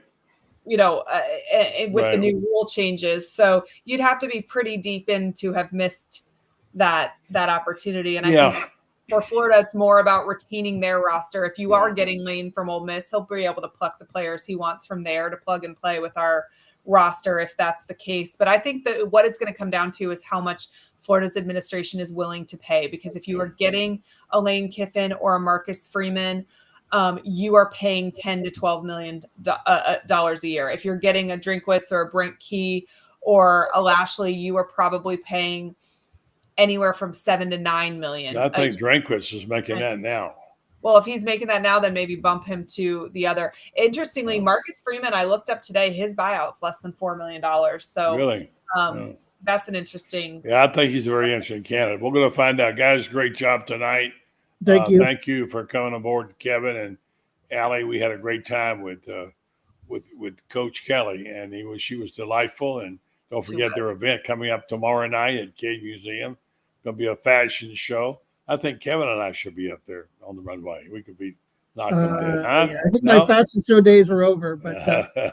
If you give me a mic, maybe I'll sing a little. There you go. Like that, be fun. All right, guys. Thanks a lot. Very appreciate it very much. All right. Thank you. All right. Thank you, folks. All right. We're going to wrap it up with a word about our friends at Titan MRI. Titan MRI, one of our many sponsors. We're great sponsors. They have 3 locations to serve you now, 2 in Gainesville with the Park Avenue location, now the Millennium Center, 1 in Lake City, which services not just Lake City, but also all of Columbia County in the area up there. They have opportunity for you to come in and get your own appointment, customize it if you can't be there in the daytime. They will make it for you at night. And they offer the same great customer service as always. They accept insurance and go through their convenient self-pay options. They offer MRIs, CAT scans, X-rays, and ultrasounds, easy scheduling, as I said. Larger MRI machines for patient comfort. That's a big one for me. If you're claustrophobic, and at least you want to be able to go on those tubes, I feel like you can breathe. No yards, no hospitals. Coming soon to Ocala to better serve Marion County and surrounding. Titan MRI, it's your choice. Thanks again to our guest tonight for Kelly Reed Finley, for Kevin Brockway, Allie Pete Wilbur, and don't forget tomorrow night we're back again for the final wrap-up. Check out Gatorbait Media, and you should be subscribing to it. It's a special publication. Have a great night. You have a great day too. Rob Browne, Brendan Martin in Ocala, Florida. Got a great show. I'm in Memphis. Love the coffee cup. It is Sidelines, SEC Sidelines Sports Network, the Friday edition. Got a great show today. Now, take a picture with your cell phone of the QR codes. We are live on X, Twitter, Twix, we call it in the South, Facebook, YouTube, 8 channels simultaneously. Share and like. You have no idea what that means to us. And as we always say, thank you more than you know for your support. We are really, really growing. About a year and a half into this format, and we've got a great lineup today. One of the most accomplished authors, football minds, and just good people in college football. Ivan Maisel will be joining us to talk about his new book, Frank Leahy, The Enigma of Notre Dame. Frank Duffy up in Big Canoe. Doug Dean in Birmingham. So let's go ahead and get started on this Friday, October 17th. Where's the fall going? But it's football it's season. beautiful. It's beautiful here in Florida, I'll tell you that. So we're excited. Thanks for everyone who joins us this week. And by the way, listen to Rob. The QR code, if you're watching on your phone, just do a screen grab. Yeah. Then do your QR reader and you go right there, or you can just search for us on Sidelines with Rob Browne. With that, we'll bring in your guests, Sir Eben Maisel and Frank Duffy. Welcome to the program, gentlemen. Morning, everybody. Ivan, it was interesting. Monday night at the Touchdown Club in Memphis, Rich Clark, the executive director of the College Football Playoff Committee, was our speaker, and he had a lot of praise for you. He said, being in that room, and he's 38 years in the Air Force, Lieutenant General, and he's my age, and he said, "Don't call me General." I'm like, I can't help but call you General, but I've gotten to know him here the last couple of years since he came on, and he's been on our show. It's just one of the good people in football, as you are. Talked about your mind and what you bring to the table. And I cannot give you enough praise also for what you did in 2019 for the 150th anniversary of college football. You genuinely love the game, and no matter what happens, you make us love it even more. So I'm going to put the ball in your hands. Talk about your book and college football and where you think we're going. Okay, well, thank you for that introduction. I'm not sure that was deserved, but here's the book, American Coach. And, the subtitle is The Triumph and Tragedy of Notre Dame legend Frank Leahy. And, Frank, everybody knows the name Frank Leahy, but it just dawned on me as I was working on the 2019 project. I didn't really know much about him. And the two things that struck me was that he's got the second best winning percentage of anybody in the history of the game to Knute Rockne, who he played for at Notre Dame. And he still is second for coaches who have coached 10 years, and that's the standard the NCAA uses. And it took him 13 years to be elected to the College Football Hall of Fame. And so those were the threads I started pulling on. And what I found was a guy that was really in a lot of ways emblematic of America in the 20th century. He was a bootstrap guy. He came from nowhere with not much. He grew up on the prairie in South Dakota. Yeah. But Notre Dame offered him a hand up, and he loved Notre Dame like he loved little else in the world. And he poured all that energy into winning football games. That was what drove him more than his health, more than his family. He just had to win football games at Notre Dame, and he was very good at it, but at the cost of his health, at the cost of his family relationships. And that's kind of an American story too, guys that just get their priorities skewed in the pursuit of success. Let me ask you, in the 40s, he won 4 national championships. And, my dad just passed away in July. It was 97. He grew up, in Memphis. He used to sneak into Crump Stadium, go to the double headers down by the UT Medical School, UT and Mississippi State and Memphis Ole Miss games. But he said everybody, he went to Christian Brothers High School as well, was a Notre Dame fan. There's not another. Frank's an Irish Catholic from New Orleans. I mean, there's nothing like them for college football. And I'm friends with a guy in the Touchdown Club whose son is Marcus Freeman's agent, and it's just fascinating. He said, "You can be the fan of any school in America, but when you go to South Bend, and do you think in the 40s with World War II and all that happened, is that when they cemented themselves as a team with a fan base like no other?" Well, yes. That was a fascinating part of his story to me, because I think you can make a pretty good case that Leahy is who made Notre Dame Notre Dame. Because until Leahy came along, the success that Notre Dame had really belonged only to Rockne. Yeah. And it could have been a deal like we've seen at so many schools where there was one great coach and nobody ever replicated it. Yeah. But Leahy came in and was every bit as successful as Rockne, and you can argue whether he was more successful based on his schedules were stronger, but that's a debate for another time. Yeah. But my point is, he made Notre Dame into the monolithic Notre Dame, and the other part of that era in the 40s was, and what I really wanted to evoke with the book, and that's why there's a fedora on the cover, right? That's right. When people wore fedoras. Yes, sir. Is just what Notre Dame meant to the American Catholic community. Yeah, it was a lifeline. It was the ticket into being accepted by the greater society, because there was a lot of anti-Catholic sentiment in America before, even after the war. Yeah. And, everybody felt like Leahy, legitimized them in some way with the rest of the American community. And that was a cool part of the story too.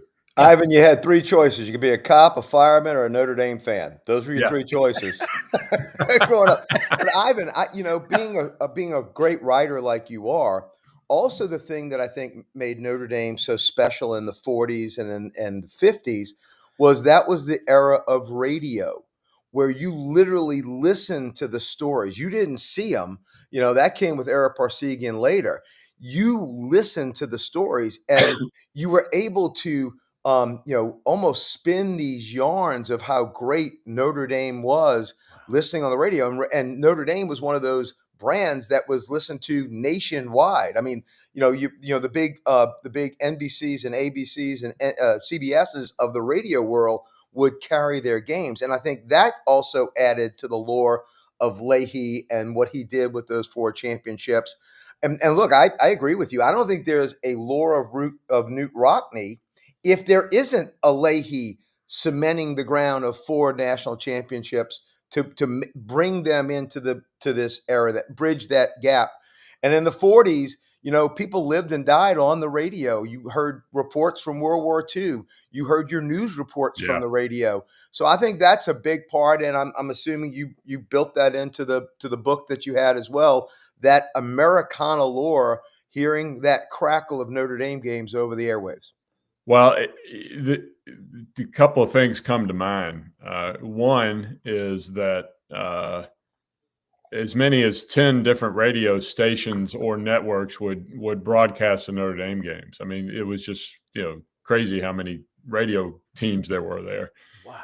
2, I remember Vince Dooley telling me one time that growing up in Mobile, Catholic, he would lay down on the floor of his living room with his head underneath the giant radio they had in the living room, because that's how close he wanted to be to the Notre Dame game. And he said, once he started going to the Hall of Fame dinners in New York, and he was a coach, he was a head coach at an SEC school. He said, and when I saw Johnny Lujack in person, he said, my knees got weak, and then I got to meet him, and he was like, oh my goodness.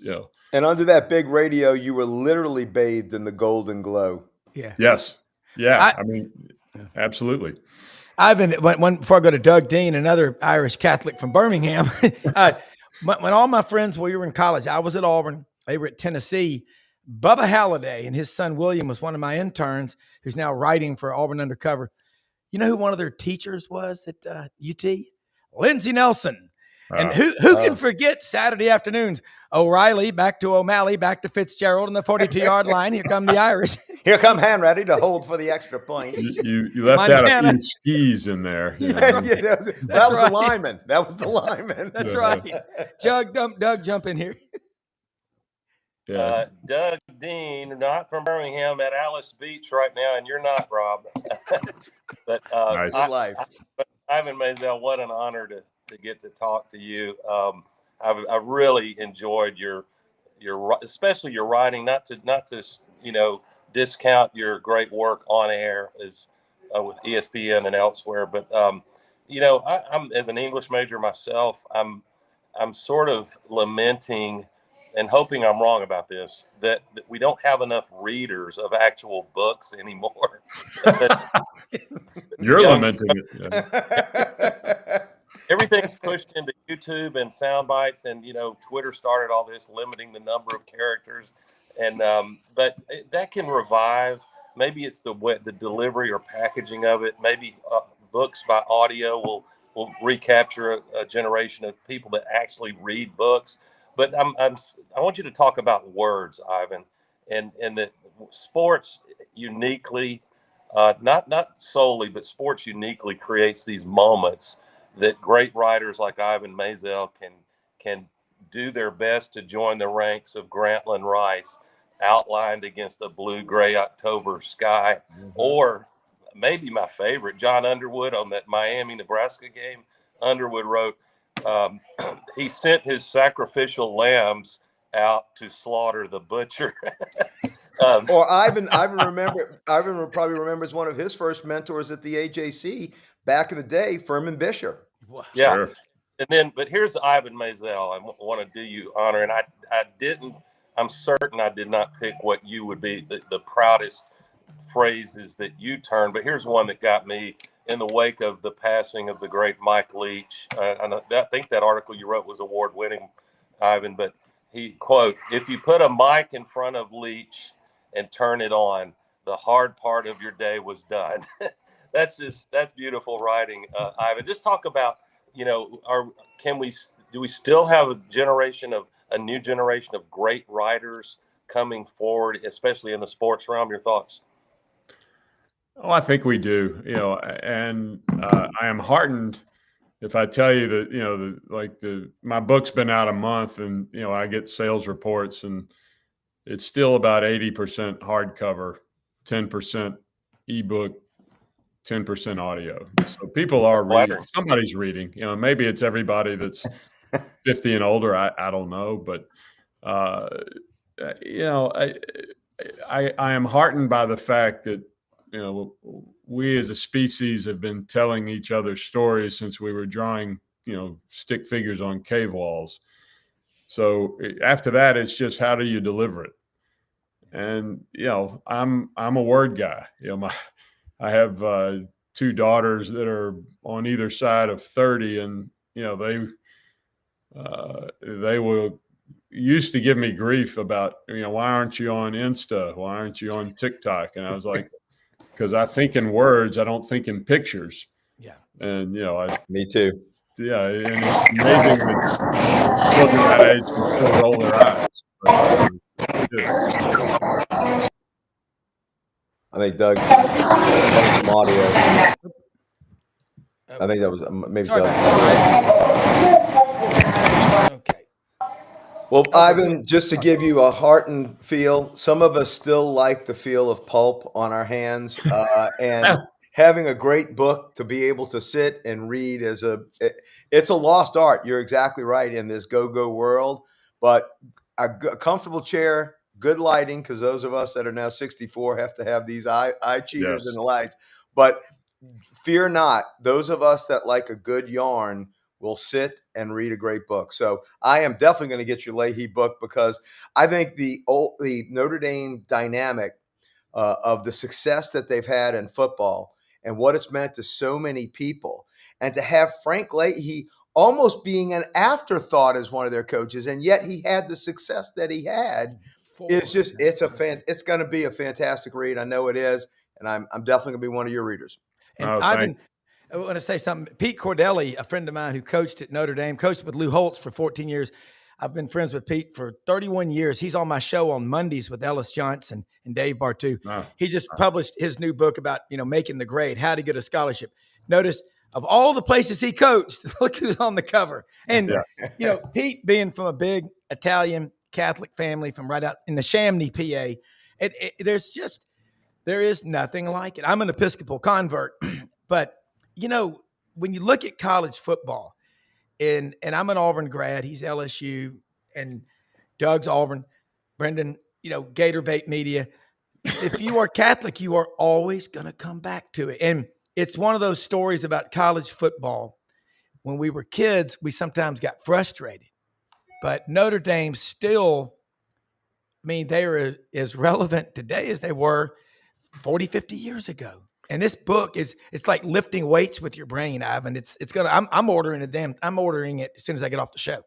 Great. Yeah. And I grew up in Mobile. I grew up in the 70s when, Notre Dame regularly broke Alabama Crimson Tide hearts every year or two.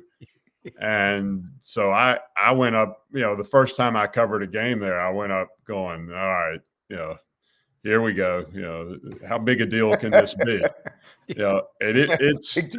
It's terrific. If you're a college football fan, you need to go to Notre Dame at least once. And if you go once, you'll probably go back. It's just a beautiful campus, and everybody is so enamored with football and with college football, and dress warmly. Yeah. It's a special place. Ivan, I was a 12-year-old boy and got to go to the Sugar Bowl in Old Tulane Stadium in 1973 when Notre Dame played Alabama for the national championship. We had a 1 versus 2, and the spectacle that night was it was off the charts. So not being up in South Bend, I saw it in Old Tulane Stadium with Bear Bryant under one goalpost, smoking Chesterfields while he's watching his team doing calisthenics. And I can still see the white socks of Eric Parsegian running up and down the other sideline for Notre Dame. It was just iconic. And it really was a North versus South.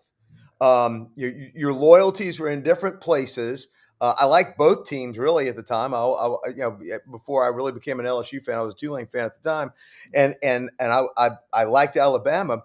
But that night, that setting, and that game, which produced an incredible game. It was a 1-point game, fantastic. Yes. That truly cemented me. Like to Rob's point, the next morning, I'm waiting for Lindsey Nelson's recap of the Sugar Bowl. After 3 plays and a Notre Dame punt, we will proceed to the action. That was the soundtrack of being young and growing up. Yeah. Oh, absolutely. Yeah. No, that was I think Bryant lost 4 games to Parsegian by a total of 13 points. They were just all painful losses if you were an Alabama fan. And I grew up in an Alabama house, but what a great the level of respect between the schools and between the coaches, and to this day, I think everybody who goes to Notre Dame or whose team plays Notre Dame has an appreciation for what it has been to college football and what it still is. When I was in 1986, I had been traveled in Europe that summer and met some Notre Dame fans, a federal judge from Terre Haute, Mike Kern. And we later went over there and visited his relatives in Clifton and Roundstone and Galway Bay. There's Notre Dame fans over there. It was like, oh yeah, wow, they really got. So 1986, Auburn's playing Western Carolina, and they were like, hey, Rob, we're coming down to Birmingham. That's when Alabama played at Notre Dame at Legion Field. So I go there. We're at the Sheraton in downtown Birmingham. And I've got some time to kill waiting for them to meet me. And I'm sitting in the lobby, and it's like a who's who of the Alabama and Notre Dame and the college football aristocracy. And I'm just listening to these conversations. And I went to the game the next day and sat with the Douglas family, Miss Douglas and Paul Douglas and George Douglas, all Memphis Notre Dame grads. And what I was most impressed by was the football IQ of the Notre Dame people, but the absolute reverence for the game. And I know people will say, young people don't read. I'm getting texts, they don't have bookshelves. Well, that's their fault. My 90-year-old mother reads 2 books a week. Still reads 2 books a week. And the power keeps you sharp. of the written, and the best guests, Frank will agree with me, and so are the writers, because you think about what you're saying. So as you look at big picture college football, you're on that college football playoff committee, and as I said, Rich Clark is a huge fan. He just says, I just listen when I'm around Ivan. But that didn't happen by accident. You've traveled all over. You're a Stanford grad, which, as they say in the South, that ain't nothing. That's a big deal. So let's just talk about your role in the CFP, and you take it from there.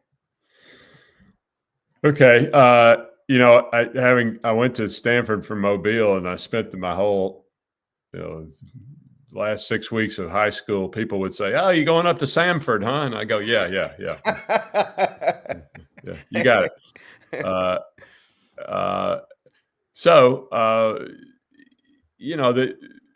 I've only been to 2 meetings, guys, and we actually have a third meeting Sunday and Monday, this weekend. But what has impressed me about the guys I'm with, and what Rich has fomented amongst us is he's done a lot of team building in the 2 meetings we've had, and B, the only agenda that I've been able to glean is get it right, and there is just an enormous cache of data available to us, and we have new metrics, and everybody's excited about the new metrics, and what they've said to us, you're not beholden to use any particular metric. You use the one that makes the most sense to you, and if there's one that's not here that you want, just tell us and we'll go get it.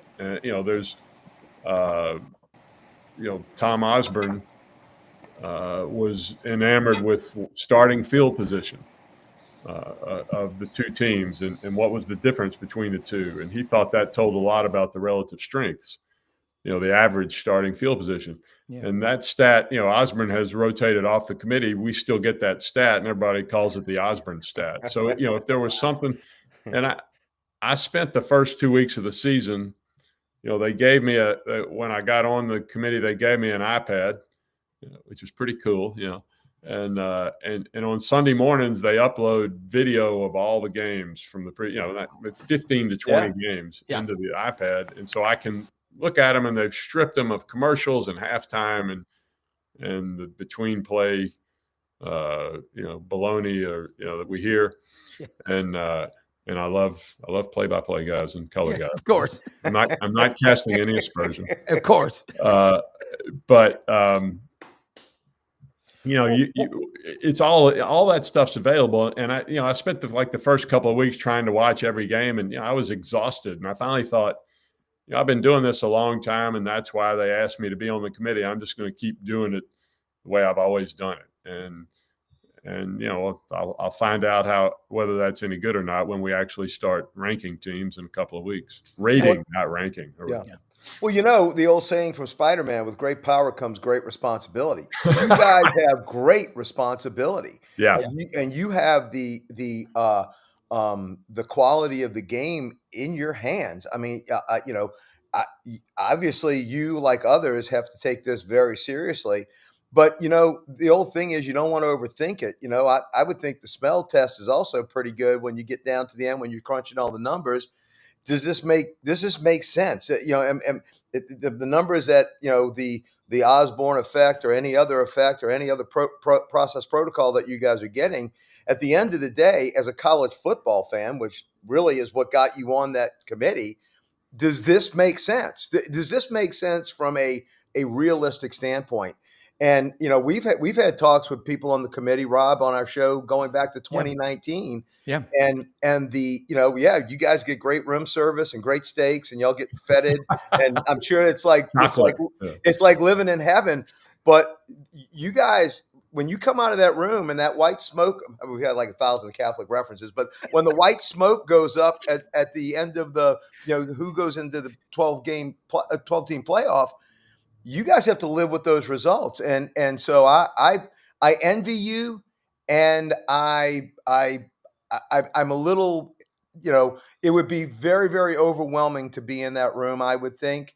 And so I'm impressed that you have stepped up to do this as a college football fan and as somebody that's very knowledgeable. So well, kudos for you. I'll tell you a quick story. When they called me about a year ago, it's probably last November, to ask if I would want to interview to be on the committee, I said, I don't know. Let me think about it, because I knew how much work is involved. And I went downstairs and said to my wife, Meg, an Irish Catholic girl, if you're counting at home, if you had the over 8, you can go cash your ticket.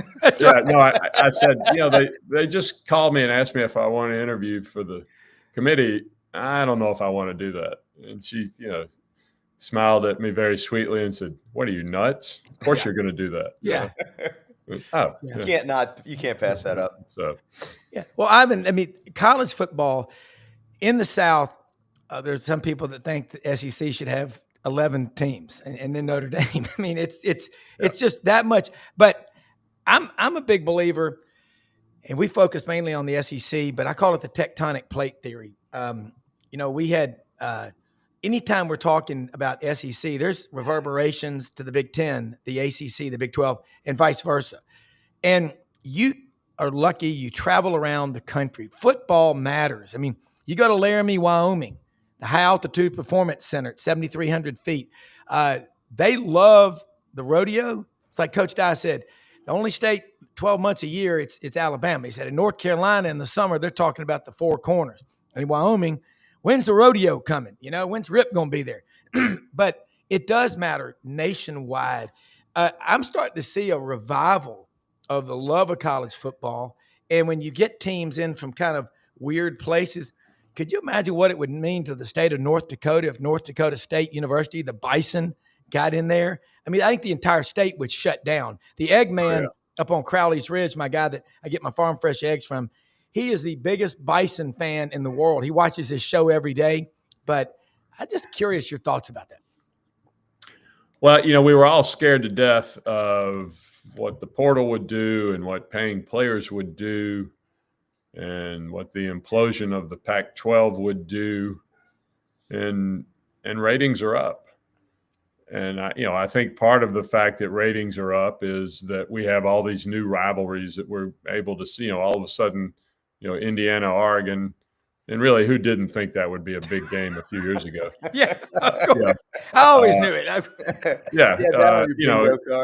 I mean, USC, Michigan last week. That's a regular season game now, and Oklahoma, Alabama in a couple of weeks. So I think that's contributed, but I think the 12-team playoff has contributed because and the theory when they expanded was, in November, we'll now have 20 to 25 fan bases that are engaged with the possibility, that they're going to the playoff rather than 5 or 6 the way it used to be. Yeah. And I think also, and you can't put a gauge on that. I don't know how you gauge it, but I think betting has increased interest too. And, that's not a all great thing. There are problems with it, but I think there is heightened interest because of that.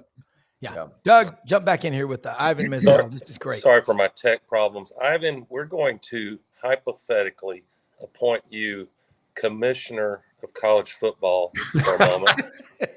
And my first assignment to you, if I'm on that governance board, is tell us how you would fix the Birmingham Command Center and the replay.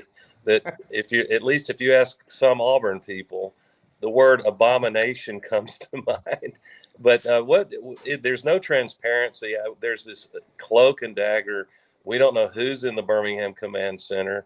ACC is on the other end of the continuum. I don't know if I like it better. You get to hear the audio of what they're talking about and deciding. What are some things, just officiating in general? What steps would you take to give us better quality?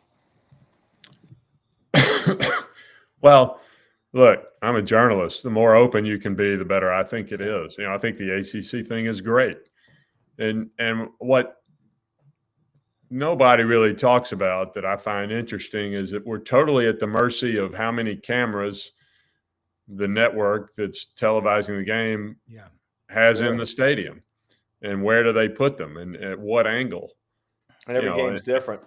Yeah, and we saw that with Auburn and Georgia Saturday night, and then and beyond that, you're at the mercy of, you may have the camera in the right place and there's a player standing in front of it, which I think was one of the issues, with that, with Jackson Arnold going over too, so it's never going to be perfect, and what a revelation that is by me. But there are, the more you can do, and the more you can lay your cards on the table and say, nobody's got an agenda here.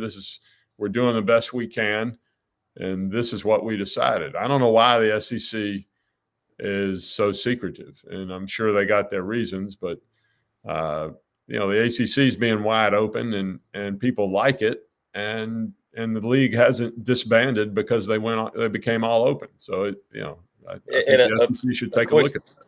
A quick footnote on the same subject that's a little technical, but I am told that, the process of slowing down to glacial speeds, a replay can distort any of our human beings, got the limitations of your eyesight. And it's like it changes what we mean by was a pass caught? Was it possessed before he hit the ground or not?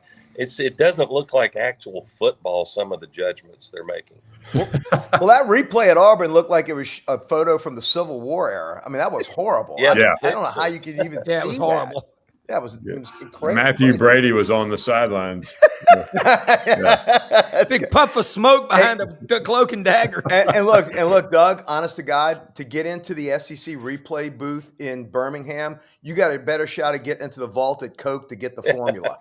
And look, I'm not saying it's Alabama sided, but I'll bet you there's crimson somewhere in that room. No. I quote on this show many times, Ivan, you're welcome to use my late father's quote. He said, Doug, just because you're paranoid does not mean they're not out to get you.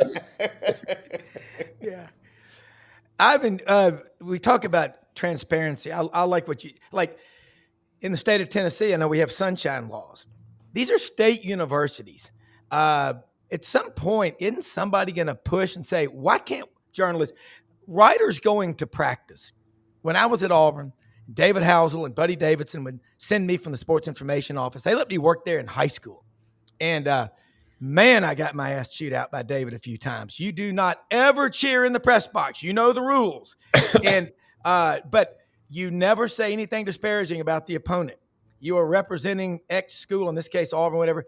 Man, on that. But I will tell you one of the coolest things I ever did. 1981, 14-12, Auburn beat Florida. Charlie Pell in his grave is still pissed off. That field goal, he thought it was good. They said it wasn't. But after the game, David took me outside, and I met one of the coolest people, a journalist, a great writer from the Gainesville Sun named Jack Hairston, or Jack Harston, I believe. Hairston. And they opened up the trunk. David opened up the trunk, and we had some cocktail. It was just cool. Now, I mean, and to hear them tell the stories that only journalists can tell. I wanted to ask you, are you teaching by chance? How important what you do? We've got to keep that going. I am not teaching. I will speak in the classes that my friends teach. Okay. Because then I don't have to grade papers. Smart. And I'm happy to, I have to stop and think how many schools I know professors at now. Gene Wojciechowski's teaching in Knoxville. I know several people at Northwestern, a couple at Georgia. I'm actually speaking. There's a little school up here about halfway between me and Bristol, Quinnipiac, which won the men's hockey title a couple of years ago. I'm speaking up there in about a week after next. So, I'll get up there and talk and try to, and talk about story writing and sorry, my lamp is blinking on and off here. But yeah, I'm not. I haven't gotten the teaching bug just yet. Let's go back to the other part of the continuum. Who were your mentors coming up? I mentioned Furman Bisher at AJC when you were coming out. Who were your mentors, or who were the writers that you tried to emulate when you were coming up? Well, I think everybody, my age, our age, who came up reading Sports Illustrated, idolized Dan Jenkins, and great writer. I was a fact checker at Sports Illustrated in the '80s when Dan was still there. His daughter Sally, who pound for pound is the best sports writer in the country, in my opinion. Sally and I worked on the Stanford Daily together. Wow. And I still remember sitting at the typewriter in the Daily office, and Dan walked in to our little sports area, and I needed surgery to close my jaw. Yeah.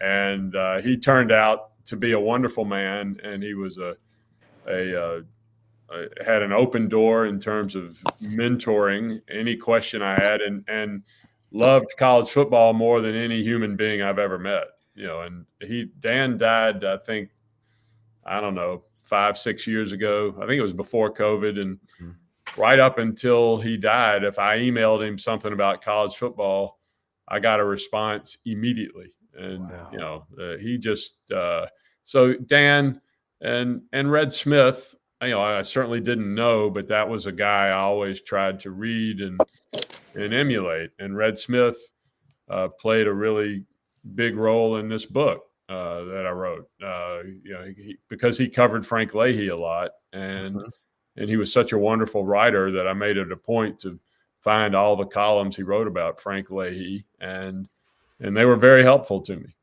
Yeah. Well, bringing up Sports Illustrated, it was the must watch and must read every week. Frank DeFord, Rick Riley, all those writers, just fabulous. So y'all did an awesome job. Sorry, Brendan, I didn't mean to step on you. That's all right. Hi, Frank. Brendan Martin. My father's buddy Martin.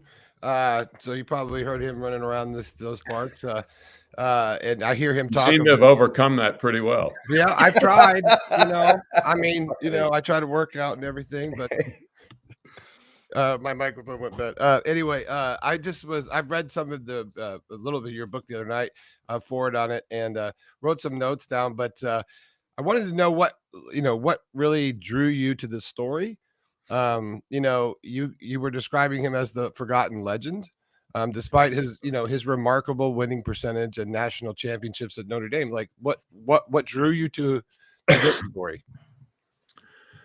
Well, Brendan, part of it was, the bottom line was he had become a name in a record book, and Rockne is Rockne, and we all know who Rockne was, and they made a movie about him, and he's a president played George Gipp in the movie, and Rockne got a stamp. And Leahy was just a name in a record book. Wow. And I thought, well, maybe I should write something about him. And I went and looked. I said, but I'm not going to write a book if everybody else has written a book, if there's nothing else to say. And I combed through Amazon. I combed through used book websites. I couldn't find a book. Wow. He had written there was a really elegant writer on the West Coast named Wells Twombly in the 70s who ghost wrote Leahy's autobiography. It was published a year after Leahy died. It came out in 1974, and that was really it. Nothing had been of any substance had been written about Leahy in book form in 50 years. So, I'm not. I'm not totally just interested in the story. Somebody's got to buy it. I thought there's a lot of Notre Dame fans out there, and here you got this. Well, that was my next question. From my perspective, I've heard my dad and we've come up with ideas for a million things. Documentaries had great, stories about him hiring guys like Rick Riley. I always tell him, we got to get your verbal history down, to talk about what happened. But it's hard to get a story and sell a story. Yes. It's harder than people think because it's got to have a national perspective. It can't be hyper local. It can't even be regional, especially for books, right? Right. So was that part of your thinking here? Absolutely. I mean, Great question. If you're going to scratch an itch and to write a book, there's got to be, if you want somebody to pay you to write it, there's got to be, when you write a book proposal, let me start there. You write a sample chapter, you write a summary of every other chapter, and you write a marketing plan. Who's going to buy this book? Because, why should you pay me money? And Notre Dame's Notre Dame. I mean, they got fans everywhere, and one of the things I am trying to do, in addition to appearing in bookstores, is reach out to Notre Dame alumni clubs. Next week, I'm speaking to 4 alumni clubs in 4 nights, in Houston, and then I'm flying out to LA, Orange County, San Diego. So, and they're big, vibrant Notre Dame alumni clubs all in every major city in America. So, that part was convenient. Yeah, Ivan, we'll keep you, if you don't mind, a few more minutes. We'll let you go. First off, thank you more than you know for sharing your time with us. This means the world to us. Yeah, and we will promote your book in every way. And I'm going to be sharing the link to in my hunting club with 18 members. I think we have 11 Catholics. So, great. But I will tell you, even it doesn't matter whether you're a Notre Dame fan or not. I think, and I'm not going to say I came up with it. I believe I heard you say. Maybe you were talking about this book. You said he was Nick Saban before Nick Saban, if you think about his record. Oh, yeah. And so it's just a cool story about college football and the history, the traditions, and the heroes is what this show's all about. So without that, I mean, we kind of lose it. And, you're referencing Dan Jenkins.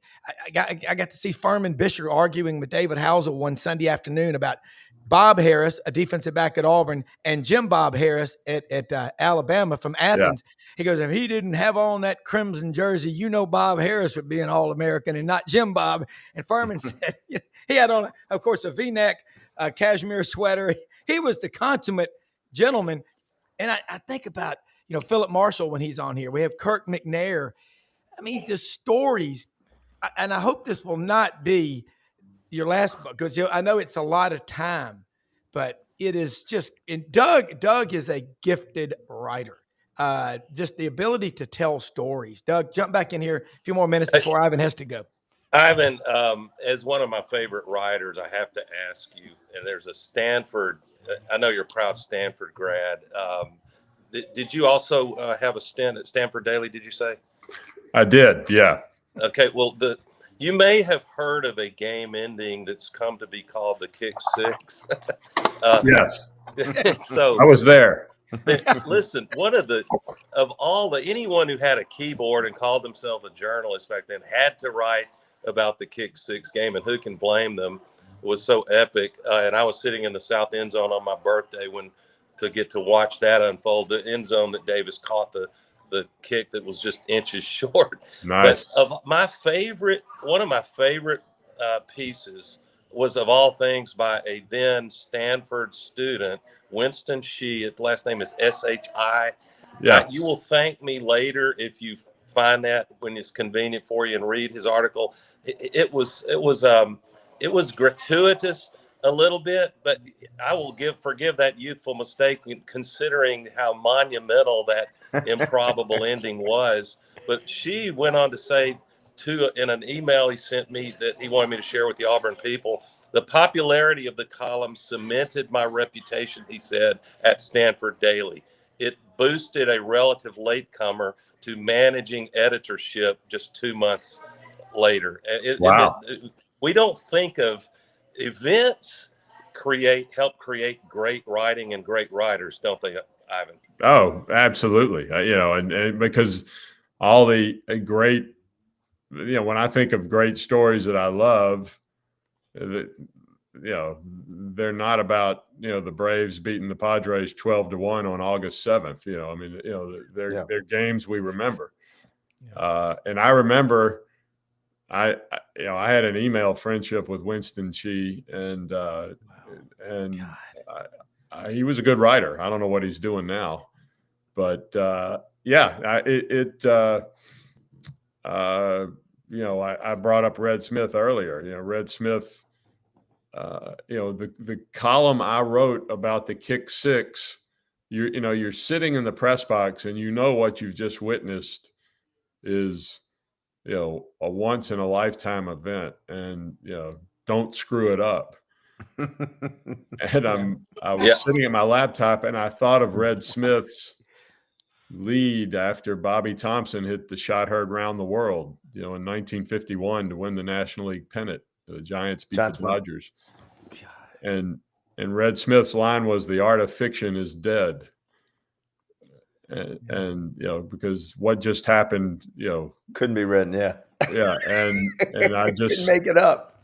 Exactly. And I kind of got that into my head, and that helped me write my lead for the kick six. And it was turned out to be, one of my favorite stories that I ever did. Ivan, what's your favorite sport to write about? And in that genre, what is your favorite book or piece that you wrote? Oh, well, college football. I mean, I started out as a fact checker at Sports Illustrated covering baseball. And I did that for 5 years, and that almost cured me of my love of baseball. So I didn't get, and I tell young people this all the time. I made a career out of covering college football. I didn't get to it until my third job when I was 27 years old. So, sometimes you have to be patient before you find what you want to do. Yeah. But yeah, I mean, because in the days of before the internet, I covered whatever was in season. So I used to cover college basketball and golf, and cycle back to football. And then I like your golf pieces. Yeah. You did great in golf. Yeah. Once the internet came along, I just stuck with college football 12 months a year because people would read it 12 months a year. Yeah. Yeah. So, my favorite, having said all that, probably there were the two stories I think of were both relatively personal.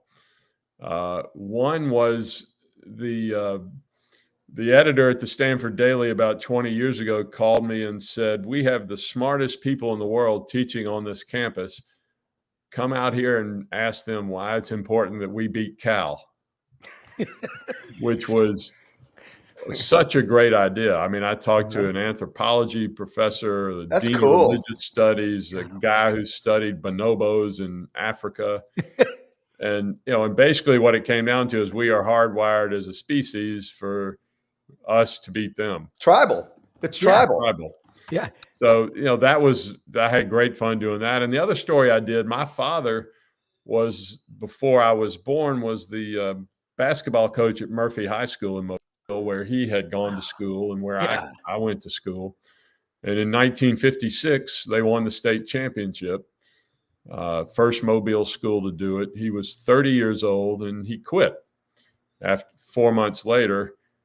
And, and I had asked him when I was a teenager, after he had gone into business, I said, "Why did you quit coaching? It'd be really cool if you were still the coach at Murphy." And he said, he just kind of looked at me, and he had a great sense of humor and was a great storyteller too. He said, either I could coach or you could eat. Yeah. So, but what I did was I went and found his players, and I wrote a story about him as a coach, since I had never been able to see it.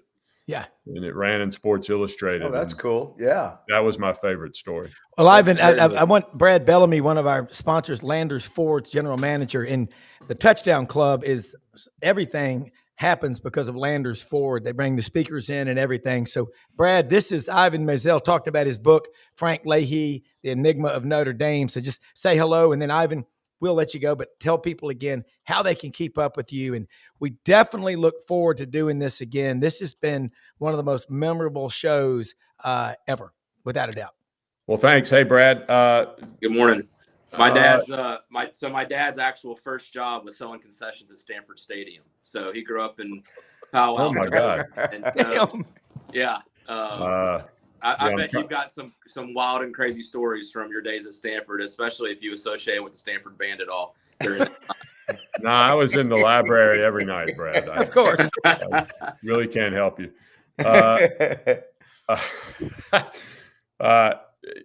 You can keep up with me at ivanmazel.com. And I have a list there of dates where I'll be, talking about the book, signing books.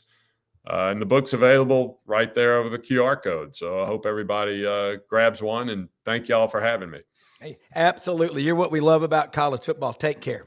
Nice talking to you, Ivan. All right. That was fun. And that, again, Brad, let's go. What's going on out at Landers right now? Poplar and Houston Levy. And I got to talk to Kent Ritchie and at the Touchdown Club Monday when Rich Clark was there. And I know you were out on special assignment, but man, what y'all do for the Touchdown Club? These speakers, Alyssa Lang is coming in Monday from SEC Network. Rich Clark was there. Thank you. As Gomer Powell would say, thank you. So talk about Landers and what's happening. Yeah, I mean, even, in the spring series a couple years ago, Clark Lee came out, all of a sudden they went on that historic run last year for Vanderbilt. And who would have ever thought that Vanderbilt would be a 2.5-point favorite to LSU? Frank, what would you have bet on the spread of this game 2 years ago? I mean, oh my gosh, the first time they've been favored in an SEC game in 77 years. By the way, I don't want to step on you, but real quick, there's two numbers that scare me in the LSU Alabama game. The fact that Vanderbilt's a 2.5-point favorite, and the fact that 2 tickets are going for $450 in the upper deck of Commodore Stadium. Man, we have jumped the shark, boys. I'm just telling you with this new game, this new Vandy team. Well, it's because there's about 75 seats at Commodore Stadium, Frank. So it's not not with orange cones sitting in them. Yeah, it's not Tiger Stadium in Baton Rouge. So, Rob, a lot of folks coming back this week from fall break. Yep. And it's the perfect time to come get a new ride. You've been with your kids all week. You've been driving across the state or down south to go to the beach. Yeah. And you realize, I don't like how it drives. I don't like how it sounds. What's that rattle? What's that noise? Why is my technology so bad? Yeah. I mean, the new Expedition, guys, as an example, blind spots no more. When you hit the left lane signal or the right lane signal, you actually have videos that show up that go right down the side of your vehicle. And that starts with the base level Expedition. You don't have to pay $95,000 for it. You can get that on the active $65,000 version. So we got brand new Expeditions, best inventory in the area, all priced, X-Plan pricing. We finished number 4 in the country in Expedition sales a couple of months ago. We had a great month again last week, and the last month in the top 50. So really excited about that. Also, we just launched a program. So typically with Ford and their incentives when it comes to military, it's always retirees, not veterans. Well, during Veterans Day promotion, started yesterday, an extra $1,000 of bonus cash for any veteran, first responder, active duty, retired military. So really excited to be able to take care of the people that take such great care of us. So that program kicked off yesterday and will run through Veterans Day. So we got that going on. F-150, we got great interest rates as well as up to over $10,000 off. So really excited about what we got going. Really excited about all the people that are going to come back from their trips and say it's time for a new car. So come out and check us out. And then also, we need to have more of your folks and your fans and your listeners take advantage of this, an extra $500 off for any of the SEC Sidelines audience. And that works for you guys on the call as well. So Rob, Frank, and Doug, it's Tom. Brendan, it's Tom. Come see us. I know, Brendan, you've been eyeing a Bronco for a while. We got a great 2-door that we just traded for too. So come check us out, landersfordmemphis.com, our website, everything. If I come down there, I'm doing a video with you, Brad. We're going on some test drives with that new Expedition. Let's do some videos. We'll do some promotional stuff. Next Saturday, if all the stars align, we got a chance for game day to be here, Brendan. It's a great time to come check things out. Perfect. Yeah. They're going to make that announcement, I guess. And I wonder if it'll be I'll on bring Beale my Street. Terry Bradshaw given. I have a truck or a Chevy Tahoe that's got 250,000 miles on it that Terry Bradshaw gave to my dad and I many years ago. I have that car. I'll drive that out to, and then we'll trade that in with you on a new Bronco. How about that? Let's go, man. There you go. And Rob, I think if it happens, it'll be at Liberty Park, because if it's Okay. 11 o'clock game time, I don't see a way that they would do it at Beale Street with an 11 o'clock start, because it's too far away to be able to get fans into the game ahead of time. So, but we need LSU to lose this weekend. I was going to say, I would not count you chickens before they hatch, because let me tell you, Doug Dean is about to be right, as he normally is. We're about, in the next 2 weeks, we're going to have no undefeated SEC teams. The Great Pumpkin will get to the Great Pumpkin Patch with no SEC teams being undefeated. That's my promise. Georgia takes out the Rebs this week. We take out A&M next week. You watch. Yeah. Who's taking out Alabama? No, I mean undefeated, like totally undefeated. Y'all lost that first one against Free Shoes University. SEC undefeated ranks, Frank. That's why I was just wanting to get clarification. So I know we're coming to Tuscaloosa. We'll see what we can do against y'all. That that's better than playing in Baton Rouge for us. Brad, good to see you. I'm curious. College football always benefits from a rivalry with a lot of bad blood. Is Alabama-Tennessee still, is the venom is still what it has been in recent years? Your thoughts on that? I think the venom's coming back. I think 17 years of dominance took away a little bit of the venom. I mean, just like my hatred of Tennessee from the late 90s growing up in Memphis, and it was half a city covered in orange, and those horrible orange windbreakers were everywhere. Tennessee Shula brand. And so from who I was then to who I am now, I mean, you kind of feel sorry for your little brother after a while, and they keep getting beat up. And so, I think that the rivalry, now that we've had back and forth, home and home, third year in a row that the number 11 team in the country is involved in this matchup, which I thought was interesting, that the rankings keep having one of these teams the same spot. But I think Alabama still wants to beat Tennessee. I think Auburn is probably, will always be number one. I think Tennessee is number two. I think if Alabama and Georgia played each other every year with Kirby Smart and the history there, I mean, I got to think Alabama's become public enemy number one for Georgia at this point. Some of y'all will remember from the internet days, 10 Stud, and I've forgotten who on Alabama's side that would go at it on a daily basis on the message board. Oh, 10 Stud. Oh, I remember him quite well. Roy Adams. The Touchdown Club meetings in Memphis, you couldn't get any better. Bill Harper, Logan Young, 10 Stud. It was, someone ought to do a documentary on that. Talking about a 30 for 30. Another one that needs to be done is the greatest defensive coordinator in the history of defensive coordinators. The man from Epps, Alabama, over in the Black Belt, Brother Bill Oliver. I mean, that's a story that could be done. Brad, Doug, Brendan, Frank, fellow Americans, it's the first time this year we've got all 16 teams, 8 SEC games, and maybe the first time in conference history or something, we got 3 ranked versus ranked matchups. This is big stuff. What happens? Who is the best right now, according to The Athletic? You know what team has the highest grade in the conference? Texas A&M. And you know what, Brad Bellamy? For the first time since Jimmy Carter was in the White House, Vanderbilt is a favorite in an SEC game. The sun did come up this morning, Brad. I saw it. Apocalypse. Yeah, I mean, and I think strong probability that 2 of the undefeated in-conference SEC teams are done after this weekend. So I think that Ole Miss is definitely at risk, and I think between Arkansas and Tennessee, I think one of them might pull an upset. So Arkansas played Tennessee tough last weekend. Texas A&M, their defense has been incredible since that Notre Dame game. And, but Arkansas hasn't been able to host this game. Over the last few years, every one of these Texas A&M Arkansas games has been at Jerry World. Jerry World, yeah. And there's a lot of folks in Arkansas that have a strong affection for their interim head coach. And so I think the fans are going to come out in droves for a team that's lost 4 straight.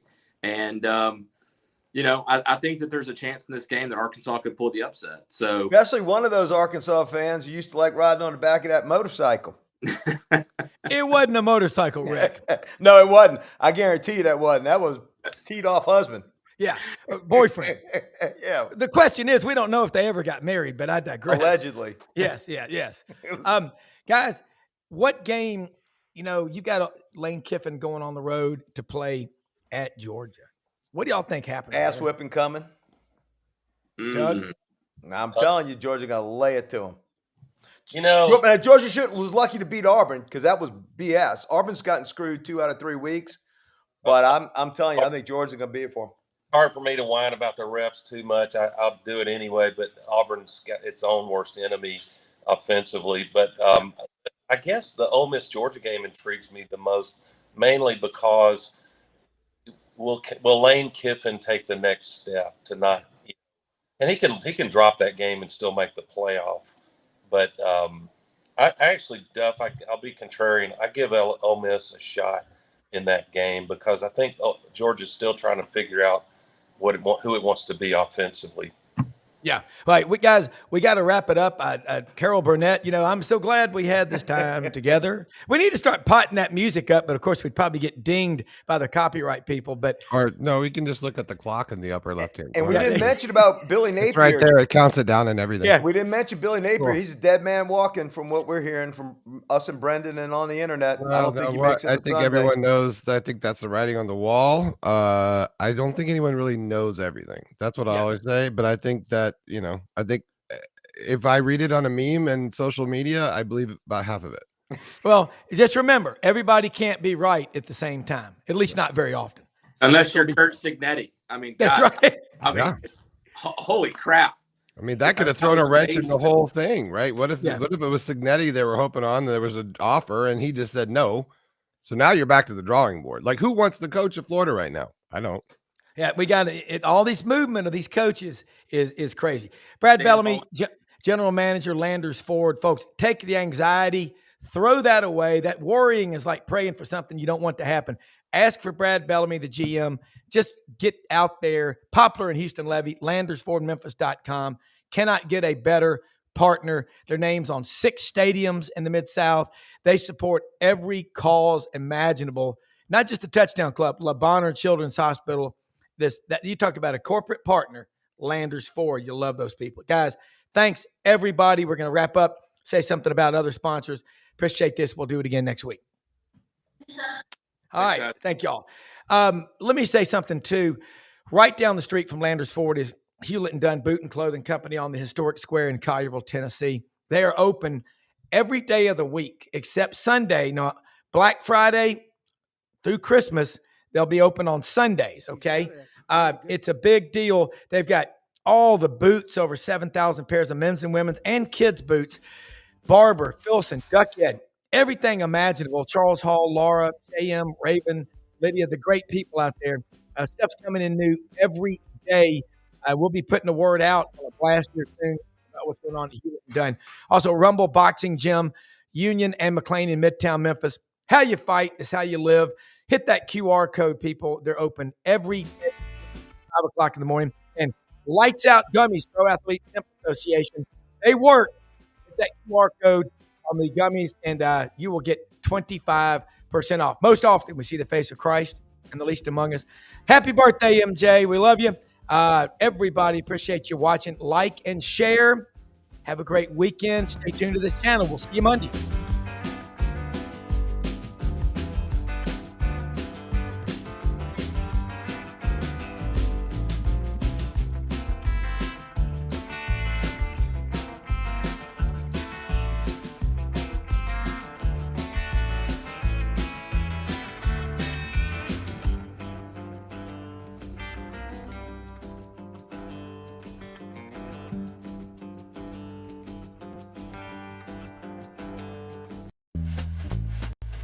Well, I've got my cup here this morning. It's gold, at least. There's a question mark for you, because the big question mark that we have today, Mr. Frank Duffy, and welcome everyone to the Goal to Go.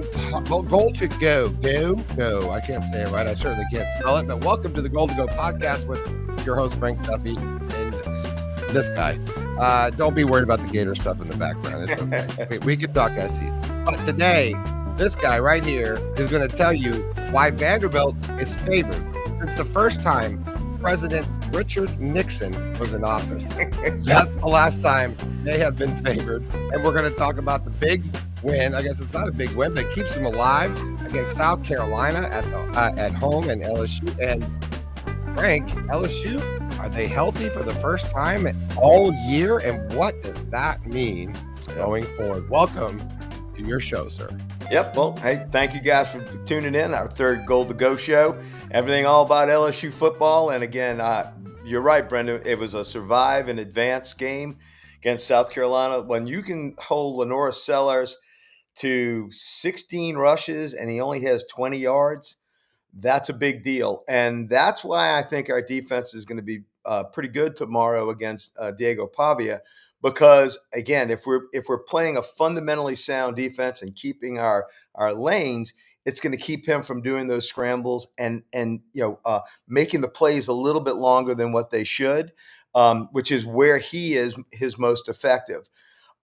It's amazing the numbers. LSU started out as a favorite when the season first started, and now Vanderbilt is up to a 2.5 point favorite, which I love because instead of being the hunted, we now get to be the hunter. Which is where you want to be. Yeah, absolutely. And, Vanderbilt, like you said, I think is actually technically the Carter years, the late 70s, the last time that Vanderbilt was a favorite in an SEC game. And look, we've had our issues with Vanderbilt in the past. During the dark days of the Curly Hallman years, 91 and 92, we lost back-to-back games home and home with Vanderbilt.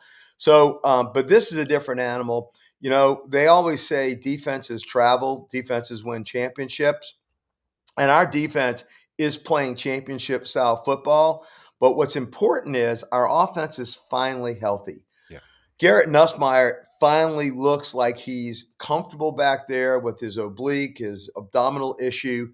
I watched him all game last night. I was in attendance. I got to actually go down on the field with my good friend Lance Smith, All-American tackle from LSU when I was in school back in the early 80s. So we got to go down. I got to watch Garrett in warm-ups before the game, literally, 30 feet, 40 feet from him, watching him throw balls.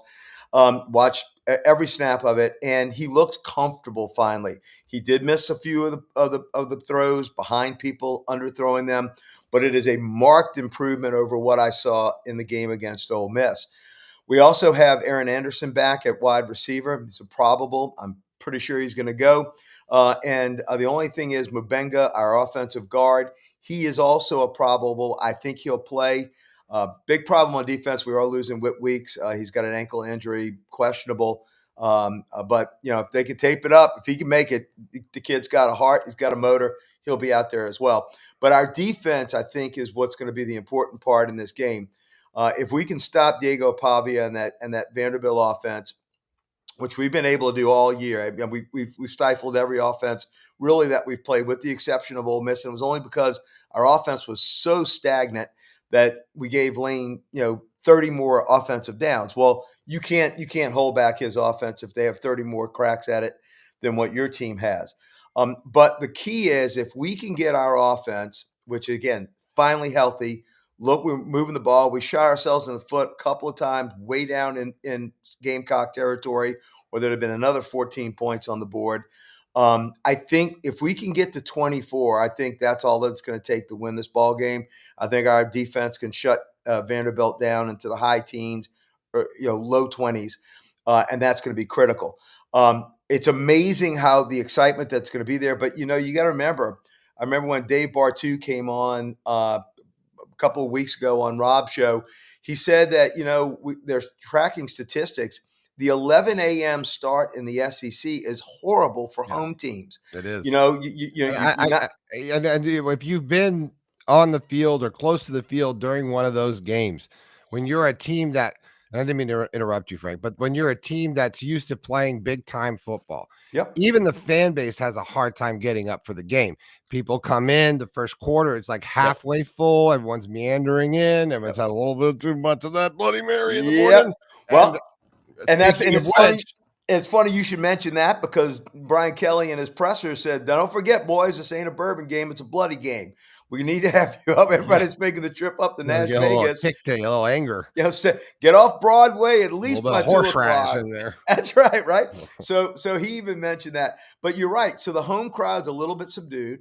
Vanderbilt always has had a subdued crowd, even with their resurgence. But they're used to playing at that time slot. Well, they are. The cranes aren't working that early in the morning on Saturdays. The cranes and the orange cones that are all over Vanderbilt Stadium. It's a different SEC event. It is. It really is different. It feels different when you're there.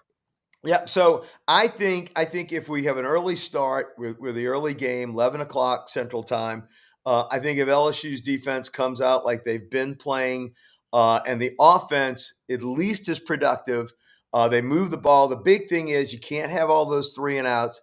You can't turn the ball over like we did against South Carolina on the 1 yard line through another interception that was on the 2 yard line. Can't do that. Not on the road, right? No. Look, Vanderbilt's a good enough team. But I think between the fact that they're now wearing this mindset of being a favorite, something they have not had that psychological effect, as an intangible, I think that is going to come to play. And, when the game kicks off, just like they felt it when Alabama rolled in, when LSU rolls in, again, when you get punched in the mouth, all that rah-rah goes right out. And I do think we're now at the right point. We're peaking. I think the South Carolina game, look, South Carolina was a tough opponent. They always have been a tough opponent for us. The game last year came down to a missed field goal. So that was a big win, getting over that hurdle. I think we just have to do 3-1 in our next 4 games. We've got Vandy this week on the road, A&M, which might be the college game day hosting show. If A&M comes in undefeated and we only have the 1 loss, if they don't. Yep, you more than likely two teams in the SEC with 1 loss. Correct. And if we win this week, again, you're talking top 10 teams. I think they'll be in Baton Rouge, which I think we're going to have a great shot at beating A&M. We always have great success against A&M. And again, when you've got a defense, which we have not had the last couple of years, started to get better last year, but when you've got a defense like LSU has, you can win tight ball games. And we were not doing that before. And look, we had a shot against Ole Miss. We stopped that on 4th down with a minute and 47 seconds later. Even our offense, which was sputtering oil. I think Nuss was at his most physical worst. We could have gone down there and even pull that game out. So I like our chances tomorrow. I would tell people that are betting, don't take the 2.5, take the money line, save the juice. It's a $1.15 on the plus side of the money line, which is, I think, a gift. But I think you're going to see the LSU team that we thought the offense would be, now that we've got everybody back on offense with the exception of a couple of players. And Aaron Anderson, I can't stress this enough, how important his return to the offense is. He is that crucial 3rd down guy across the middle that's going to get you 10 when you're at 3rd and 7. Tredez Green, who I actually turned to my buddy Lance Smith at the kickoff of last week's game and said, I think he's going to have a great game. Had something like 7 or 8 catches, over 110 yards of offense, 2 touchdowns. He was the kid that caught the game winner against Clemson, the first game of the year. He is a stud. He is going to be a star in the SEC this year and next year before he turns pro. He's unstoppable. He's a 6'6" tight end with great hands and that can block. So I do think LSU goes into Nashville. I think we take care of business tomorrow. I think it's going to be a slow start for Vanderbilt. I think LSU comes out early.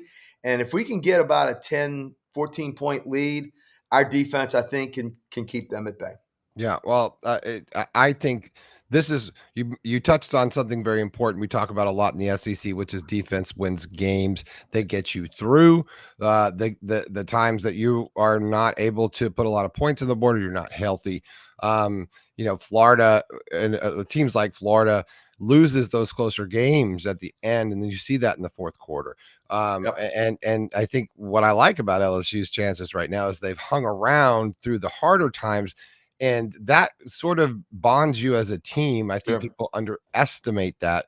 We saw that with, Florida Gator basketball team last year, after the drama with potentially coach and all the allegations, but they sort of circled the wagons, came back, and it strengthened them during the And rest won of a the natty. season. And won a natty. I think teams like LSU know how to win that. They have all that. So you have to worry about an LSU if you are A&M or if you are Ole Miss, because they peak at the end of the season. That's what you want. Yeah. Well, I think we're perfectly positioned right now. Like I said, we're finally healthy on offense. That open date before the South Carolina game, that 2 weeks between being in Vaught Hemingway and then coming back to Tiger Stadium last week did a world of good. Nussmeier hardly was on the field, though he was doing some things. He was supposed to be doing a lot that week leading up to South Carolina. But from what I heard from my friends that are down there in the program, he was at a full practice schedule last week. He's only going to be better this week. So there's no more excuses on the offensive side of the ball. We're either moving the ball and we're putting up points, and we're not shooting ourselves in the foot. You got to clean up that stuff from South Carolina. You can't turn the ball over inside the 5-yard line twice. If that wouldn't have been South Carolina, if that would have been Texas A&M or an Alabama that's coming up on our schedule, we'd have lost that ball game. South Carolina, we were able to weather that, win the game.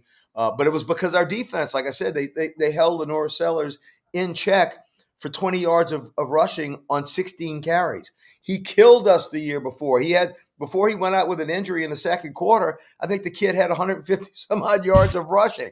So and look, and that's Diego Pavia as well. He does a lot with his legs. He's not really, the runner that I think. I got a feeling Diego Pavia is on his downturn of his career here. I really do. I don't like what's happening with him personally. I don't like his mentor, and I just don't. I think people are kind of onto him a little bit. I think with a lot of tape on him. Yeah, I really think LSU wins this game. I do too, and I think he ran his mouth. I do too. I think he ran his mouth before the Alabama game.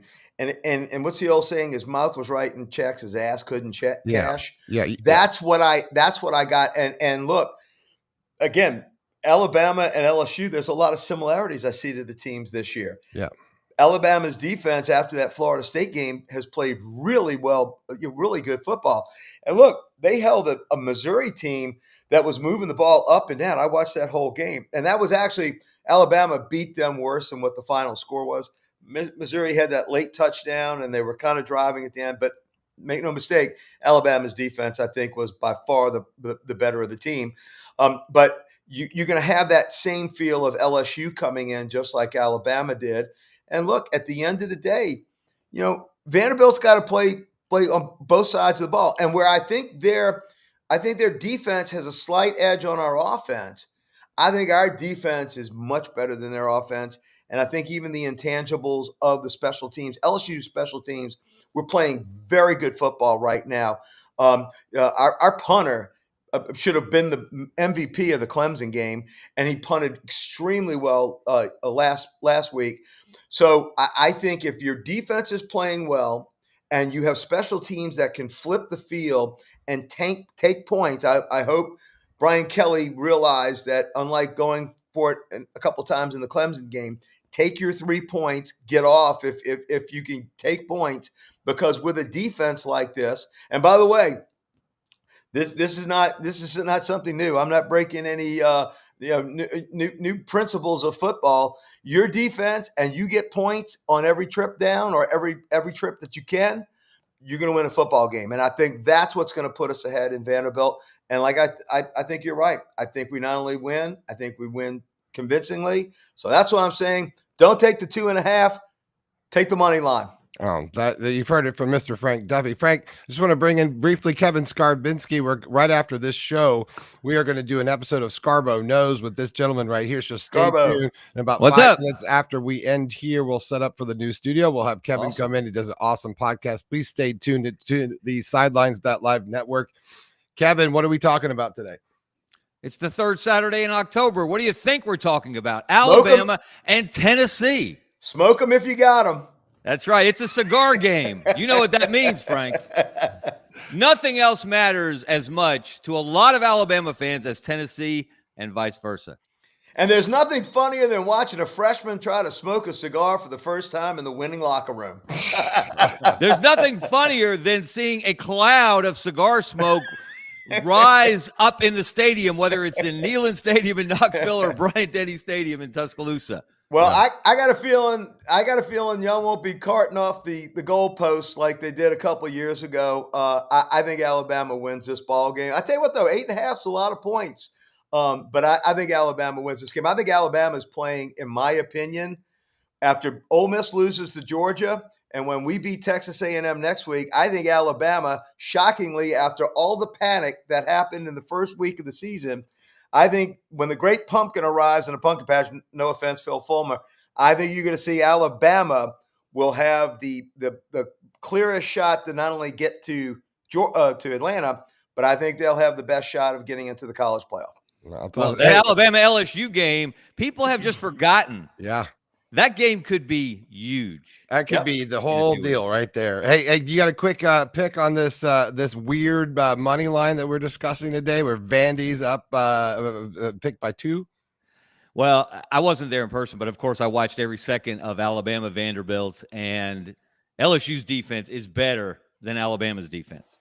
And so if they can turn Pavia over the way Alabama did, and that's a different game. If they don't turn him over twice in the red zone, who knows how it turns out. But I just really like this LSU defense. If they can generate something on offense, if they can have some consistency there, and I think there are yards to be gained against that Vandy defense. So I'm leaning LSU. It's a weird line to me.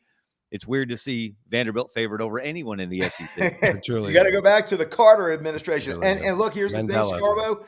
We kept our containment on Lenora Sellers last week.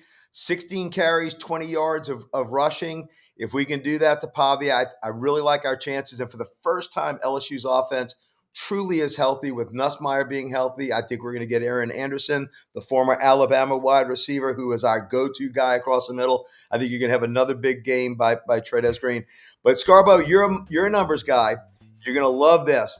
Not only is the craziness of the fact that they're a 2.5-point favorite, I looked at 2 tickets on the secondary markets. They're going for $450 in the upper deck, and you even have to sit with an orange cone and a crane hanging over your head. That's the craziness of Vanderbilt football right now.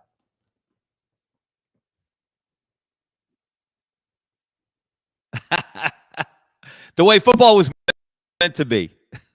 That's right. That's right. All right, guys, y'all have a great show. Awesome being on. Y'all tune into us next week for all things LSU. And I know Scarbo hadn't seen this much purple and gold in a long time. Frank, tell them what you're going to do next week. What's going to happen next week? So next week, what we're going to do is we're going to have a show that we're going to actually come on live about 3 o'clock Central Time after I have a great lunch at Roost Chris in Baton Rouge, a fantastic filet. I'll be hunting deer in that morning. I'll be doing the show from a hunting cabin for the roundtable with Sidelines with Rob Browne. And then I'm going to have some good buddies on that have been tailgating in the same spot at LSU for 25 years. We get our reputation for great food, great drink, and great times down on the bayou underneath those stately oaks and broad magnolias. And I'm going to have 2 of the best tailgate guys that you've ever seen. They're going to be on the show, and I'll be interviewing with them. Right, there you go. I'm going to come up for one of these days. He's Frank Duffy, not Junior. I don't know why I keep wanting to call you that, but he's Frank Duffy. This is Gold to Go. Thanks for tuning in. Frank, we'll talk to you next week. Go Tigers. Go Tigers. Go Tigers.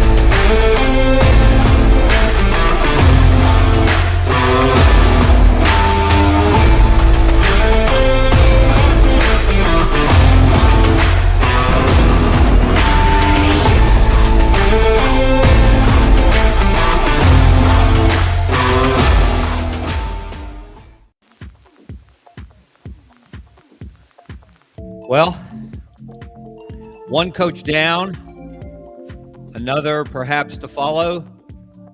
UAB has done the inevitable, which you pretty much saw coming from the day that they hired Trent Dilfer. He is out in the middle of his third season with the Blazers. A complete disaster of a coaching tenure coming to an end. And the bigger question, because it involves a bigger school, a larger program, a larger fan base, is Auburn's Hugh Freeze going to be next? Another very angry crowd left Jordan-Hare Stadium on Saturday night after a gut punch against Georgia that came from a number of directions, not all of Auburn's making, but the fact remains you are what your record says you are, and Auburn went from 3-0 to 3-3 in what seems like the blink of an eye. And really, no one should be surprised. We'll get into that more as we get into the show. Hope everyone's off to a great week. I'm Kevin Scarbinski. This is Scarbo Knows. Welcome into the heart of college football season, and now it is firing season. It was Black Sunday in a lot of ways yesterday, with Oregon State's coach getting whacked, Trent Dilfer getting whacked, and the big one, James Franklin at Penn State. Wow. Penn State's self-image is really inflated if you're going to fire James Franklin after what he's done for that program. We're not really here to talk about that today, but I got to say, at some point, this insanity has to stop, doesn't it? And I don't mean just the firing of coaches for losing games, losing a few games in a row, 3 in Penn State's case, but the contracts that schools continue to give these coaches that include these astronomical buyouts. Penn State owes James Franklin $49 million, reportedly not to coach there anymore. At what point do the administrators, the ADs, the presidents, the boosters who sign off on these deals and reward coaches for failure by bestowing them with generational wealth? It is Exhibit A of the most financially irresponsible enterprise in the United States of America. If there's another one, let me know, because I'm not aware of it. College athletics takes the cake and wants to eat it too. And now they want to complain and beg for help, and they want to look to private equity or private capital for more funds. Maybe if you got your own houses in order, maybe if you didn't throw all this money at unproven coaches or even proven coaches, why would you reward them for failure with these buyouts? It happens again and again and again. Let me take a moment to pause here because my blood pressure is starting to rise, and say thank you to Brendan Martin, our executive producer on the Sidelines.live network. And thank you to our sponsor, Money Management Services. They will calm the waters. They will bring your blood pressure down. They are Birmingham's financial services firm. They're a fee-only, which sets them apart, family-owned business that's been in business since 1992 here in the Birmingham area, but they can help you wherever you live. So reach out to them. Click the QR code on the screen. We'll hear more from the Rice family and Money Management Services later in the show. So we really appreciate them. Really appreciate you watching and listening. This program is really growing. If you're watching on YouTube, please subscribe. Give us a like. Doesn't cost you anything, but it does help us. So we appreciate all of you who have done that, and we encourage you, the rest of you, to join the family. All right. So let's get into it. Let's start with UAB. Let's look. The numbers, I don't know if there is a category for the worst coaching tenures in college football history, but Trent Dilfer would have to be on the list. You can't make up numbers this bad. You almost have to try to fail this spectacularly. In 2.5 years with the Blazers, Trent Dilfer was 9-21. He was 5-14 in the American Conference. 0-15 on the road. Not a single road win. And this is what really takes it off the chart. 18 of his 21 losses came by 10 or more points. And 12 of his 21 losses, more than half, came by 20 or more points. Again, you almost have to try to be that incompetent. And what makes it even worse is this was not an incompetent football program that he inherited. This was not a program wandering in the wilderness when he arrived on the scene with zero college coaching experience. We all know what UAB did under Bill Clark. First of all, giving the program hope in 2014. Then came the shutdown. Then came the return. Then came winning season after winning season after winning season, bowl game after bowl game after bowl game, conference championships. The program was so successful under Bill Clark that UAB was able to earn an invitation. It was then, of course, in Conference USA, and with several of its conference members, it was invited to join the American Athletic Conference. And that move happened primarily because of the incredible work done by Bill Clark and his staff and Bryant Vincent, his offensive coordinator, who, when Bill resigned, retired, stepped down because of back problems, which were real. Don't misunderstand. His back issues were real, but his real issue was much bigger and more concerning than his back. So Trent Dilfer inherited a program that even under Bryant Vincent in his 1 year as the interim coach, they went 7-6. They lost so many close games that year, but they also closed the year with a bowl win. After Bill Clark's last game the year before was a bowl win over number 13 BYU. So UAB had a new stadium, protective stadium, beautiful downtown Birmingham. They had a new indoor facility. They had a new football facility, I should say. And they had the covered pavilion, which was a brilliant idea. They couldn't afford a complete indoor facility. So they built a pavilion so they could practice, for the most part, out of the elements and not have to go across town to other schools, other fields when it rained, because their old facilities were, when Bill Clark got there were countless high schools in the Birmingham area who had better facilities than UAB. Well, UAB upgraded all of that. Bill Clark went out in the community. Bill Clark rallied people who didn't much care about UAB one way or another and got them on the bandwagon.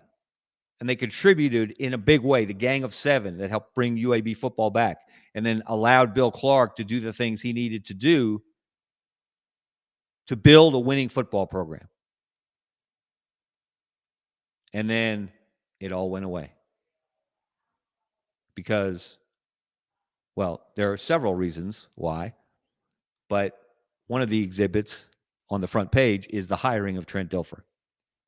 So he was in over his head from the start, and the problem was he thought he was the smartest person in the room.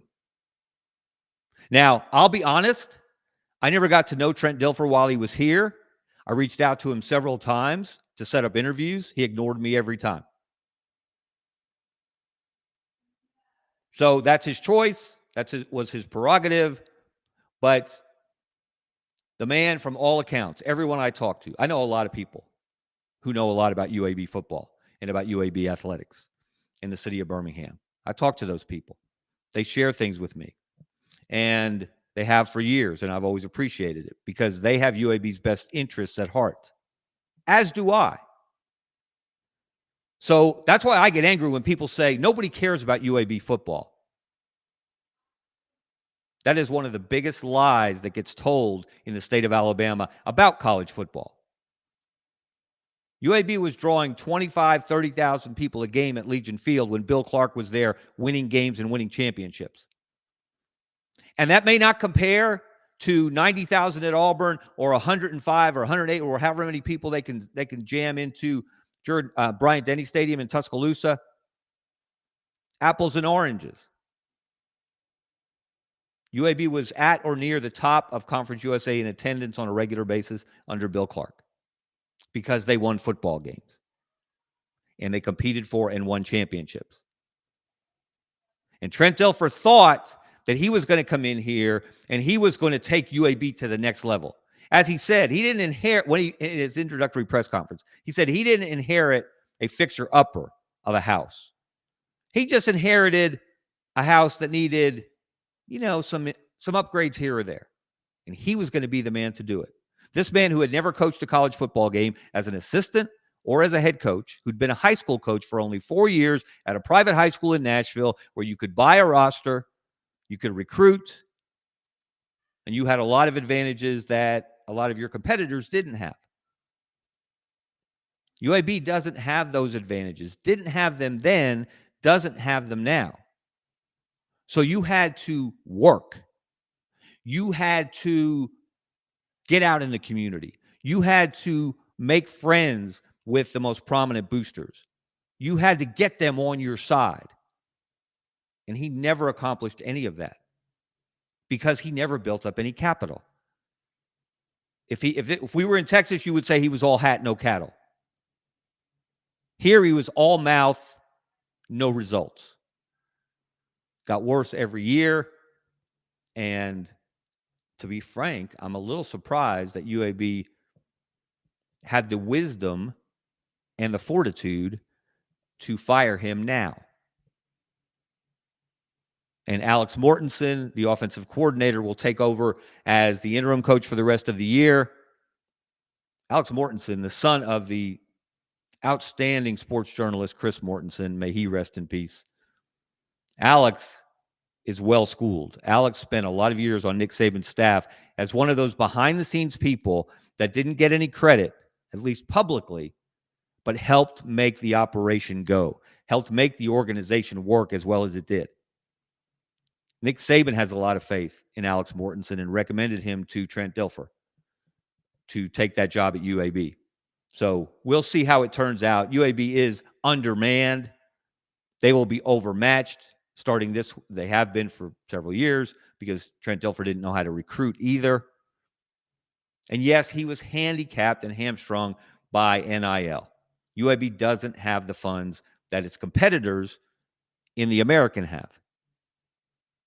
And part of the reason is Trent Dilfer never provided proof of concept. He never showed what was possible at UAB because he first of all hired a bunch of guys as assistants who had no college experience. Big mistake to start. Bring in somebody that knows more than you. He didn't. And he paid for it. And even this year, he brought in a bunch of guys with NFL experience to help turn around a defense that was one of the worst in the football bowl subdivision. And I think they've gotten worse.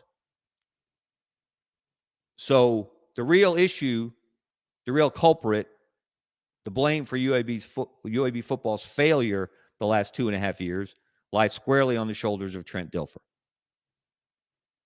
He will not be missed. Now, so while some UAB fans are celebrating and thinking, well, ding dong, the witch is dead. Now they can get back to putting together first a respectable program on the field. There's a problem with that. And it's a bigger issue for the Blazers. Let's look at what that issue is. Actually, that should be plural. It should be issues. It's the gentleman on the left, Ray Watts, the president of UAB, and the gentleman on the right, Mark Ingram, the athletic director. There you see them they're all smiles. That was at Trent Dilfer's introductory press conference. And the words of Mark Ingram at that press conference still resonate in my ears when he said, "I'm not hiring a high school coach. I'm hiring the number 6 pick in the NFL draft." Well, North Carolina just hired maybe the most successful NFL coach of all time. How's that working out for the Tar Heels, who play college football? So just to think, because Trent Dilfer was a very good college quarterback, a mid-NFL quarterback, who talked a great game, except when he said things like, during his work at ESPN, you can't win in the NFL by losing. And maybe the breaking point for UAB with Dilfer was a week ago at his Coffee with Coach Monday morning visit with the media, and he pulled out a sheet of paper. He pulled out a white sheet of paper, and he did this, and he put a little circle on it. He said, "What is that?" And it was a dot, of course. And he went on to give a soliloquy about the dot of negativity and how you can't make the dot bigger than it is. You can't see the dot as something larger than it actually is. And again, it just became a running joke. But the problem is, he was in that position to turn UAB into a laughingstock because of those two gentlemen right there, Ray Watts and Mark Ingram. First of all, Ray Watts is the man behind shutting down UAB football in the first place. Oops. There's a fumble. Back in 2014. Did it in a disingenuous way. And Ray Watts doesn't much care about UAB athletics. Now, I know he has a lot of other things to worry about. He is the president of the university. But he has never seemed to grasp the concept that athletics is the front porch of your university. And the more successful your athletics program, the more it can benefit the rest of your university. As UAB has grown as an undergraduate destination, as it has improved its facilities, not just for athletics, but in other ways for regular students, if you will, made a true on-campus atmosphere. A lot of that was driven by Bill Clark's success. The enrollment continued to rise during those years. But Ray Watts, he would rather not have to worry about athletics in general, and football in particular. Which is funny because he was a high school football player in the Birmingham area, back in the Stone Age. So the real problem, and Ray Watts isn't going anywhere. I hate to inform you, UAB fans, but he's not going anywhere. I don't think anytime soon. So you have to deal with him. But the bigger issue is the man on the right. That's Mark Ingram, the athletic director. Mark Ingram, well, how should I put this? He may be the most disliked, mistrusted administrator in college athletics I've ever encountered. And that's saying something. I mentioned earlier Bill Clark retiring because of his bad back, and he had to have fusion surgery, which was true. But the bigger pain in his backside was Mark Ingram. Mark Ingram is primarily responsible for pushing Bill Clark to make the decision to leave. And it wasn't intentional on Ingram's part, I don't think. It was his lack of understanding that your job as an athletic director is to give your coaches the best opportunity to be successful, to show up on a regular basis, not just when they're handing out trophies and taking photos, but behind the scenes. What do you need, coach? What can I do to help? How's this working out? What about this idea? Come to him with ideas. And yet Bill Clark felt, and I can say this with very good authority, that he was in a tug of war on a daily basis with his athletic director. because the athletic director was more concerned with pinching pennies, with being overly officious. Look it up if you don't understand what it means. And really wanted to be seen as someone who deserved more credit than he did for UAB football's success. And probably, not to play amateur psychologist, but probably harbored some jealousy because Bill Clark got the credit as he deserved for UAB football's success, not Mark Ingram. Now, Mark Ingram hasn't been a total disaster at UAB the way Trent Dilfer was. Mark Ingram has improved the facilities. He's done some positive things there. But he has never understood what UAB is about.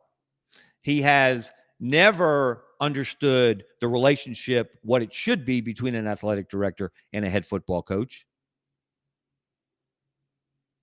So his two biggest sins have been helping push Bill Clark towards the door and then opening the door to Trent Dilfer. And I'm telling you this right now. If the firings at UAB stop with Trent Dilfer, nothing is going to change. If you let Mark Ingram hire the next football coach, you have failed as a university. I can't tell you how many texts I got last night, phone calls from people within that athletic department, boosters of that program, of that university, who said that very same thing. Ingram's got to go next. Do I have confidence that that will happen? No. Because I think for some reason I cannot fathom, and others that I know can't either, Ray Watts likes Mark Ingram, or he's comfortable with Mark Ingram as his athletic director. So, unless something changes behind the scenes, it will likely be Mark Ingram hiring another coach. And that is a bad, bad idea. So good luck to UAB. Who's on the short list? You know, just to point out the incompetence of Mark Ingram when it comes to helping shepherd a football program as the AD. You know who he could have hired the last time when he hired Trent Dilfer? He could have hired Barry Odom.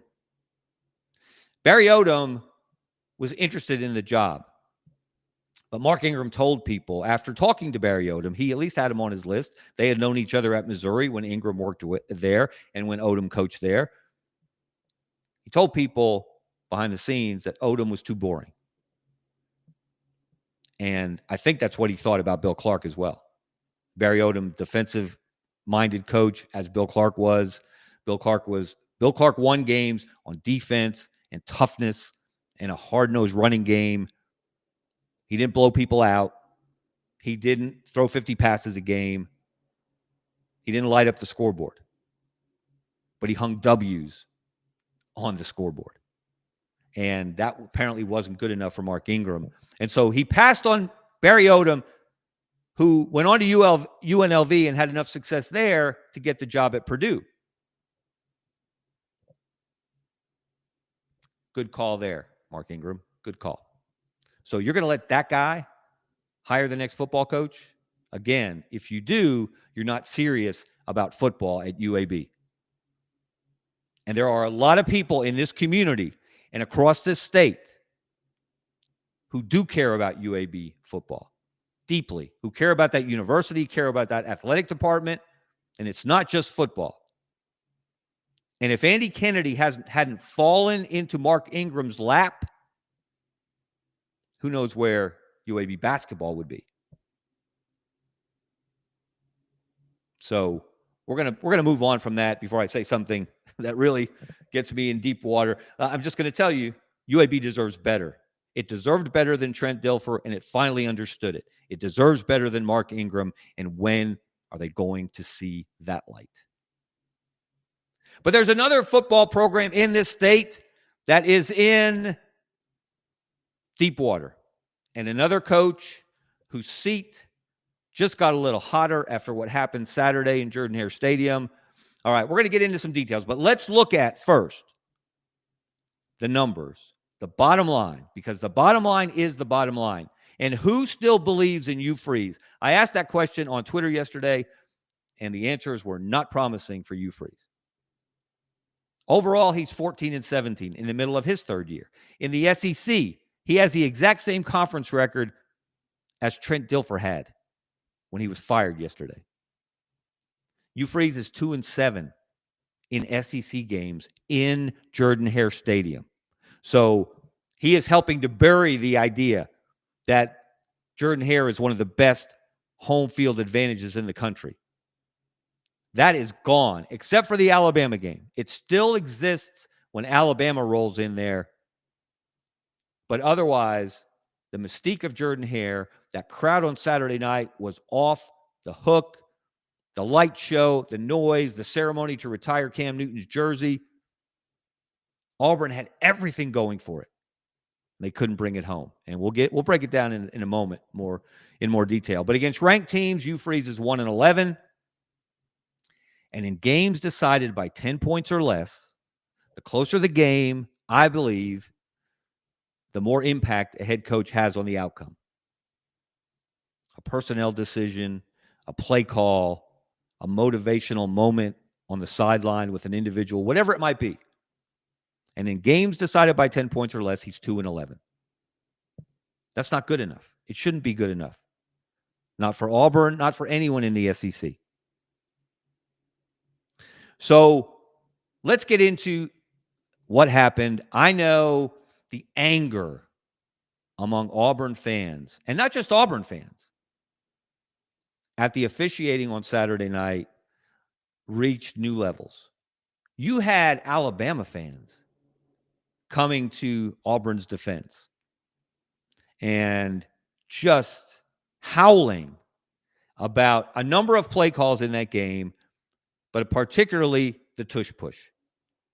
Now, Auburn hadn't pulled this out before. This was a new one. Auburn had a week to prepare, so they come out against Georgia.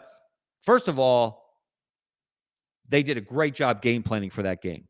The Auburn offensive staff, led by Hugh Freeze, they went right down the field, scored a touchdown on their first possession. Second possession, they go right down the field, but they bog down in the red zone. They kick a field goal. They're up 10-0. Georgia's doing nothing on offense. It looked somewhat like the Tennessee game when Georgia went to Neyland Stadium, and the home team was just pouring it on. Now, in Auburn's case, 10 points is pouring it on because that offense hasn't exactly been very spectacular under Hugh Freeze's tenure. So we get to late in the second quarter, and Auburn is on the doorstep again. And they decide to go with the tush push. And it is a scrum, as those things always are. The ball comes out. No one knows. They don't signal touchdown. It appears, watching it live on television, that Jackson Arnold crossed the plane, which is all you have to do. The nose of the football crossed the plane, and it's a touchdown. You can't tell, though, and they show replays, and they don't have the angles aren't great. The view isn't perfect. Obviously, there are a lot of bodies in there. The ball gets punched out by a Georgia defender. Was the ball coming loose before he crossed the plane? The replay, they didn't call it. They didn't call it a touchdown on the field. They called it a fumble recovered by Georgia. Not sure why they didn't allow Georgia to run down the field with it as they did and count it as a touchdown for the Bulldogs. This was, as many people have pointed out, the first time in SEC history that they took away a touchdown, that SEC officials took away a touchdown from both teams on the same play. But it appeared to me and to a lot of other people, after watching the replays, the best angles they had, that Jackson Arnold had crossed the plane with the football, or the football had crossed the plane while he still had possession before it was punched out, and therefore should have been a touchdown. And after the extra point, a 17-0 Auburn lead. But that's not what happened. After, 10 minutes of scrutiny, the review, the replay booth, checking with Birmingham, of course, where the replay center is located at the SEC office, and they decided they didn't have enough evidence to overturn, so it remained a fumble. Okay, at that point, all hell was breaking loose in Jordan-Hare Stadium. And then the next drive by Georgia, there's one penalty by Auburn after another. And I'm sorry that was a target. Sorry, Auburn fans, but that was a targeting along the way.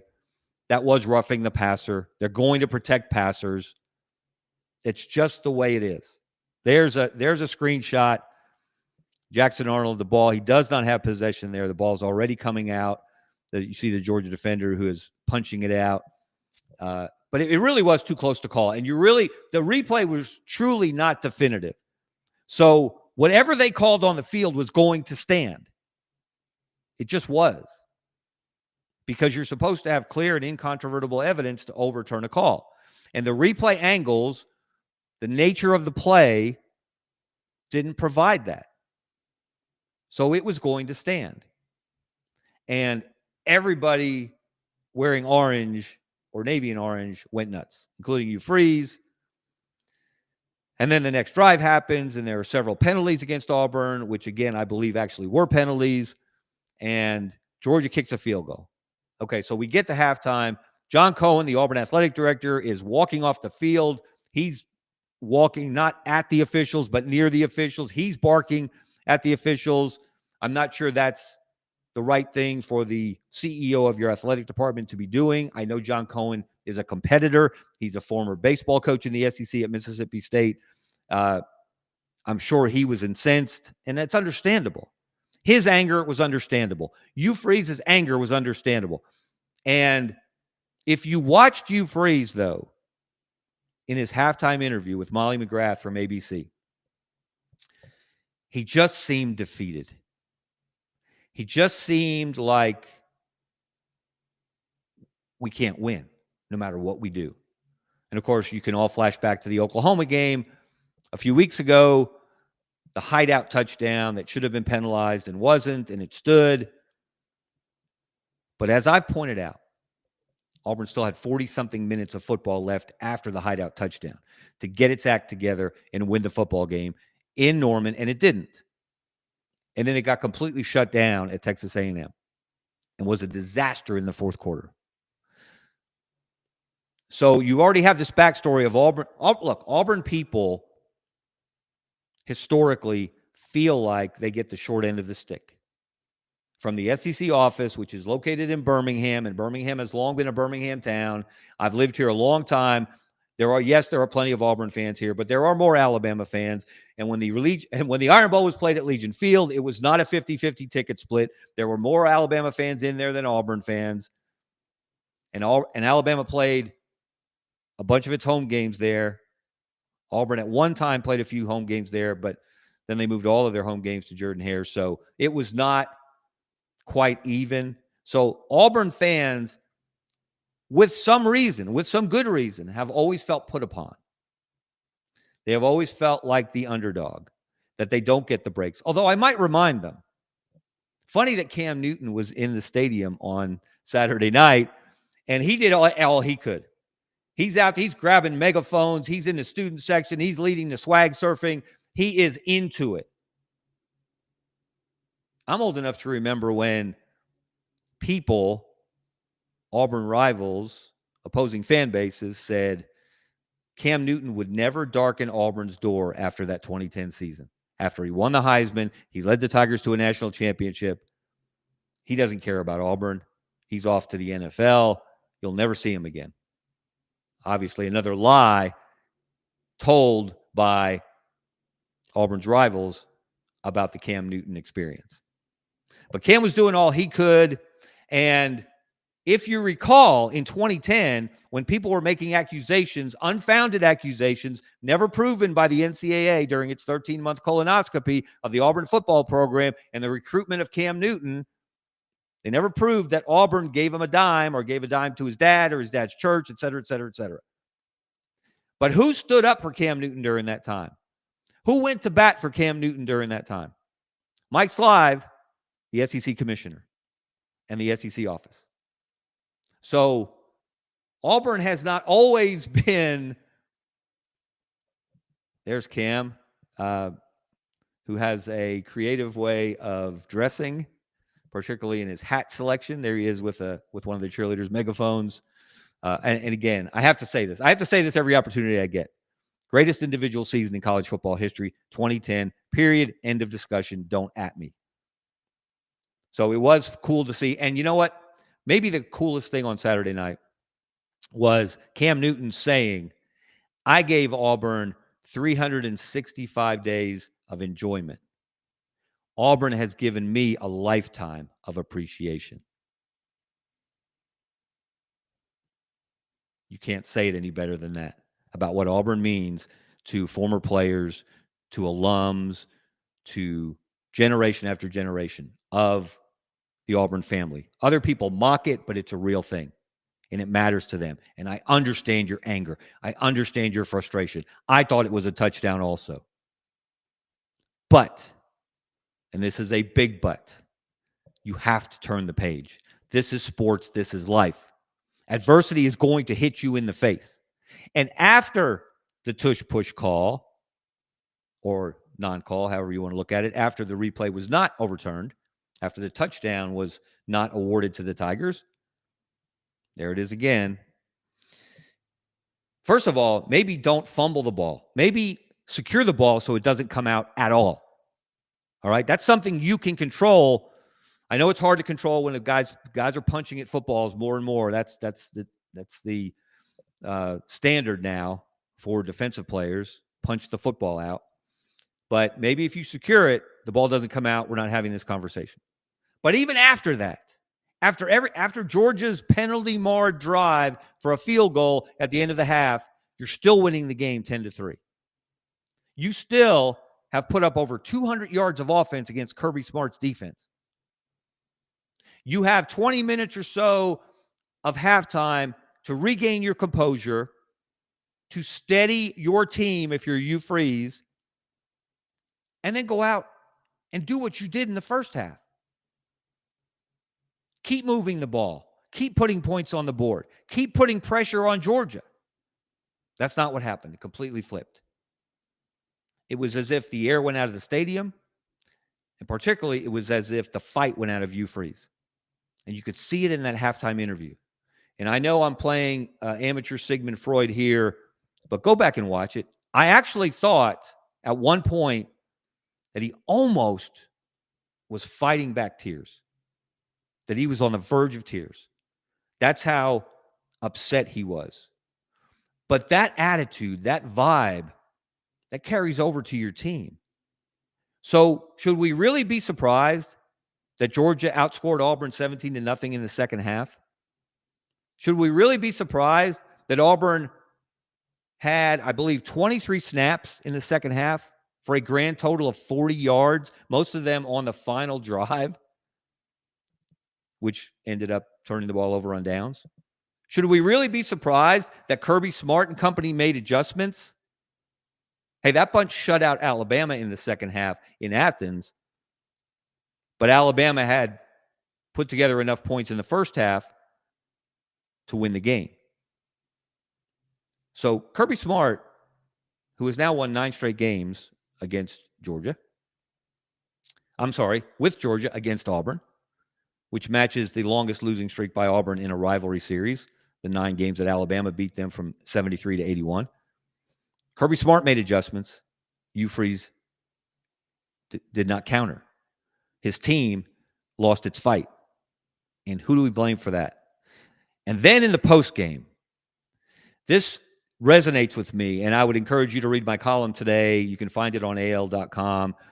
I encourage you to subscribe to the Birmingham News. A lot of good stuff there for subscribers that is not available to all people, all readers.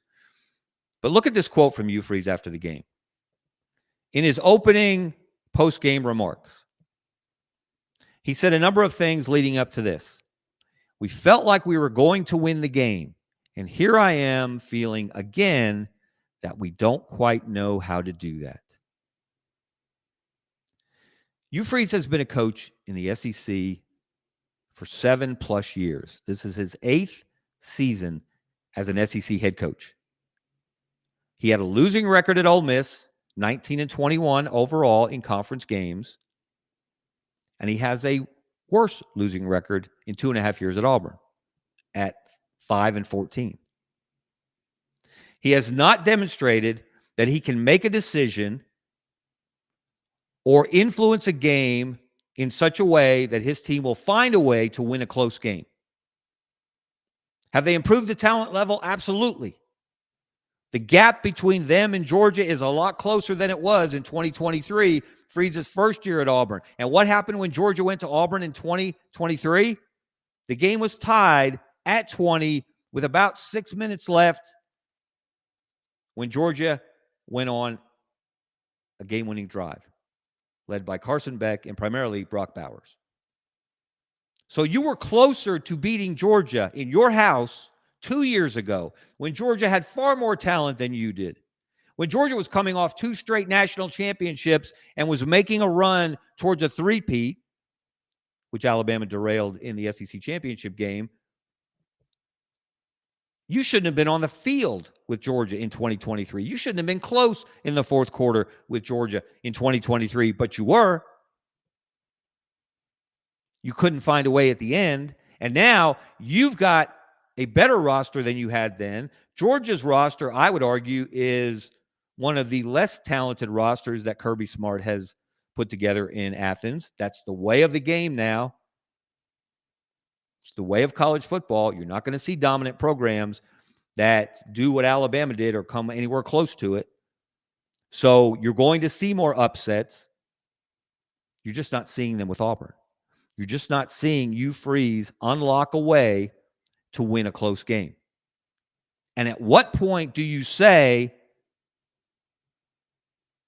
this is who he is? This is the way it's going to be. If he hasn't figured it out by now, not just in 2.5 years at Auburn, but in 5 years before that at Ole Miss, what makes you think that he's going to find some answers now? So that raises the larger question, what does Auburn do?